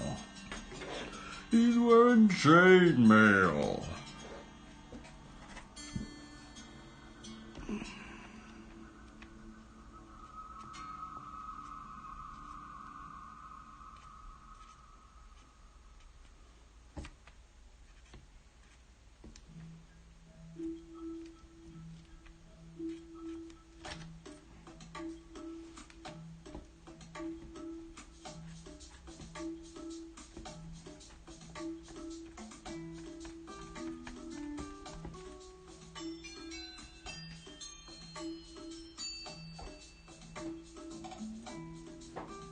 I haven't seen some of these. Let's see here.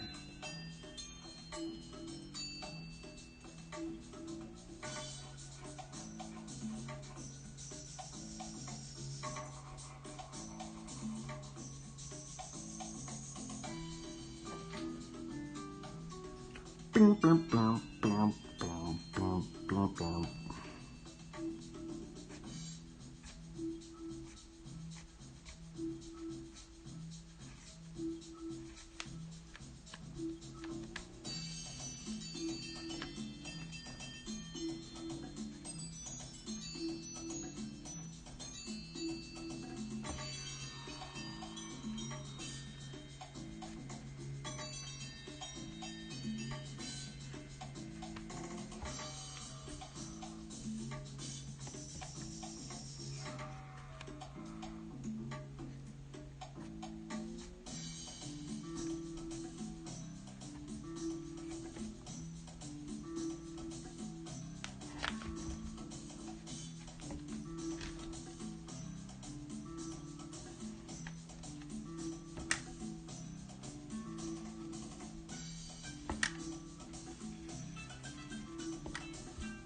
Fudge. Messed up a bit there. Wasn't thinking.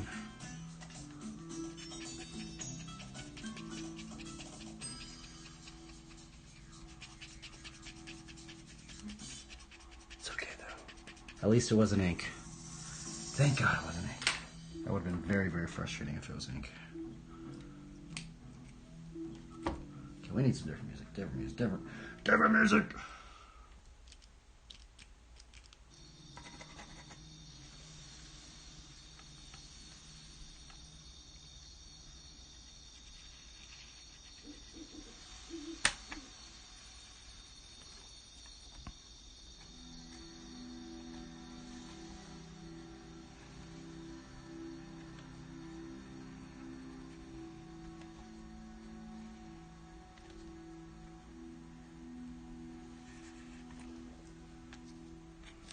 Boom. Dude, that dude's freaking gnarly.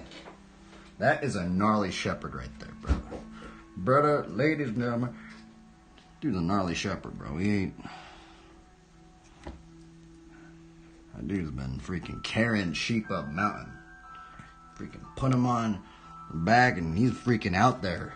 He's out there with the lost, man. This guy's just... He's so out there. The dude just lives out in the wilderness, bro. We got a camel hair cloak. Who is this wild man? A homeless person in church? What in the...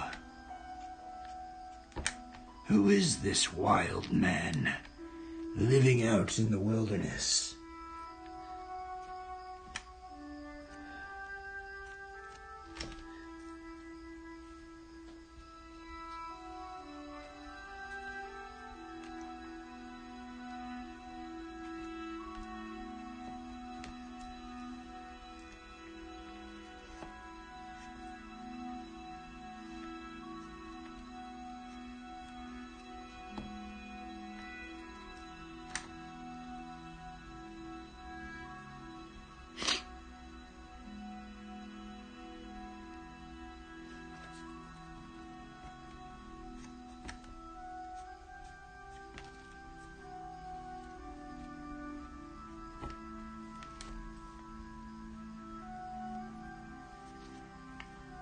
Alrighty, everybody, let's draw a bicycle.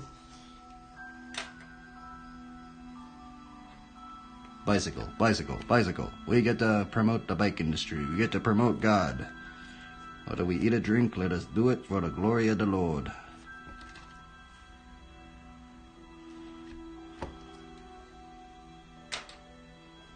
Should we put like a fish hook right there? We might actually do that. Is this dude a fisherman? What is this guy doing out here? What does even a fish hook look like?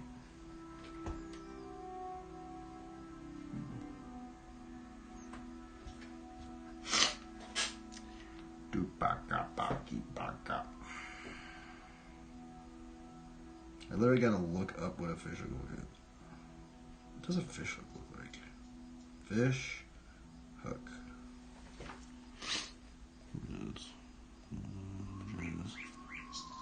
That's what a fish hook looks like.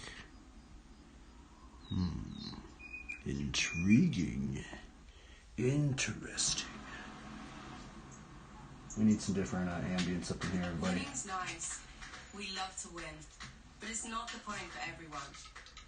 The 4 a.m. breeze. Let's is the listen to point. sheep sounds. Your first point's the point. Sheep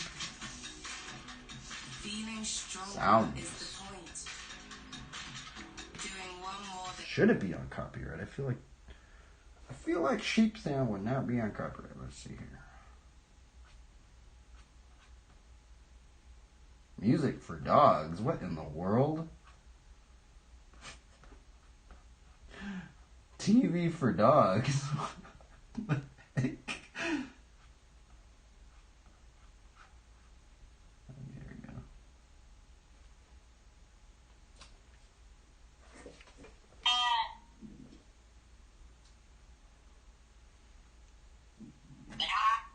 What in the world is this?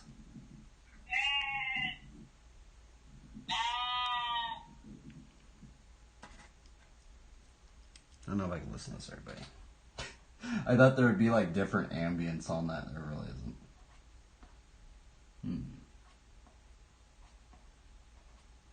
Let's see here.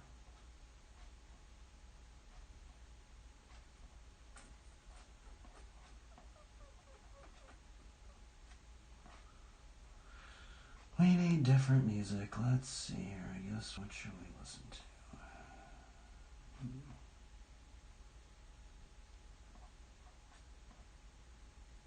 What is something that's not on copyright?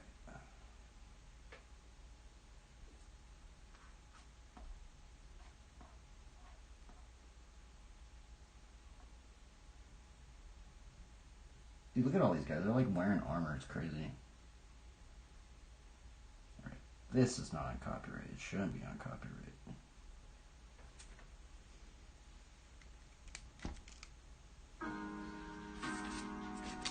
Boom, boom.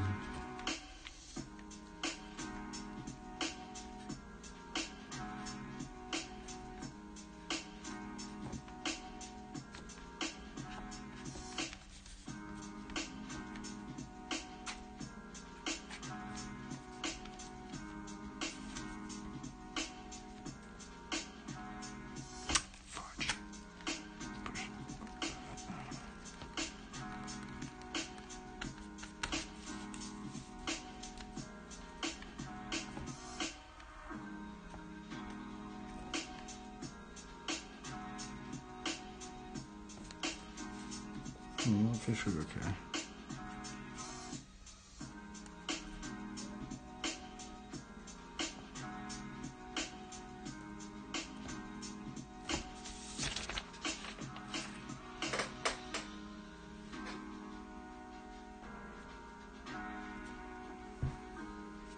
Fish hook. Does that look weird? It kind of looks weird, but I actually haven't done a fish hook in a long time on a character.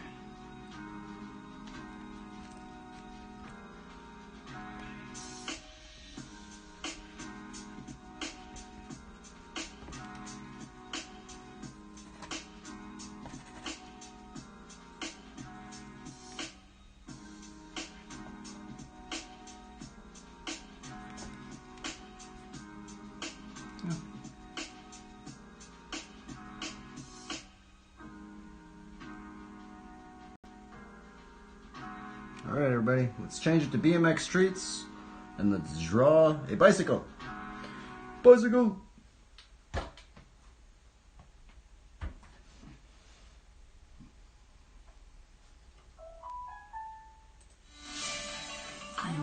BMX streets. 2 viewers? What the heck? Bro, nobody's playing this game? What the... This game just came out, there's like nobody playing it. There's only 2 viewers in this entire channel. This is crazy, man. Just because craziness of it. Well, we're playing BMX Bible Adventures, BMX Streets Edition.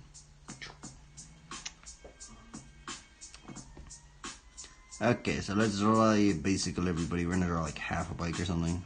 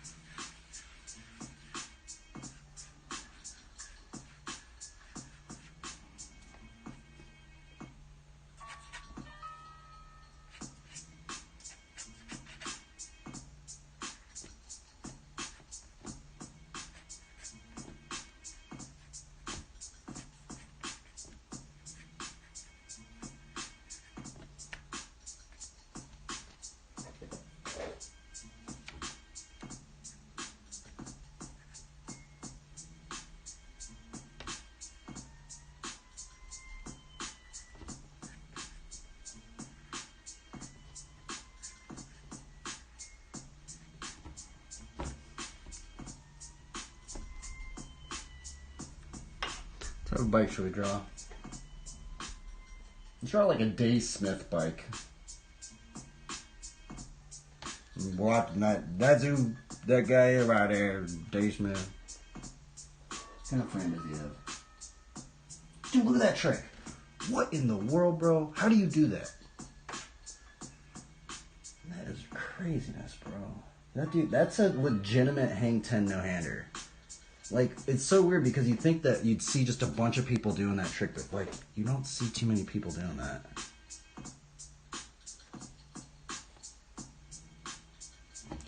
You kind of had, like, that, like, kind of that little bend right there, and that, also around, like, a super short frame.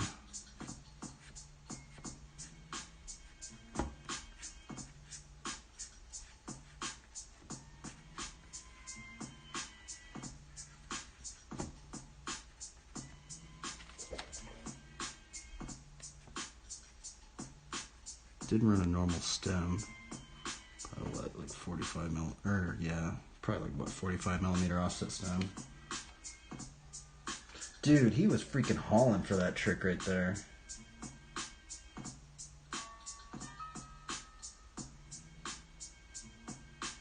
What in the world, bro? Holy, dude, this guy's crazy, bro. It's kind of funny. I just feel like people don't even realize like how hard. I mean, I think these tricks are hard. I don't know. Maybe some people think it's easy, but like, dude, like these tricks are so gnarly. Like I feel like I'm not even close to doing some of these combos up in here. It just makes me wonder, how long was this guy writing for? He had to have been writing for at least 5 years right here. Like, just doing that in of itself right there, man. Bro, that takes like 5 years to learn that right there.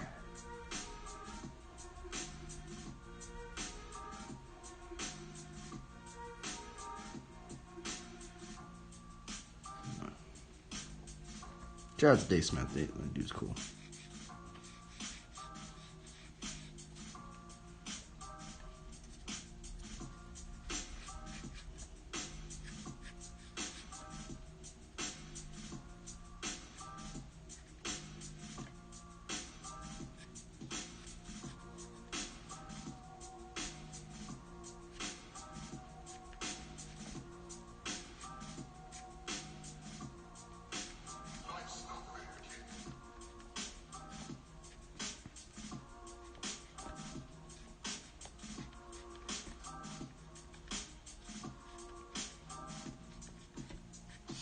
Drawing bikes is fun, bro. Make me feel like I just design my own parts. What kind of parts do you want?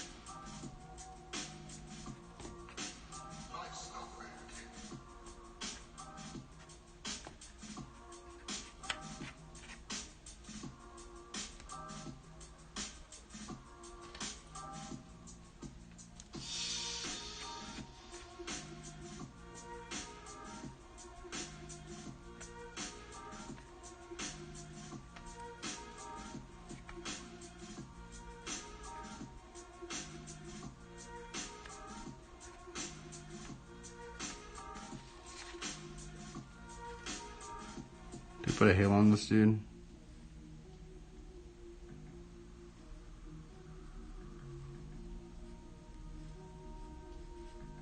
Fudge! Why'd I do that? Ah, screw it. Should have done it with the other pencil. I don't know what I was thinking.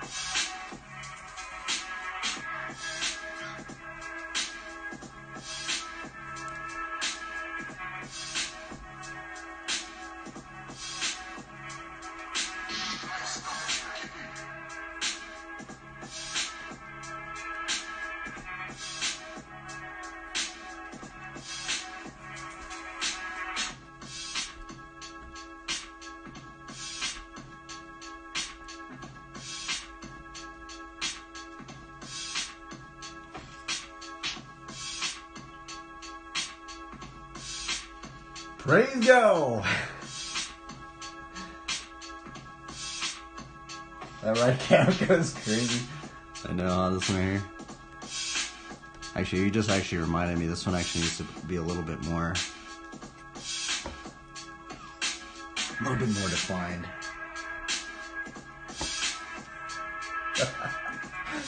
What up, Bryces? How you doing, bro? What you doing, homie? Look at this weird shepherd of a man. Dude, I feel like that dude could hold his own next to a demon, right? Like, I think he'd probably hold his own. But also still, he would have the meek, controlled strength.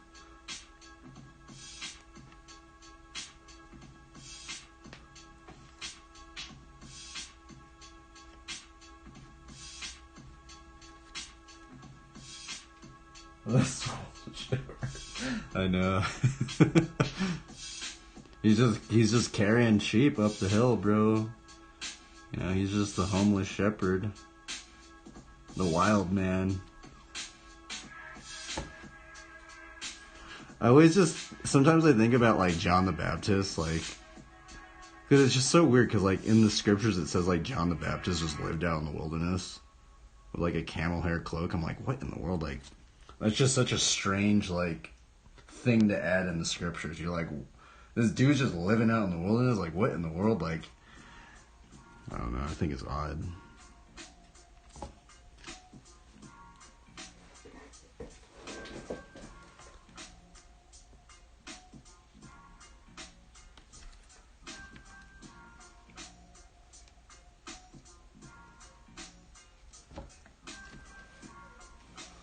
What have you been up to, Priceless? You been working out? You been making them gains, bro? Been training? Training like an Olympian, bro?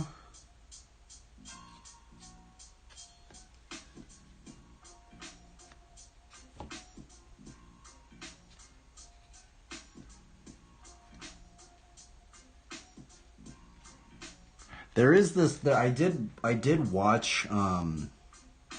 There was like this weird documentary on like how Olympic athletes train. They do some weird like progressive. No, it's not progressive over. I don't know. This guy like went into like how Olympians train and how like they like really like focus in so they can get more work done. And I don't know. It was pretty interesting. I was like, huh. Now, I'm not saying every Olympic athlete trains that like that, but the Olympics are dope. Lots of code work.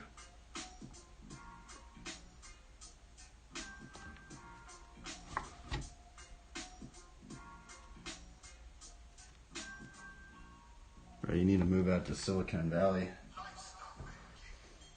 There's so many tech jobs out there, bro. I have a friend that got a job at Apple.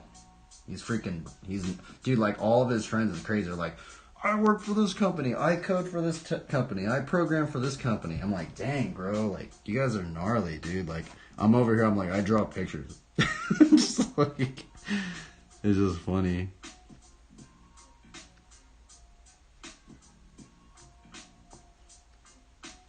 What up, Empathy? What is a founder's badge? What are you talking about? What you talking about over here, bro? Dude, I haven't talked to you in a while. Dude, check out the ADD setup, Empathy. This is the new ADHD setup. We got the BMX studio. Check this out. We got a BMX studio. We got the image slideshow right here. We got a Bible verse right at the bottom right here. We have another video. We have one that says flying combos. We got this video thing right now. We got another thing right up there. I should add a couple more. I might add in another little picture thing right there. Cause like, so why I actually started why I have this set up now is on Reddit. They were talking about something like the artists right now, they're having a hard time with like viewership. Like even like the gnarliest artists, right? Because basically some people are saying like all these kids nowadays, they can't, cause you know like drawing's kind of slow. Like I have to like, and I'm like slowly drawing all this stuff in here. Well, some people are saying because of like, you know, because of like Instagram and shorts and stuff, all these kids' minds are always like, I need like this. So then I was like, okay, because then I started reading some of the comments and I was like, okay, well, I'm just going to start adding all of these things. That's what some people said. So, I don't know. Oh yeah, you should make one of these things right here, dude. Yeah, young Matthias. Bro, I finally started learning the double-footed, one-handed steamroller. Get this, bro. I switch my bars out, dude. I'm running these old K2 Dennis McCoy bars. They kind of look like this, actually. bro, I started learning the freaking if you want to learn the double-footed steamroller, dude, that makes it way easier because, you know, other bars, they go down like this, and then there's like that, but it's on both sides. Well, it kind of like your knees hit that. And so I feel like that's actually why flatlanders like using these little bars, because like you basically have more room right here to turn your bar, so you can actually carve it a little bit more. I don't know. I was just experimenting. I was like, bro, I finally kind of started learning I definitely noticed when I changed my bars.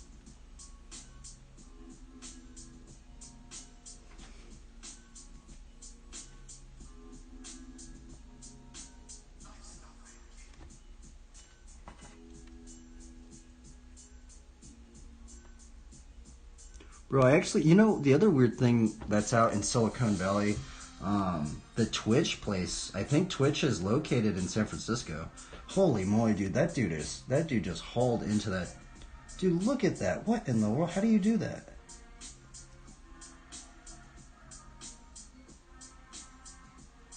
Why can't I do that, bro? I've been trying to learn that trick for so long. Don't make no sense, everybody.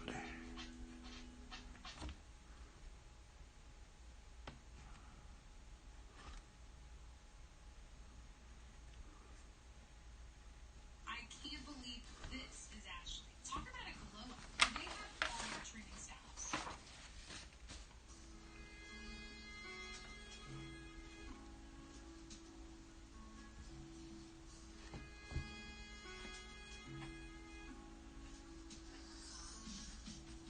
I can't listen to this right now.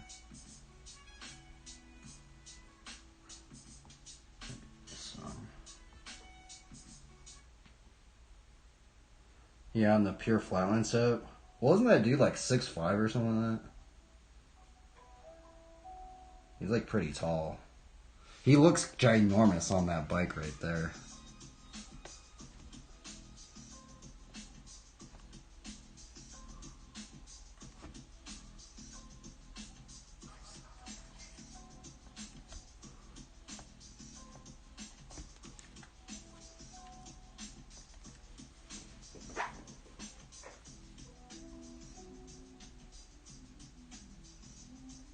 Man, he learned the double-footed stuff like super early on.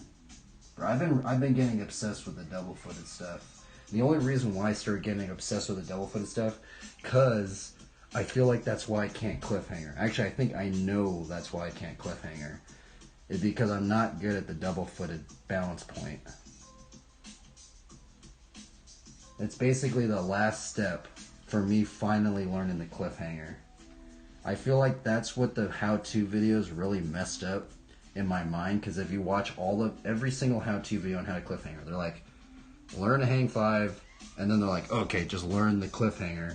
And that's what I thought. I was like, okay, I'm going to learn the hang 5, I'll learn the hang 5, and then you just get into a cliffhanger. But no, dude. I feel like what they miss is they start talking about that they had to learn double-footed tricks before they even started doing the cliffhanger. Man, I've been trying to learn that trick right there too, the half-packer. The half-packer's hard. You know what's weird is Ryan said that the half-packer was actually his first double-footed trick that he learned. Which I've been trying to learn. I'm like, dude, how did you do that? Because that's a very, very hard trick.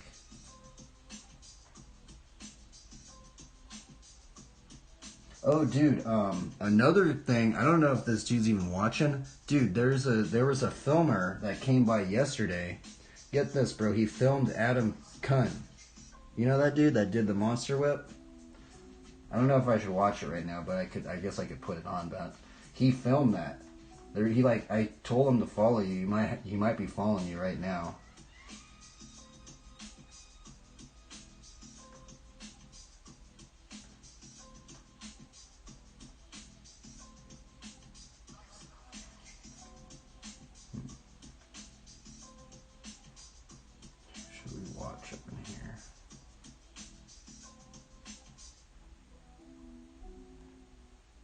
Who should we watch up in here?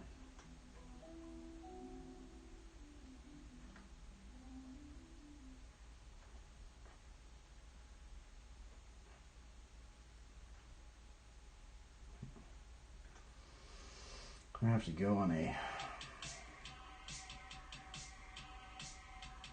I think this is. What was this one? Did we watch this one? I don't know if we watched this or not. Oh, I just watched this, but I'll watch it again. Dude, check out the. I think there's this clip in here. He does a legitimate hang 10 no-hander. He does like a hang 10 no-hander, and then he does a fakey hang 10 no-hander in the same line. Let's see if I can find it. I think it's in this. I think it's in this section right here. It is in this section. Dude, I've been wanting to learn that. Dude, basically, I want to learn every single Day Smith trick.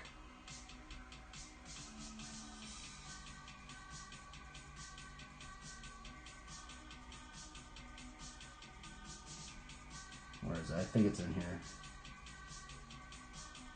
I've been trying to learn that. That's the switch foot circle K to funky chicken to steamroller to, what is that? Half packer to body varial perverted decade. What in the world, bro? He just did a half bar freak squeak to switch to side. I don't even know what trick that is.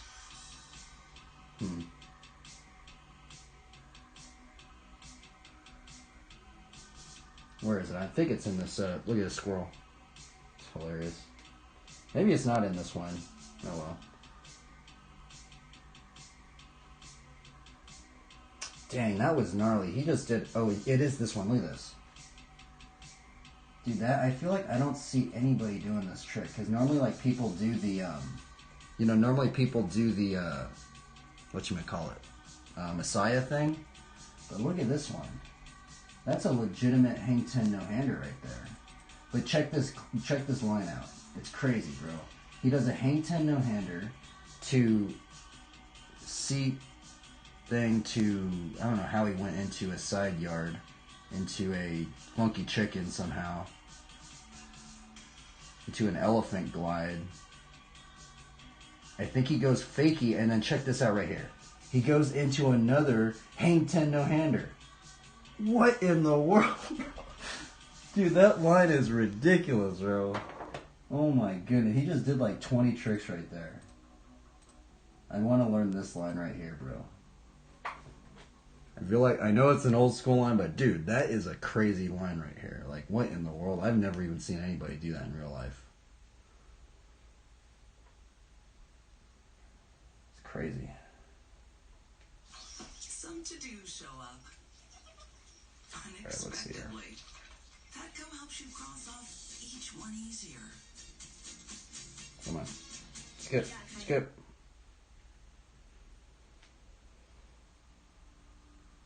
I don't know how he's holding that hang 10 no-hander. That's the weird thing.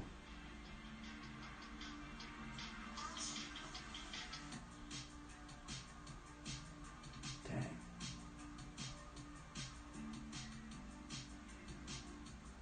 He does the fire whip. I try and learn the fire whip. I do a lot of, I've been trying to learn, if you can't tell by now, I've tried to learn a lot of Day Smith tricks.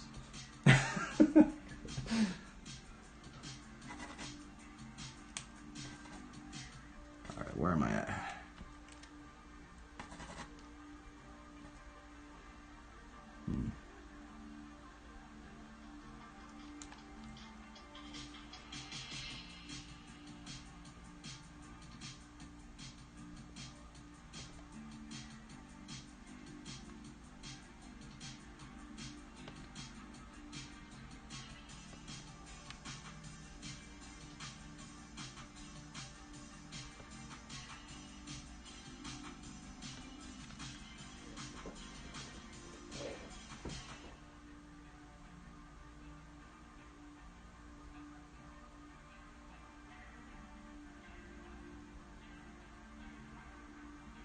I think this dude's still riding, isn't he? I think this is who? I think this is Shaun White, right? I think that dude still rides to this day. Dude, look at this clip. That clip's pretty cool, right? I've never seen someone like have it like in the glass right there, like a broken mirror. That was pretty cool, dude. I've never even seen, this is the only clip I've ever seen like that.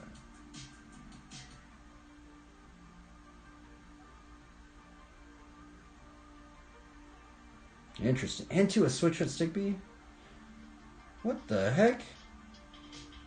I didn't know you could do a switchfoot stick bee into a... I don't know, he's doing something. I don't know what that trick is. Doing some sort of weird maneuver.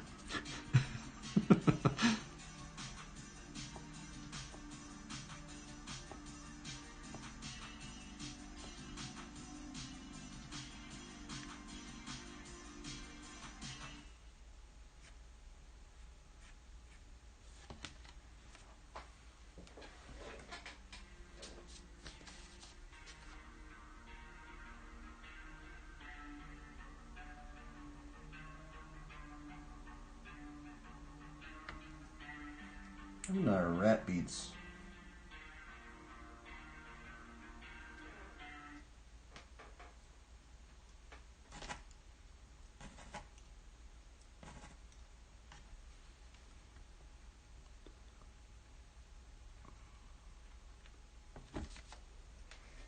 We just watched that one.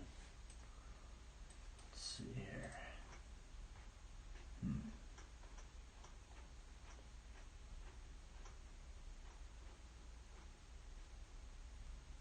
Go on a playlist now. We're going on a playlist, everybody.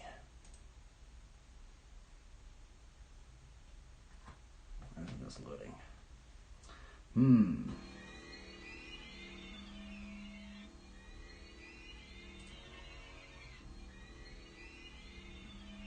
Flat Blessings, Fire Whip.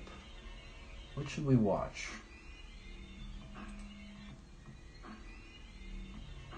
Hitchhiker,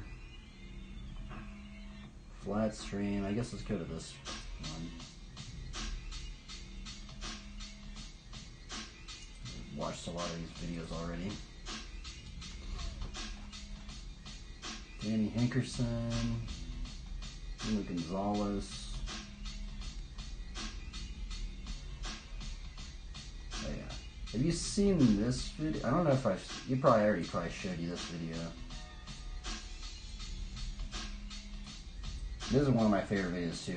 Look at this guy out. Brian Chapman. Dude, just hauling. Dude, look at how fast he's going right here. What in the world?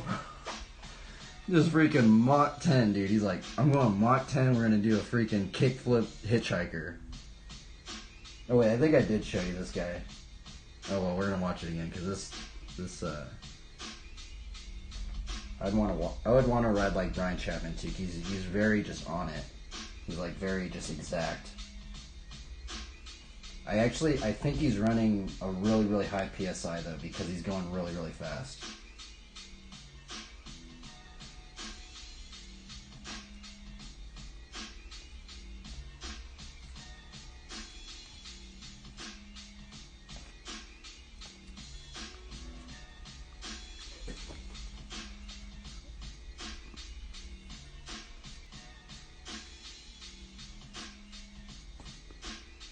But also the cool thing about Brian Chapman is he makes bikes, so another reason I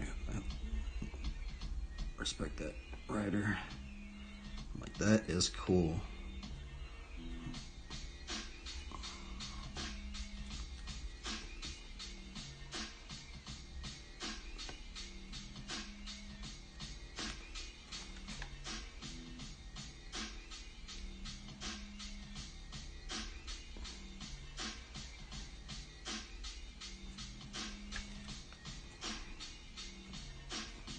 I totally messed that up, At this point, I just want to get it done. I don't even know what verse we're going to put in here.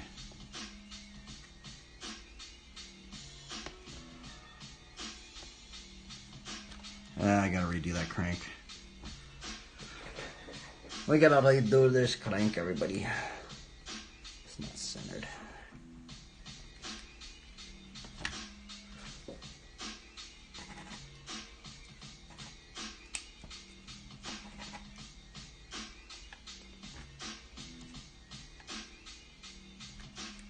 What would be the center of that?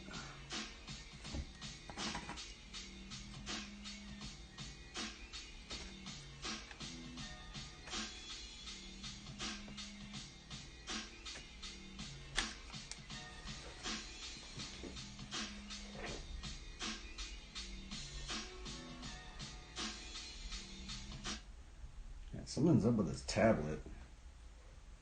My Geico motorcycle policy can cover my helmet too. So if it gets damaged, they'll replace it. See, I'm trying to learn this trick right here. Well, I guess I'm literally just trying to learn the double footer, one-handed steamroller. But eventually I do want to learn that. The kickflip hitchhiker thing, because those things look crazy. I feel like that's a really rare trick. You don't see too many people doing that one. That one's a good trick to learn too, the double-footed Carl Cruiser.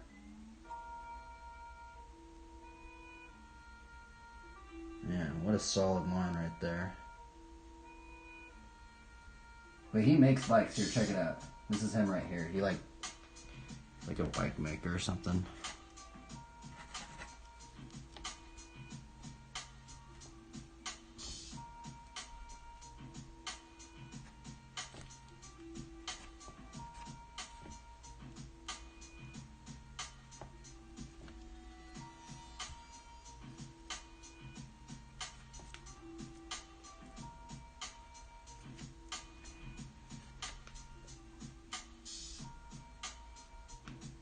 Wheels off, like heavy off, like terribly off.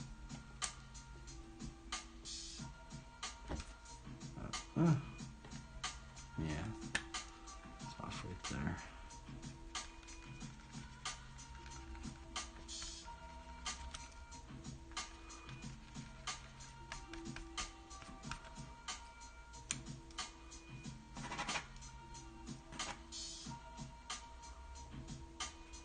I don't even know if you would see that. Okay, yeah.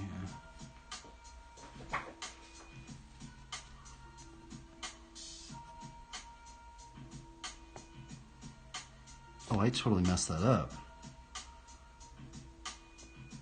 There would be a freaking dropout right there. I was like, what in the world am I doing right there? I didn't draw it in there. I wasn't like thinking. We gotta improv it right now.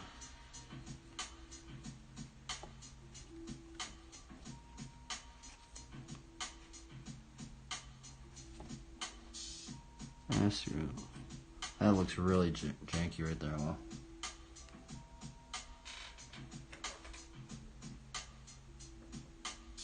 is there Penguin Gaming? Welcome. Just trying to draw. Trying to watch some bike videos and draw at the same time, and kind of have this ADHD setup right now. We have this, we got that, we got this, we got this, we got everything. Well, not everything, but a lot of things going at once. Okay, I'm confused right now. How do I draw this dropout? The seat stay would be right here. So if we cut, okay, let me think about this. I have to cut this wheel in half real quick. Oh, that does not make any sense. Oh, we'll just put it right here.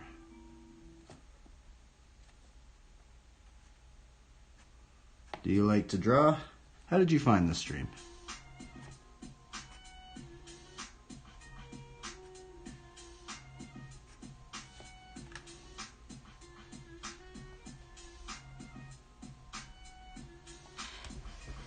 I know he is a pretty huge dude riding a bike, huh? What is this? Oh wait, this is a diversion. Oh yeah, I think I did, right?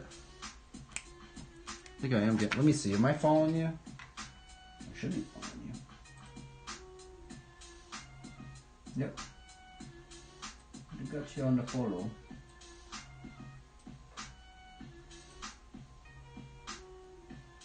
Yeah, you're the believer, right? You have a verse you've been thinking about as of late? Today we're kind of covering this verse. I think it's Proverbs 11, or no, it's Proverbs 19:11. Let me write it in here. Proverbs 19:11. Good sense makes one slow to anger, and it is his glory to overlook an offense. because why I kind of got into that verse is because we drew this yesterday. Right? We drew this like person right here. But, like, you know, like it's like all of these arrows from the enemy, and she's like trying to like, I don't know, I'd be like, well, it's kind of annoying to do that, but it's also like it is our glory to overlook an offense. It was actually a really, really gnarly Bible study today.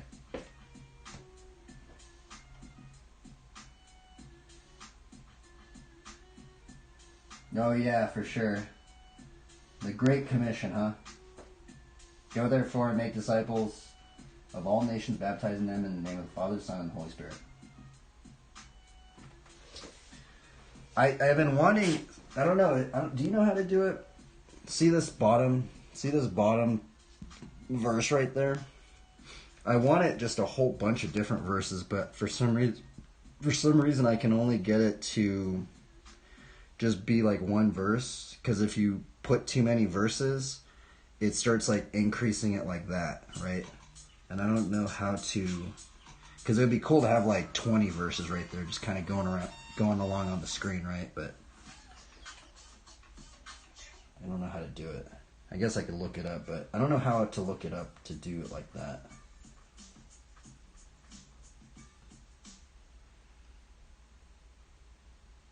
Yeah, I'm trying to do it. Oh yeah, maybe that's how I could do it. Just make it all one line. Yeah, I'm using OBS. Using the OBS.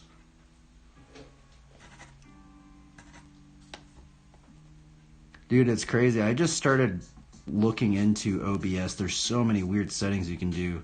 So many things you can add to your stream, and things I didn't even know that you could add to your stream.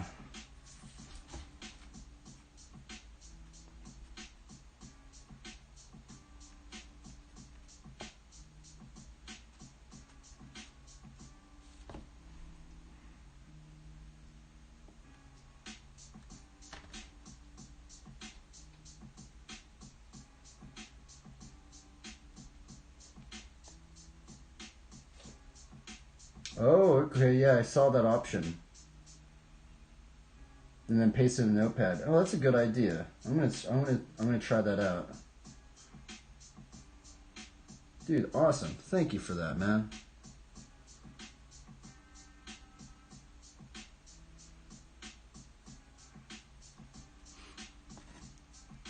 And right now we are just drawing this gnarly shepherd dude. This guy's gnarly. Shout out to this bike company. The only bike company that's ever hooked it up, so I'm gonna what is that? What in the little Easter egg? Then we're gonna put a verse right up in here.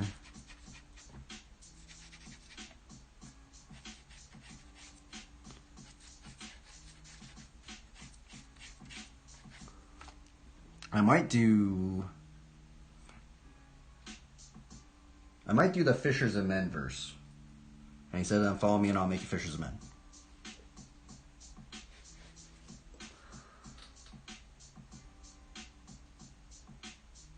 The text file is hard to, yeah, it is, huh? You thought it was a druid monk. Well, maybe that is kind of a subclass of the shepherd, right? Because, I mean, we think about the shepherds of the scriptures, right? A lot of shepherds, like, lived with the sheep outside.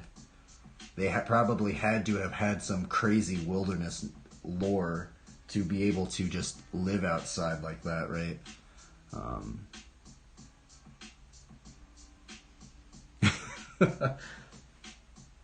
Now, the funny thing is, I've actually never met anybody with the monk haircut, right? I don't know if you have ever seen any. I've never even seen a single soul in real life. Now, I've seen it on the internet, right?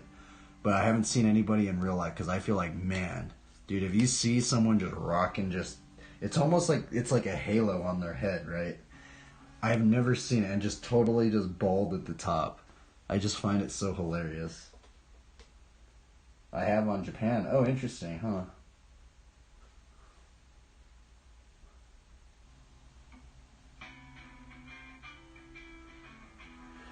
Okay, what verse are we doing? I think we're going to do the Fishers of Men verse.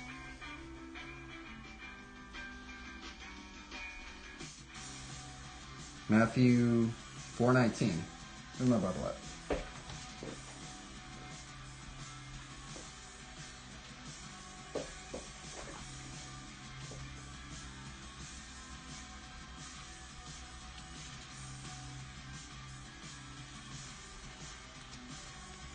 This verse. And he said to them, "Follow me, and I'll make you fishers of men." I'm kind of wondering, like, if I could put in another verse too, but I guess we'll put that one first. See, this is another reason why I like doing like the Bible illustrations, is because it gives me a concise, kind of clear, like, thing to do. Because prior to doing like the Bible illustration stuff, I would just draw like a cool character, right?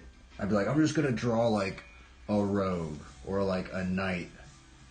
But the thing is that even though I did make it cool looking or something like that, I feel like there was no greater purpose to it, right? And I feel like when I add in the Bible verse, there's just like this greater purpose. I'm like, man, it makes it so much more fulfilling to draw something instead of just drawing like, oh, I'm just gonna draw a cool knight or something like that, right? That's just me personally, though. Ictus symbol somewhere. What is that symbol? We will put another cross on the bike right here, though. Here, check it out. Boom. Boom. Another cross. Ain't too hard to put in there, right? Oh yeah, what are they? Okay, we're gonna write this verse up in here. Bring out this ruler. Oh wait, I'm in the way of, you guys can't even see that right now. Push this down somewhere. There we go. Oh yeah, the fish symbol. Yeah, the fish symbol is, yeah, I will add that. That's actually a very good idea. Do you know that do you know the lore of that symbol? How it used to be like a hidden code for like believers.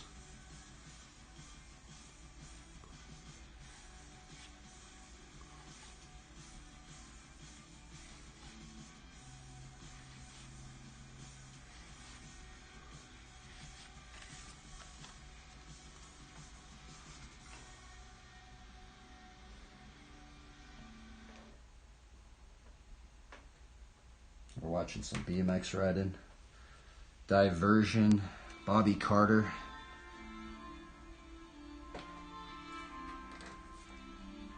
Okay, Matthew 4:19. And he said to them, for some reason I write at an angle. I don't know, do any of you guys like write at an angle like this? I write at an angle.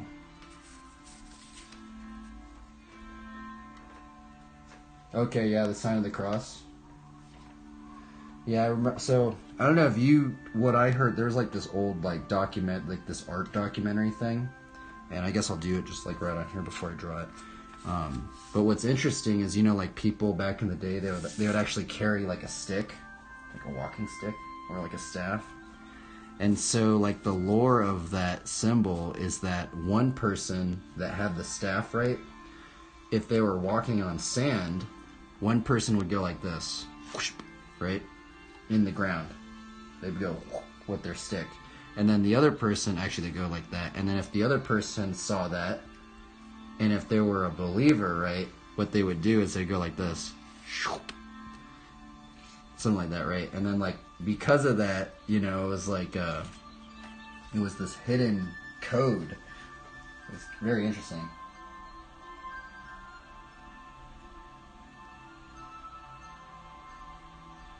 Yeah. Now, I don't know. I just saw that on a documentary. I don't know if that dude was just, I'm pretty sure it was because it was like a historical documentary, so I'm pretty sure it was something to think about. Let's write Matthew 4:19 on here. I'm actually going to see. Is this going to line up right? Yeah, we'll write it like that.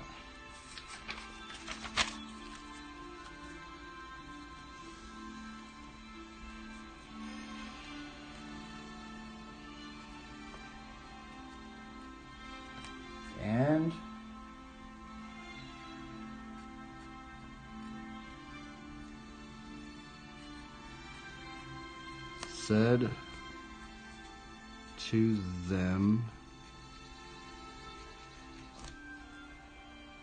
comma,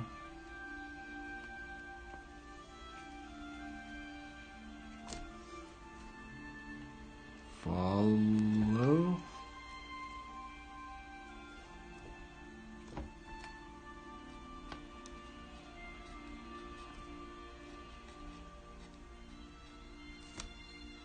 me, comma,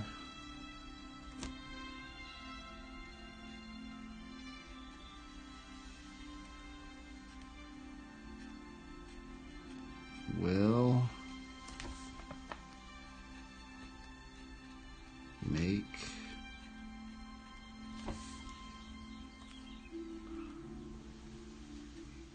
you fishers of men. Oh, actually, you forgot something. There's a little right there.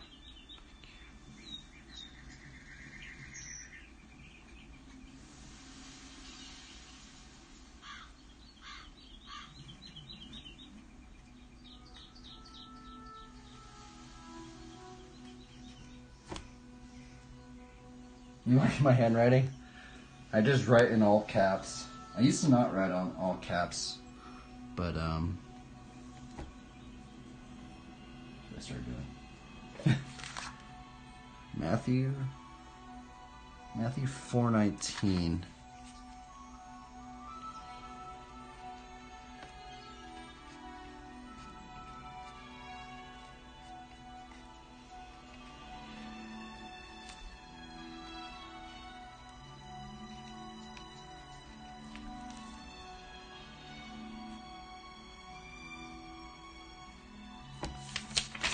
Oop. Okie dokie. There we go. You can't really see it too much, but I generally never really color them. I used to paint a lot. The thing is, it just takes so long for me to color stuff in. Now, I guess in a comic book sense, what a lot of comic book artists do is they have someone do the sketch, and then they have somebody ink it, and then they have somebody color it. I don't know why a lot of comic book artists do that. I think it's just because of productivity. Sometimes it's hard to just fully like focus and just get everything done in one sitting. Whereas like if you get like 3 people to work on it, it's like makes it a lot faster. I think I might add something, I don't know. I was thinking about maybe putting like a squirrel or something right there, but I don't know. This guy's kind of brutal to put a squirrel right there. Squirrel or no squirrel, right?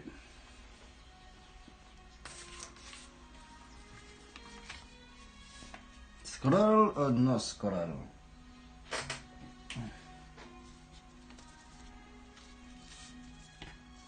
I guess I'll do a squirrel.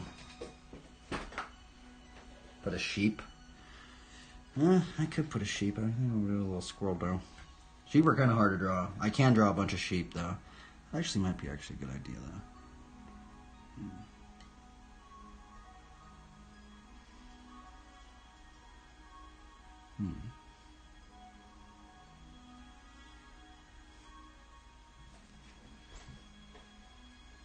Okay, I'm gonna change the music.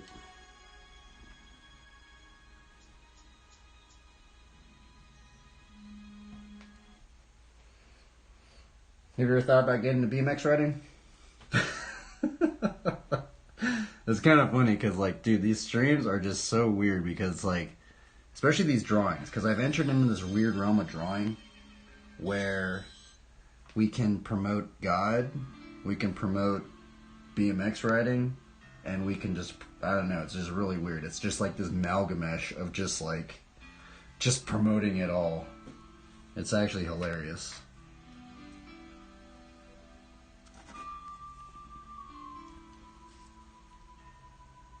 I'm gonna put a little squirrel in here. Nah, no squirrel, no squirrel, no squirrel. Huh.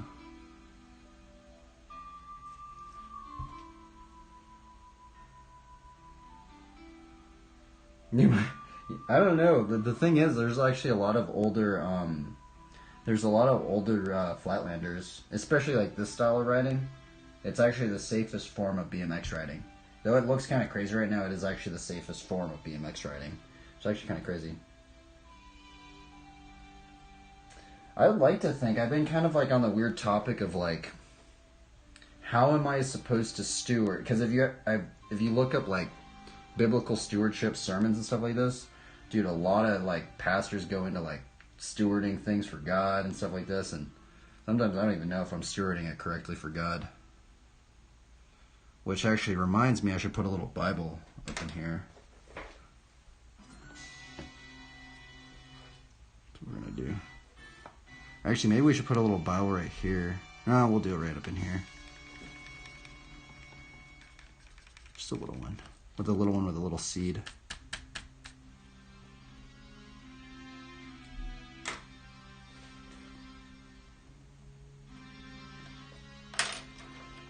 A little Bible.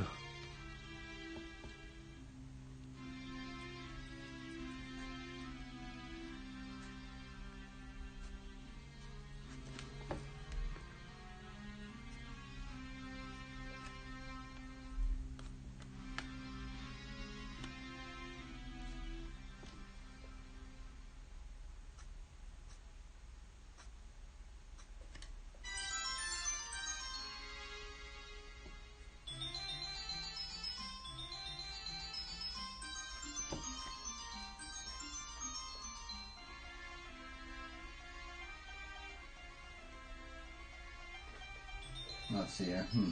Oh, it doesn't look safe?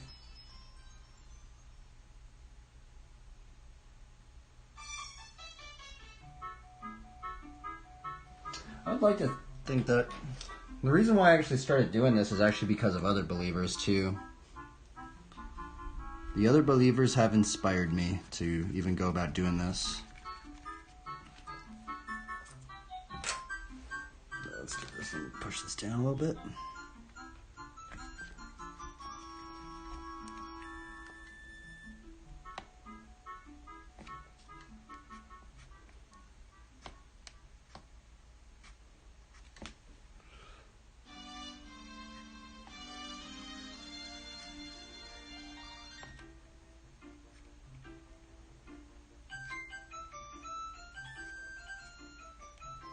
Ooh, I don't know about this Bible. This Bible's kind of strange.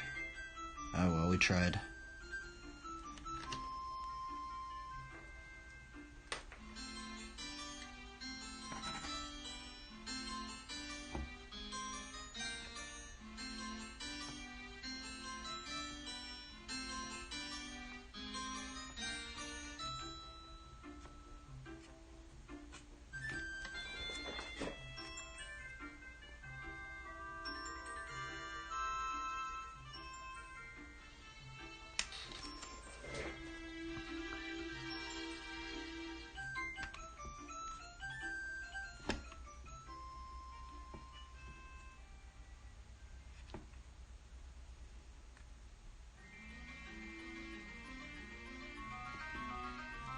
Put a little cross up in here.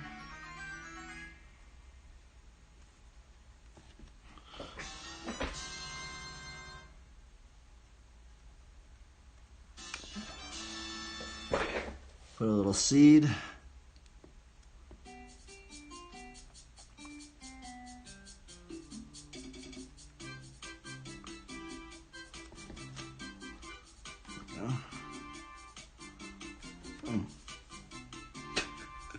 We got a little Bible up in here.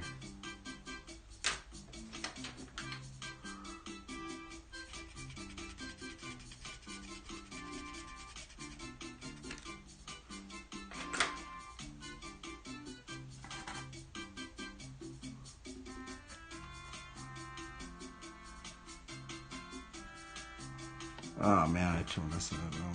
I need to do that. Do you like to draw? What do you like to do? How have your streams been going?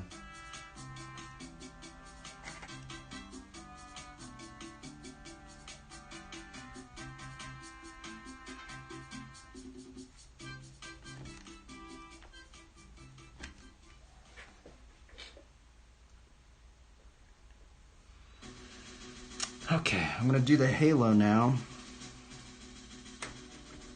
Or should we just leave the halo green? We might just leave the halo green on this one. Just kind of faintly in there.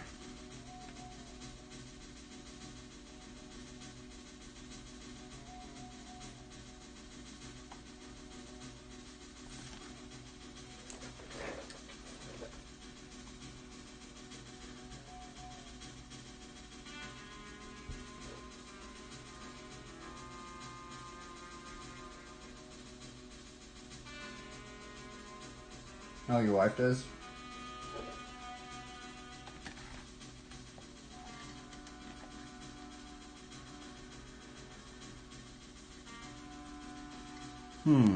What else should I add in here?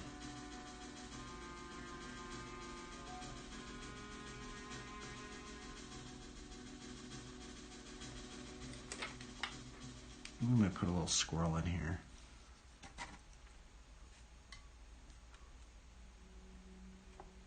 We're listening to the Zelda soundtrack while we draw this shepherd man. I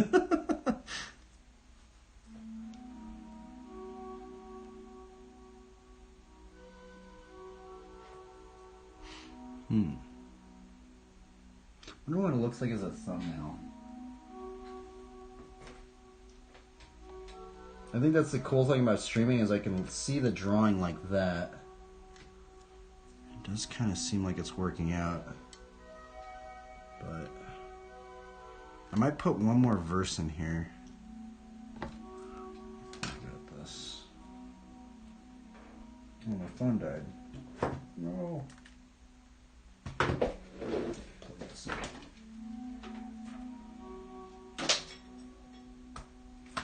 Maybe Proverbs 11:30. Check out this verse. This verse is kind of weird. Proverbs 11:30. The fruit of the righteous is a tree of life, and whoever captures souls is wise.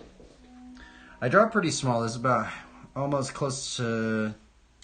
I don't know exactly the size of this paper. I just use computer paper. I just cut it down. One of the reasons too that's cool about using it at this scale is I can kind of like stream it, because when I'm streaming a bigger piece of paper, it's kind of like a little farther out.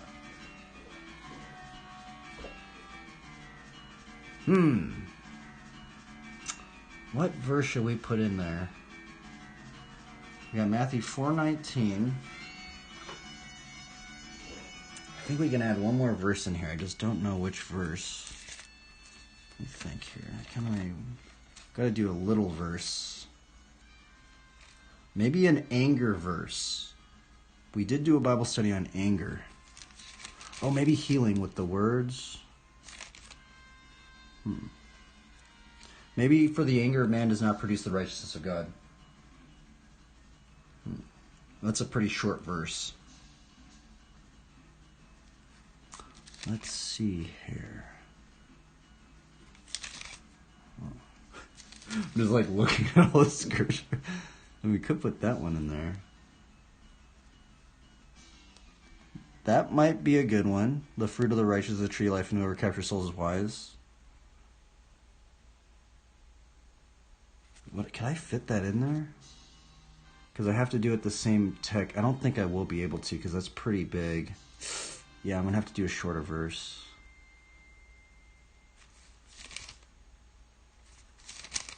This is kind of the hard part too. Is sometimes I have to like look in, because I can't just put any verse right there, right? I have to like think, okay, well, how much space do I have in there? I think I have enough for James 1:20.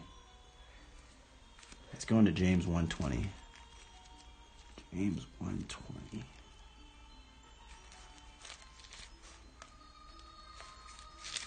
James 1:20. Where's James 1:20? 1:20. Oh, here it is. I think this one might fit. Yeah, this one would probably fit, right? For the anger of man does not produce the righteousness of God. Guess we're called not to be angry or something, right? That's what I think about. I've actually tried to memorize James 1:20. Oh wow, that's a very interesting one. The Lord is my shepherd, I shall not want. He leads me in paths of... Have I remembered that one? Let's see here. I've tried to memorize that one. It was like, the Lord is my shepherd, I shall not want. Does it say, he leads me in paths of righteousness for his name's sake? No, it's the Lord is my shepherd, I shall not want. He leads me beside still waters. He restores my soul. Though I walk through the valley of the shadow of death, I will fear no evil, for you're with me. Your rod and your staff, they comfort me. You prepare a table before me in the presence of my enemies. My cup overflows. Surely goodness and mercy shall follow me all the days of my life, and I shall dwell in the house of the Lord forever. I missed something. I've tried to memorize that verse, but I think it says something about green pastures. Now I need to look at it now. What did I mess up? I messed up the beginning. I have this verse underlined a lot. Oh, I did mess up a lot of it. The Lord is my shepherd, I shall not want. He makes me lie down in green pastures. He leads me beside still waters. I did not remember that part. I think I memorized that last part. Such crazy verses right there, right? Like, actually, so what's actually really crazy about Psalms 23, I watched this one thing on, like, you know, like, the shows on, like, I Shouldn't Be Alive or something like that, or the dudes that lived out in the wilderness because, like, they got, like, lost or something like that. There was one dude that, like, survived out in the ocean for, like, I don't know, like, 300 days or something like that. It was crazy. Maybe not 300 days. It was, like, a lot of days. It was, like, maybe a couple months or something like that. And he said that he didn't have a Bible or anything, but he memorized Psalms 23, and it kept him going. Which is kind of crazy.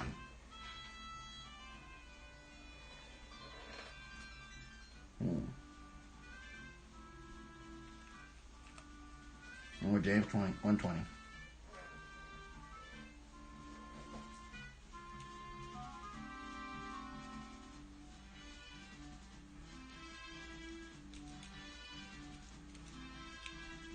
Man, I shall not want. That is such an interesting verse, though. I remember hearing, like, a sermon on it. Because, like, that is so hard to, like, really put into... I mean, I will confess, that's even hard for my life. I mean, how do we not want anything? I mean, I guess ultimately it's trusting the Lord, right? Like, fully trusting the Lord. Being like, Lord, I do not even want anything unless you are providing it or something. I think that's what some pastors have said. Something like that.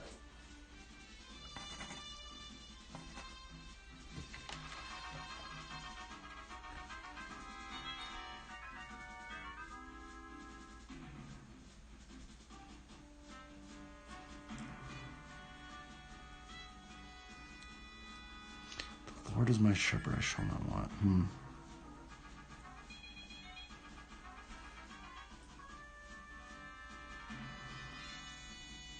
That is a very interesting verse. Wow. Yeah. I actually might put that one in there. I actually think I am going to put that one in there because this one does go into that. Follow me and I'll make you fishers of men. The Lord is my shepherd. That actually is a very good one. I am actually going to put that one in there. Thank you for that, bro. I totally that's a really good verse to put in there. Let's see here. Going back to Psalms 23.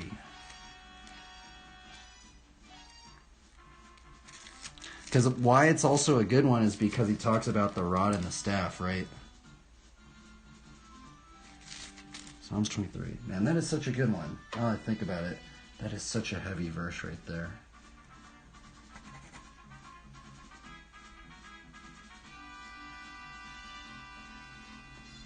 We're doing it. We're doing it, everybody.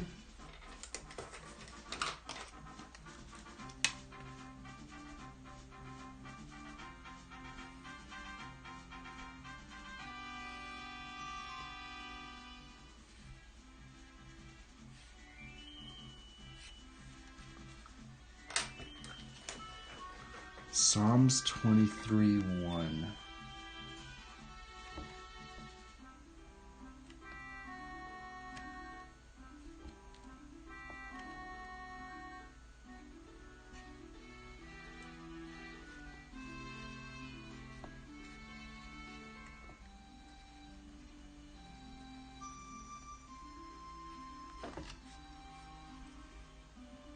Psalm 23:1.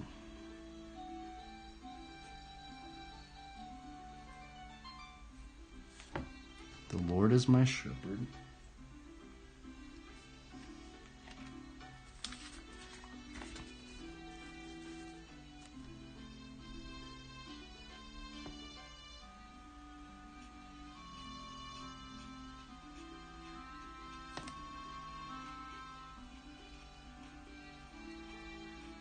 You know, another thing I'm thinking about Psalms 23. You know what's strange about Psalms 23:1? Is it says, the Lord is my shepherd. But what's strange is David was a shepherd. Right? So it's like, I guess David learned from the master shepherd, right? The shepherd of all shepherds. Which that is a very strange thing to think about. How crazy would it be to learn from the master shepherd, right?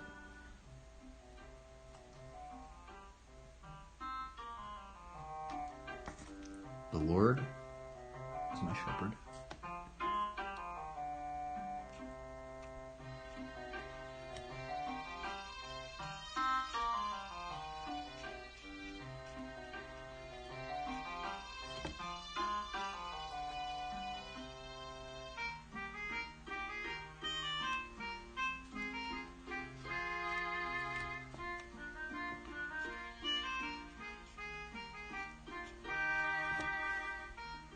It's weird. This one has like this weird italic thing right there. I shall not want.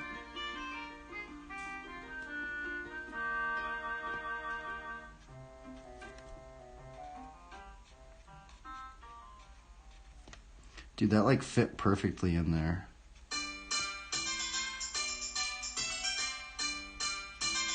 Dude, that's crazy, bro. That verse like fit perfectly in there. That's insane. I'm actually glad I didn't put the other verse because I don't think I would have fit it in there. Dude, thank you for that, bro. I would have not even thought about putting that verse in there. That literally, look at how good that fit in there. I'm like stoked. I'm so stoked on that. You're welcome. I might not be able to put the whole... Yeah, so the other thing is I do like... These streams are kind of gnarly because I do... the Bible study in the beginning, which is really, really awkward because I honestly never really thought I would be ever doing Bible studies, honestly. But as time progresses, I do see the importance of it because it kind of has gotten me to practice talking, and it's practiced me to like use my voice, which in other instances I probably would never really think about any of that stuff. So, and people have said the word should be the most important part, or a lot of pastors say that. That the word should be actually the most important part, right? And it's weird for me to say that, right? Because I'm like, oh, well, I put so much into bike riding. I put so much into drawing. It's weird to be like, oh, well, I'm actually going to think that the word is actually the most important part. I mean, even if we were to think about this drawing's cool, but honestly, what matters most is actually this right here. Kind of crazy to think about, actually. 1, 2.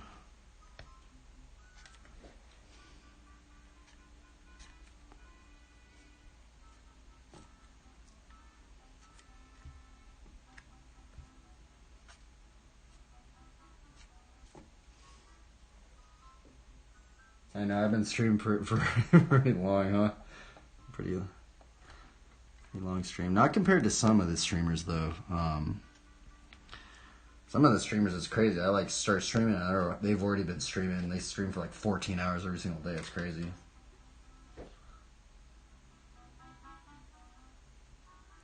I think we might put a little squirrel in here. Maybe.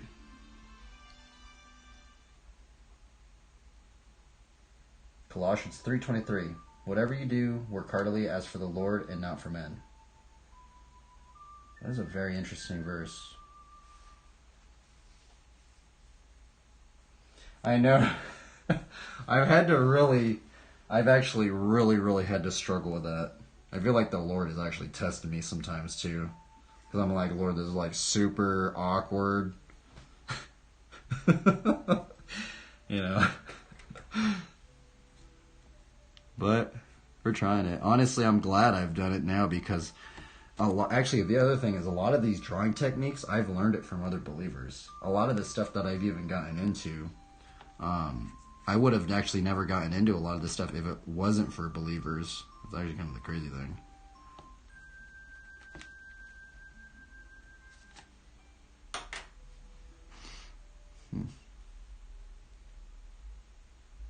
I might just leave it like that.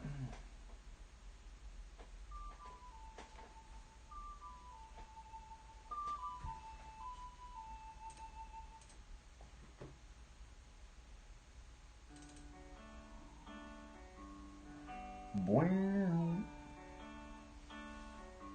Wow.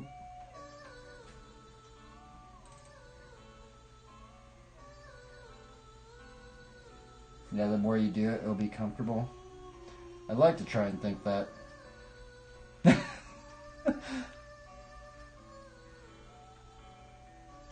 I kind of want to put like a squirrel right there, but I feel like it's going to make it look cheesy. No squirrel. This dude's gnarly right here, so... Generally I do a squirrel. I kind of like... something like that, but... I think we're going to just leave it like that. We're going to put a little fish sign right here. Or maybe a fish sign right down there. Signature right there, yeah, that's what we'll do. Put a fish sign right down here.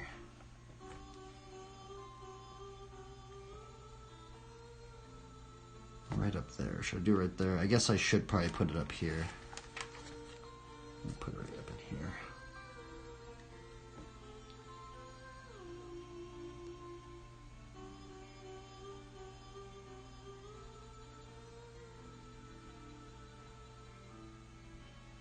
There we go. Little fish sign.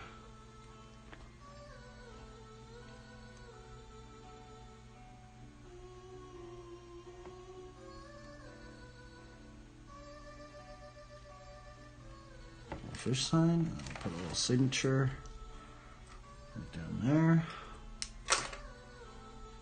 Call it a day.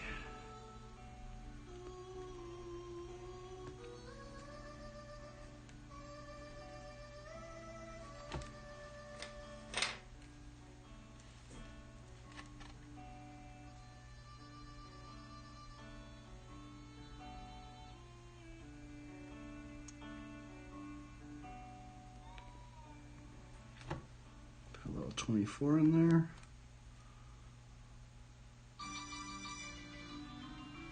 Alrighty, everybody.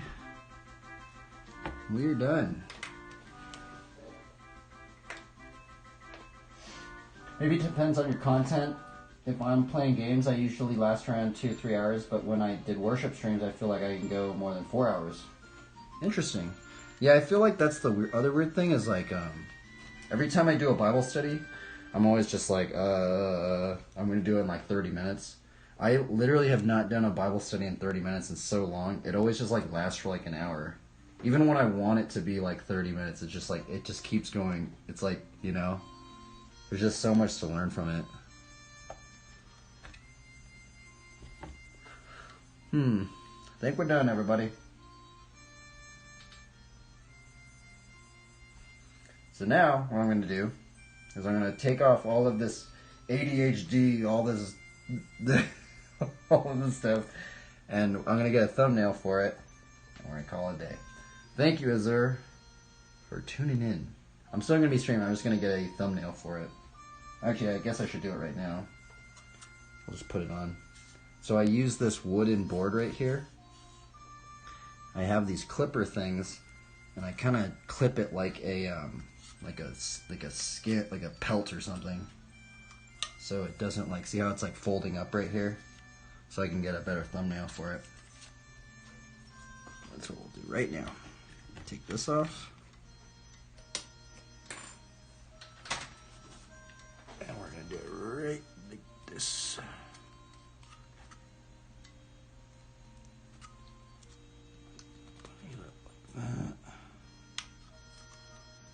push this one over on this one.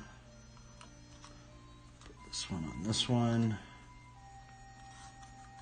And put this one on this one. There we go. Do I have any prayer requests? Not at the moment. Thank you, though. I guess, I'm thinking about it. Maybe that more believers would be encouraged. That more believers would level up. That more believers would, that we would, I guess, to maybe win souls in some way, right? Just thinking about this, this verse right here. I like this combo right here. Here, check it out. I've tried to memorize this combo. It's Matthew 4:19. And he said to them, "Follow me, and I'll make you fishers of men." Proverbs 11:30. The fruit of the righteous is a tree of life, and whoever captures souls is wise. And then I think it's James 1:5. James 1:5. And if any of you lacks wisdom, let him ask God, who gives generously to all without reproach, and it will be given him. Isn't that really crazy, right? It's weird because it says whoever captures souls is wise, right? And we're supposed to ask God for wisdom. So it's like, you know, hopefully we would attain more wisdom. All of the believers out there. Well, I'm going to turn off all this stuff and we're going to get a thumbnail.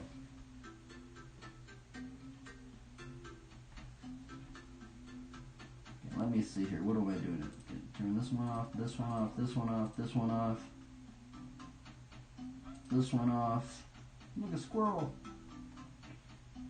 This one off. This one off.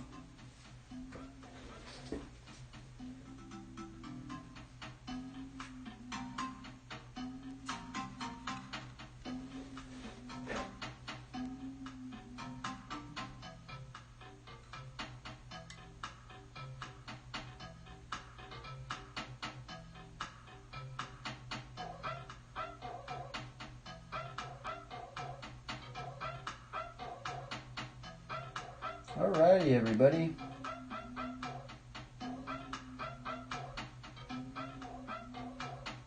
Let's get some close-ups. This kind of reminds me of like the staff of Aaron. There's something about the staff that Aaron butted or something like that. Oop, that was kind of loud. We got the fish hook. We got the little bag with the little cross on it. We got a little sprout growing on his head. We got the Word of God and then the little seed of faith. Got these two verses.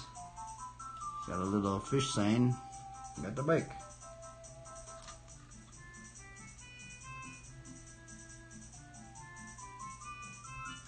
And everybody, that concludes the stream.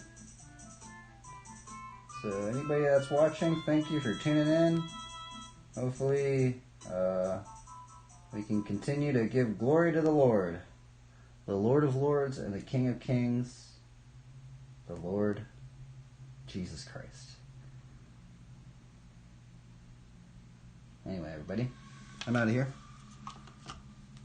Zurich Gaming, thank you for tuning in. And thank you for, putting that verse in. It fit so well in there. Look at that. That's so nice in there. Blessings, everybody. I'm out of here. It's time to end the stream. Farewell, everybody. Oh, thank you. Thank you for that.